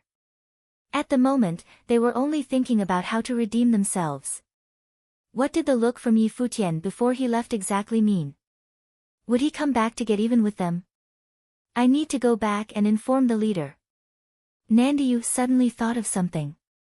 Yi Futian had come in such an overpowering way. Once he returned to Donghai, it would be a disaster for the Nanda clan. Luo Mengyan stared at the disappearing figure. She lowered her head slightly and her eyes were red. A strange feeling developed in her heart. He is back. The master is right. Turning around, Luo Mengyan left the place. Over the year, she had become much more mature. Minister Hua announced this to the public. 4 days later, Prince Luo Junlin will battle with Yi Futian outside the imperial palace.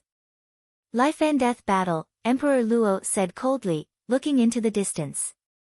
In this battle, he will surely slay Yi Futian. His voice was very firm as if he was giving himself confidence. Luo Junlin could not afford to lose this battle. Defeat would be equivalent to death. He would die as well. Yes. Minister Hua nodded and turned around, walking out of the palace. Nandiyu also followed him and left. He was already not in the mood to congratulate Emperor Luo. Moreover, he would be trying to kill himself should he do so at the moment. Everyone, please help yourself, Emperor Luo said emotionlessly. All the emperors cursed in their minds and hated Emperor Luo to the extreme. This bastard. Brother Luo, we will take our leave first, an emperor said, folding his hands. Although they really wanted to slap Emperor Luo to death now, they would still try not to offend him. From his words, there would be a life and death battle between Luo Junlin and Yi Futian. What if Luo Junlin wins? The various emperors ascended into the air and left one after another, all feeling very terrible. Emperor Luo sneered and glanced at them, after which he looked at the 6 frozen statues. All the emperors had come here willingly. They were merely small-minded people. Luo Mengyan came to the dilapidated courtyard again. Minister Zhuo was sitting there as usual, staring blankly at the sky. Master. Luo Mengyan lowered her head as if she was a girl who had done something wrong. He is back, Minister Zhuo muttered as if he was speaking to himself. Yes, he is back. Luo Mengyan lifted her head and looked at Minister Zhuo. Much of his hair had already turned gray and he appeared to be very old. For some reason, she felt very bitter at the moment. Master, you were right. He not only came back, but the people from the royal Xian temple did not dare to touch him, Luo Mengyan said softly. That time, father suspected that you were being disloyal. But from the look of it, being the emperor of a kingdom will neither be his extreme nor be his target. Her father Emperor Luo had to be respectful towards the people from the royal Xian temple, while Yi Futian scolded them directly. What was an emperor to him? Would her master even betray her father just in order to help Yi Futian become an emperor? Betrayal? Minister Zhuo gave a self-mocking smile. I once wanted to redeem everything, but your father walked towards the abyss step by step. Destined to become an emperor? If I did not see her that day, maybe I will think so as well. In life, sometimes such things do happen. You will meet a person whom you are destined to meet at a particular time. That is no coincidence, but rather fate. Her. Luo Mengyan did not understand. Minister Zhuo recalled that fascinating figure in the sky. Her surname was Dong Huang, while his surname was Yi. They met in front of Emperor Yi Qing's statue. The two had a similar temperament. It was like they were born with it. Mengyan, you are already much more mature than 3 years ago, and not as capricious as that time. In the future, you still need to live your life properly, and not under the shadow of this period. Forget what is about to happen, Minister Zhuo urged. Luo Mengyan would not die, she was not a short-lived person. However, she was destined to be alone for her entire life. Although he said this, some things could not be changed by mere words. Luo Mengyan seemed to have vaguely understood something and felt extremely sad. With some tear marks at the corners of her eyes, she said softly, Master, if at that time I was not so capricious, if at that time I could be closer to him, and did not act superior because I was the princess, could I have changed everything? Minister Zhuo shook his head and said, Silly girl.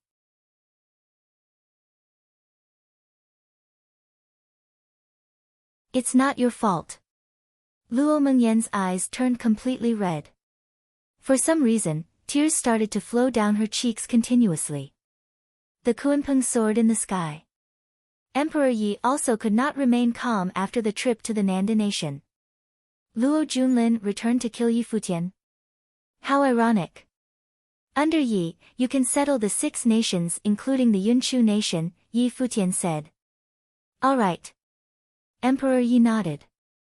Fei Yang, you can let Senior Kun send Uncle Yi and the rest back to Kangyi first. I have something to settle in Donghai City, Yi Futian said to Lu Feiyang. There were some things in Donghai which he had to deal with. Do you need us to follow you? Lu Feiyang asked. Nope. It's some family matter of my master and masteress. I will take care of them myself. The Silver Snow Guards will follow me, Yi Futian said. Okay, Lu Feiyang nodded. Then, the group split into 2. Emperor Yi, Lu Feiyang, Yi Wuchen, and the rest would return to Kangyi. Yi Futian, Hua Jieyu, Yu Sheng, Hua Fenglu, Nanda Wenyin, Yi Xiang and Tang Lan would go to Donghai. The Donghai city was quite remote and close to the East Sea. It was the main city of the East Sea Prefecture. The news that Prince Luo Junlin had returned had obviously spread to Donghai. However, the impact here was clearly much weaker than the imperial city. The 2 places were too far apart, and the people here could not feel the atmosphere there. Only major clans would pay close attention to the situation in the Nanda nation. To the Donghai city, the most significant event recently was that the leader of the Nanda clan had stepped into the noble plane. After the news spread, an endless stream of people started to visit the clan and give them presents, almost destroying the gates of the Nanda clan. In addition, people from many major clans wanted to ally with the Nanda clan through marriage. They sent their men to marry the ladies in the Nanda clan or sent their princesses to the Nanda clan. In the past, such a thing would definitely not happen. Although the Nanda clan was similarly very strong before this and was indeed the most powerful clan in Donghai, it was still an old royal family. The emperor was suspicious and would surely not allow it to grow excessively. It was therefore not necessarily a good idea to be too close to the Nanda clan. However, the situation at the moment was already different. At the instant when Nanda Tai stepped into the noble plane, they knew that many things would change. Emperor Luo might need to rely on his powers. Today, a grand banquet was being held in the Nanda clan. All the powerful people from the Donghai city had come here to send their congratulations. Inside the Nanda clan, the banquet seats were filled with people. All the major forces from the Donghua city had all arrived. An example was the Donghai Academy. It was of course led by Yan Shao, the headmaster of the School of the Emperor Star, and the Art Saint. The vice-headmaster of the School of the Emperor Star, Han Mo, had died mysteriously while chasing Yi Futian. At the moment, the Art Saint had taken over the position of the vice-headmaster. Apart from the people from the Donghai Academy, Lord Luo was also here, as well as large clans such as the Lin family. Lin Xie was among the people of the Lin family. She was sitting with her father. Mu Hong, whom Hua Fenglu and Yi Futian had visited before, was also here. He was Hua Fengliu's friend and was in the Arcana plane. That time, he rejected taking Yi Futian in as his disciple. In summary, almost all the important people from the Donghai city were present. Nobody dared to not give a noble some face. A noble was someone who might become an emperor. After everyone had sat down, Nanda Tai stepped in slowly with a majestic gait and a noble style. He glanced at the crowd with a dignified look and then approached the only seat at the front, after which he sat down. Greetings, Nanda clan leader. Everyone stood up one after another and saluted, appearing to be extremely respectful. From the moment he stepped into the noble plane, Nanda Tai's status was already different. Nanda Tai glanced at the crowd with a sharp look, feeling very pleased. The scene made him feel the honor his ancestors once had, the feeling of being worshipped by everyone. This day was not far away. Everyone, please sit, Nanda Tai said, waving his hand and fully displaying his style as a noble. Everyone thanked him and then sat down. Nanda Tai smiled. An emperor was worshipped by everyone just like this. At the moment, he was already a real king of the Donghai city, and the next step would be to become the emperor of a kingdom. He had already reached the required level, and all that was needed was an appropriate opportunity. He glanced at Nanda Wenshan, who was lowering his head, and sneered in his heart. So what if you are a direct descendant of the royal family? At the moment, he was already a true king. After the incident at that time, he did not punish Nanda Wenshan at all, because did not want to cross the line and also did not want another internal conflict. However, at the moment, the so-called descendant of the king no longer needed to exist, because he was the king. After Emperor Luo destroyed Yi Futian and the Kangyi kingdom, Nanda Wenshan and his relatives could disappear as well.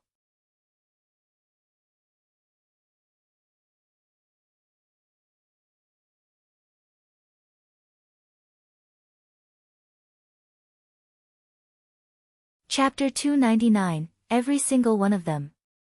Chapter 299, Every single one of them. Since the school of the Emperor Star unified Donghai Academy, it had been taking firm control over the academy.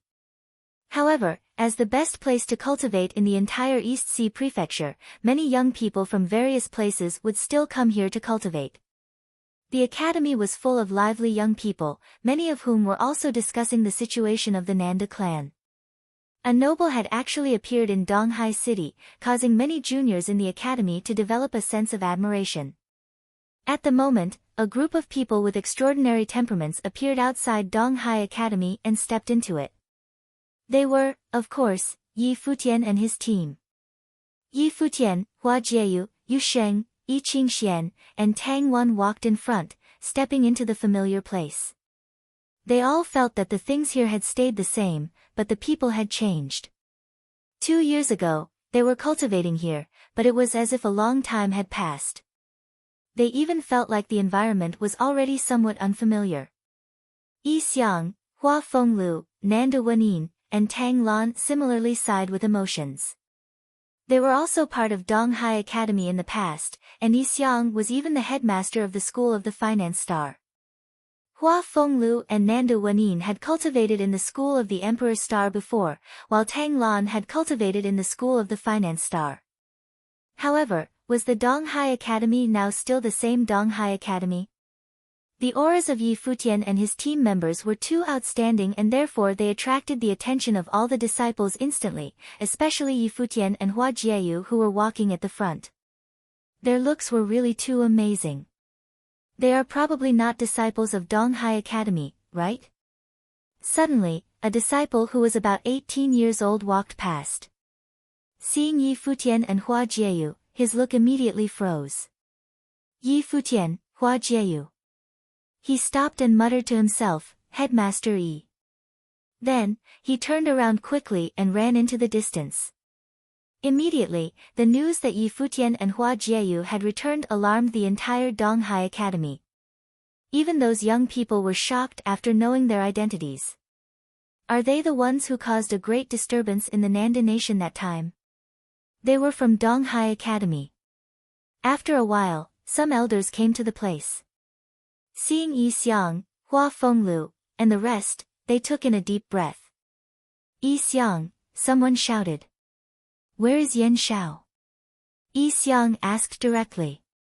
Why are you back here? Someone questioned. Let's go to the school of the Emperor Star, Yi Futian said coldly. The group continued to walk forward. When they reached the school of the Emperor Star, many disciples had already come down from the mountain and were staring coldly at them. Of course, some vigilance could be felt from the disciples. Where is Yan Shao? Yi Futian asked. Is my grandmaster buried at the school of the Emperor Star? That time, he had warned Yan Shao that his grandmaster must be buried at the school of the Emperor Star. Otherwise, he would let the whole school be buried with his grandmaster. The school of the Emperor Star is not a graveyard, someone said coldly. So this means my grandmaster is not buried here. Yi Futian's tone became cold.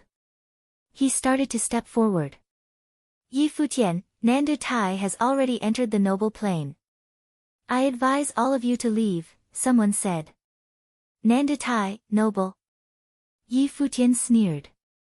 He looked at Yi Xiang and said, Grandmaster's death was directly caused by Minister Hua and Nanda Tai, right?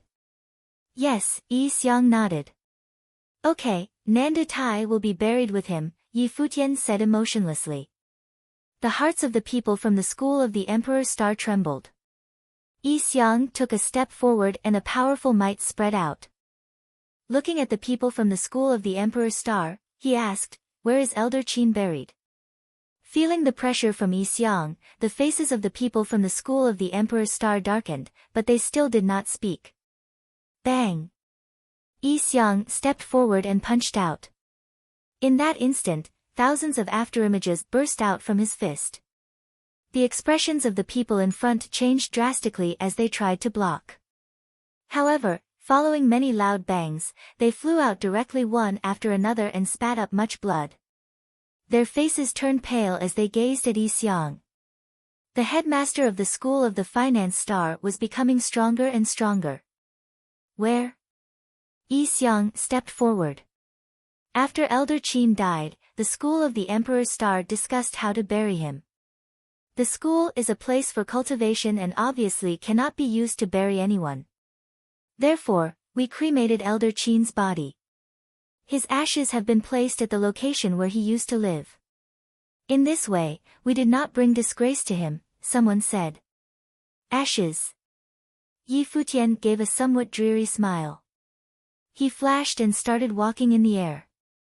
Hua Jieyu followed him and they went to the place where Hua Jieyu once lived, which was also where Elder Qin had resided. When they arrived at Elder Qin's former residence, the place was already overgrown with weeds. The dilapidated courtyard had not been cleaned for a long time and was even sealed up. Nobody cared about the place. In the old house where Elder Qin used to live, there was a cinerary casket. Yi Futian and Hua Jieyu stood in front of the cinerary casket and felt very sad. Tears flowed down from Hua Jieyu's eyes as she said softly, Grandmaster. Yi Futian's eyes were also slightly red. He still remembered Elder Qin teaching him how to play the guqin at this place during that time. The smile from the kindly elder was so amiable. That day after waking up in the morning, the elder saw him with Jieyu and blessed them with eternal love. He also recalled the music, A Chaotic Nation, at the Nanda clan that time. Although Elder Qin was about to die, he played the piece with much vigor and dignity which remained in everyone's memories forever. However, after he died, he was merely placed here alone. Thinking about this, Yi Futian felt an intense sorrow surging up his heart. The elder was laid quietly in the school of the Emperor's star. Most disciples of Donghai Academy probably did not even know that such a person existed. Yi Futian knelt on the ground and started kowtowing at the dust-filled cinerary casket. His head collided with the ground and actually produced a clear sound. With her face wet with tears, Hua Jieyu knelt down and also started to kowtow at the deceased elder. Then, Hua Fenglu and Nanda Wenin walked up as well and knelt down. This was their master. Grandmaster, you like the school of the Emperor's star. I will let you stay here. Although you like a quiet environment, I do not hope that you will still be so lonely after passing. Therefore, I will do certain things. Grandmaster, please forgive me. Yi Futian raised his head and looked at the cinerary casket.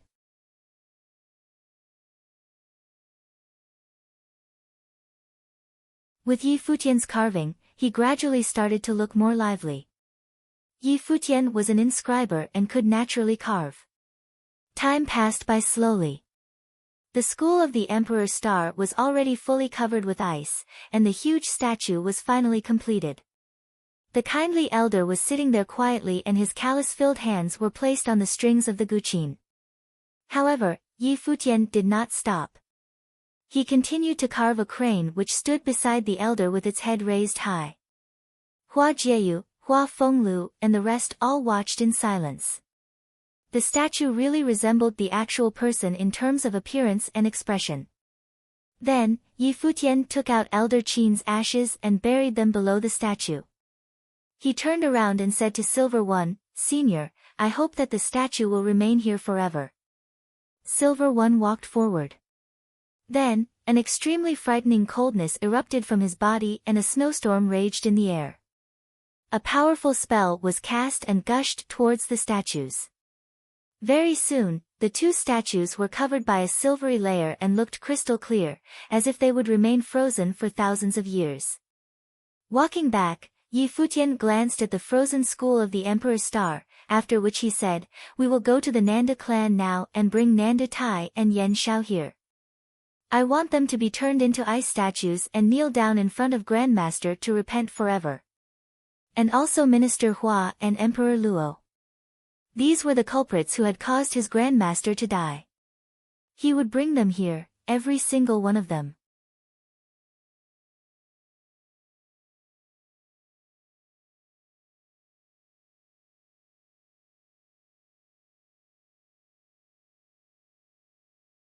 Chapter 300, See You Off. Chapter 300, See You Off. The Nanda clan was filled with guests who were chatting and laughing casually. The grand banquet had drawn most of the famous clans and families in Donghai City. Nanda Tai sat high at the front and felt extremely prestigious.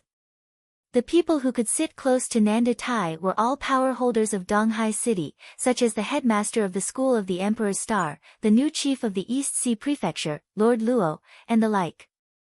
"Brother Nandu, congratulations on the breakthrough. After His Majesty attacks Kangi, and the situation in the 100 Lands changes, His Majesty will very likely become the king of the 100 Lands. At that time, perhaps you will have the chance to become the king of a region as well," Lord Luo said suddenly, smiling. "Lord Luo, you are too polite. I will still need you to compliment me in front of His Majesty," Nanda Tai said, smiling. "That's for sure. A noble has emerged in Donghai City and everyone has come to congratulate you. I believe that among the people present now, there are many distinguished ones and also many talented juniors. Using this opportunity, I think that we can ask these juniors to give a performance to liven the atmosphere of the banquet," Lord Luo said. A few years ago during his birthday banquet, there were also juniors who performed to complement the joyful atmosphere. However, Yi Futian appeared at that time and surprised the entire banquet with his Melody of the White Feathers. Then, he defeated Zhou Mu and almost caused Lord Luo to be unable to find a way out of the awkward situation. Luckily, he interfered secretly and the atmosphere of the banquet was ultimately not affected. At the moment, there were so many juniors present. Their performances must be very remarkable. Alright. I also want to see for myself the young talents of Donghai City nowadays. If there is anyone with an outstanding performance, I will surely reward the person heavily, Nanda Tai said with a smile on his face. He recalled the junior Hua Jiayu of his Nanda clan. She was so outstanding, and the Nanda clan had also prepared to use a lot of resources to cultivate her. However, unfortunately, she wanted to be with Yi Futian. Although her talents were exceptional and she had entered a powerful force now, Luo Junlin claimed that he was going to kill Yi Futian and this may affect her. Then, various young talents walked up to perform one after the other. Zhou Mu also performed. His drawing was becoming more and more fantastic. Mu Hong also asked his children to perform. Mu Yunqing and Mu Yunyi made an amazing performance as well. "Xie, don't you want to display your skills?" Lord Luo said, looking at Lin Xie. Lin Xie's eyes sparkled, after which she shook her head gently and said, "Lord, I am only mediocre and will not go up to show my inadequacies." "Brother Lin, Xie is becoming more and more humble." Smiling, Lord Luo looked at Lin Xie's father and said, "Now, the girl is becoming more beautiful and she is at her prettiest age. Does she have a lover already?" "Lord Luo, she is focused on cultivation only and does not think about love issues," Lin Xie's father said, smiling. Clearly, he knew about his daughter's thoughts. She already had a person in her heart, but it was destined to be impossible. That person was destined to be in a different world from his daughter, he had told his daughter about this before. Despite that, however, Lin Xie would probably not be interested in the talents of Donghai City. I think that the disciple of the art saint, Zhou Mu, is not bad. They two also know each other. Brother Art Saint and Brother Lin, what do you think? After drinking a few glasses of alcohol, Lord Luo started to match them randomly. Zhou Mu looked at Lin Siye, who was indeed very beautiful. Of course, she was still not as good-looking as the girl whom he once liked. In the past, he always wanted to chase Hua Jieyu, but the events that had happened afterward had made him more realistic. He and Hua Jieyu were not from the same kind of world. That time, his master failed to chase Nanda Wanin.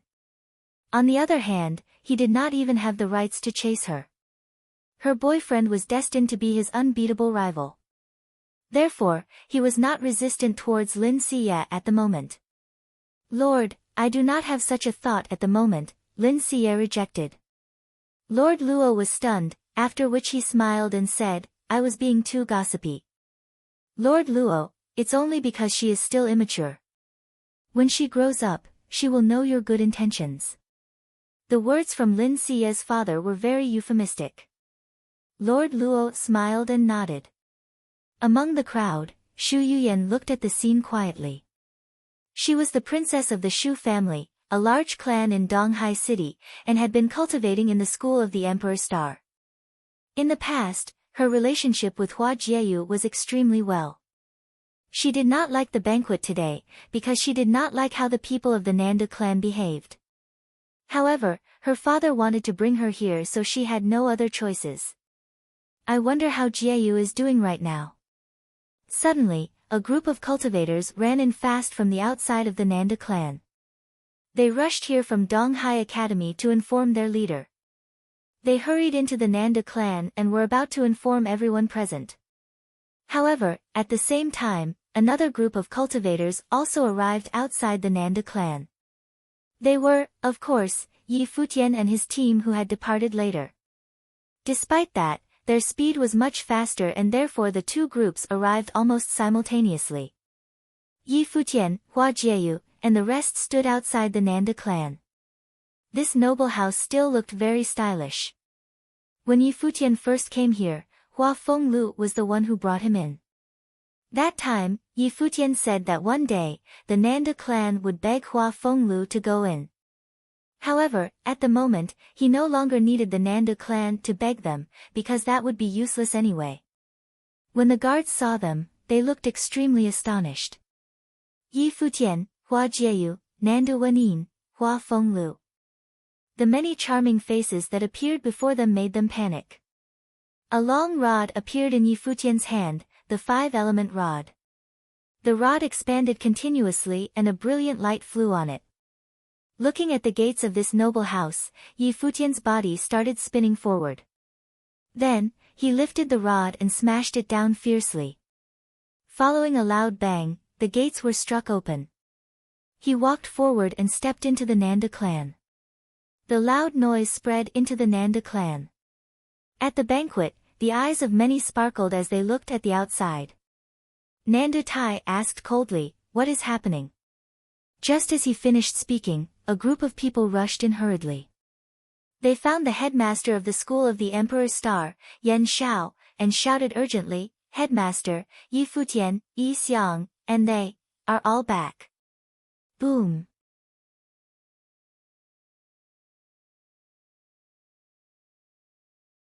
Yan Xiao immediately stood up.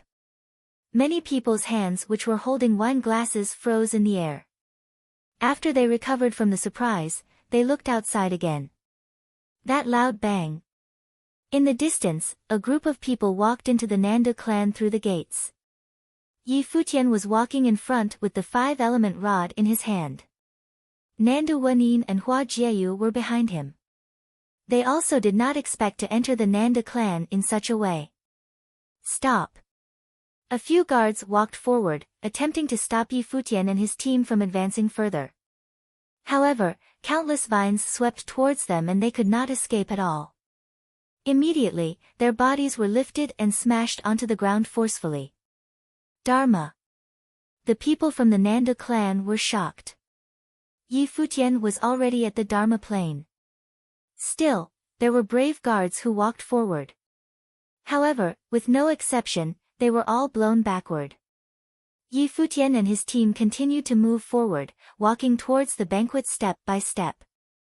The banquet was very grand and spread out over a long distance. When Yi Futian reached one end of the banquet, he was still quite far away from Nandu Tai. Nevertheless, Nandu Tai could already see them. The people on the banquet stepped back one after another as they watched Yi Futian and his team walk forward. The enthusiastic atmosphere just now had totally vanished at the moment. Eventually, Yi Futian moved closer and closer to the front of the banquet. Lin Siye stared at the handsome figure and a strange expression appeared in her eyes. Is he finally back? Recently, there were many rumors claiming that Luo Junlin would kill Yi Futian and destroy Kangyi. She did not believe them. Zhou Mu naturally saw Yi Futian as well and his face turned pale. Yi Futian was destined to be his unbeatable rival. Since Yi Futian stepped into Donghai City, his situation became very bleak. The arts saint looked at Hua Fenglu and Nandu Wenyin and sighed in his heart. Yan Shao's face darkened. These people actually broke in just like this. Nandu Wenshan stood up and happiness erupted from his eyes. His sister was finally back. Nandu Tai was still sitting there and stared coldly at Yi Futian and Hua Jieyu. Very lively. Just like the other day. Yi Futian smiled, but it was a sneer. He recalled that during the year-end of that particular year, the Nandu clan was also very lively. Many people were here, including Minister Huan Xiafeng, the former chief of the East Sea Prefecture. Today, everything was just like that day. The place fell into a deafening silence. Everyone looked at Yi Futian and his team. They just broke into the place like this and nobody knew where they obtained the courage to do so. I heard that you have entered the noble plain and set a banquet here. Congratulations, Yi Futian said, smiling at Nandu Tai. Nandu Tai's eyes sparkled. Yi Futian knew that he was already a noble, and still dared to enter like this. He looked at Yi Xiang, and then at the 9 figures at the back. Who were these 9 people? That day, my grandmaster played a piece of music here. Today, I will also play one. Yi Futian smiled and continued, to see you off. Nandu Tai stood up and his expression turned extremely cold. See him off? Take him down, Nandu Tai said. Immediately, Nandu Ku stomped on the ground and flew towards Yi Futian. He bent his hands, which were glittering with a sharp, golden light just like the claws of an eagle, and struck towards Yi Futian. Feeling his aura, Hua Fenglu and the rest did not respond at all. With the 5-element rod in his hand, an appalling might erupted directly from Yi Futian's body. He stomped on the ground and looked as imposing as the furious thunder. A terrifying power converged on his body and then he struck the rod forward. The strike seemed to have gathered all the powers from the heaven and the earth. 7th level Dharma plane. Everyone was astonished. In merely 2 years' time, Yi Futian was already in the 7th level Dharma plane. More frighteningly, the strike brought with it the powers of wind and thunder.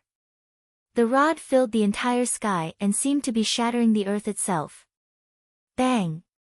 Nandu Ku gave out a miserable cry. The bones in his hand cracked and he was blown backward directly.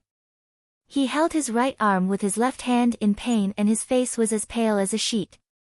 He was in the Arcana plane. Even though it was only the lower Arcana plane, he was still a strong cultivator in the East Sea Prefecture. However, he could not even take a single hit from Yi Futian. At this very moment, Nandu Ku recalled the scene when he first saw Yi Futian. That day, Hua Fenglu told him that he would eventually remember Yi Futian's name. At that time, he turned his nose up at it. However, what about now? Uncle. Yi Futian turned his head and looked at Nandu Wenshan. Nandu Wenshan stared at Yi Futian and emotions filled his heart. The previous juvenile was already so strong at the moment. Futian, Wenyin, Jieyu, Nandu Wenshan shouted. Brother, everything is over now, Nandu Wenyin said softly. From her tone, Nandu Wenshan could feel a very strong confidence. He smiled. Was everything really over? Uncle, are you willing to become the emperor of the Nanda nation? Yi Futian asked. Right after he finished speaking, everyone's look froze. You're tuning in to the Blissful Bookshelf YouTube channel. We're so grateful for your support, and don't forget to subscribe to join us on this incredible journey through captivating stories. Your generosity through donations truly makes a world of difference, as it's the primary source of revenue that allows me to expand and enhance this channel for you. Thank you from the bottom of my heart for being a part of this adventure.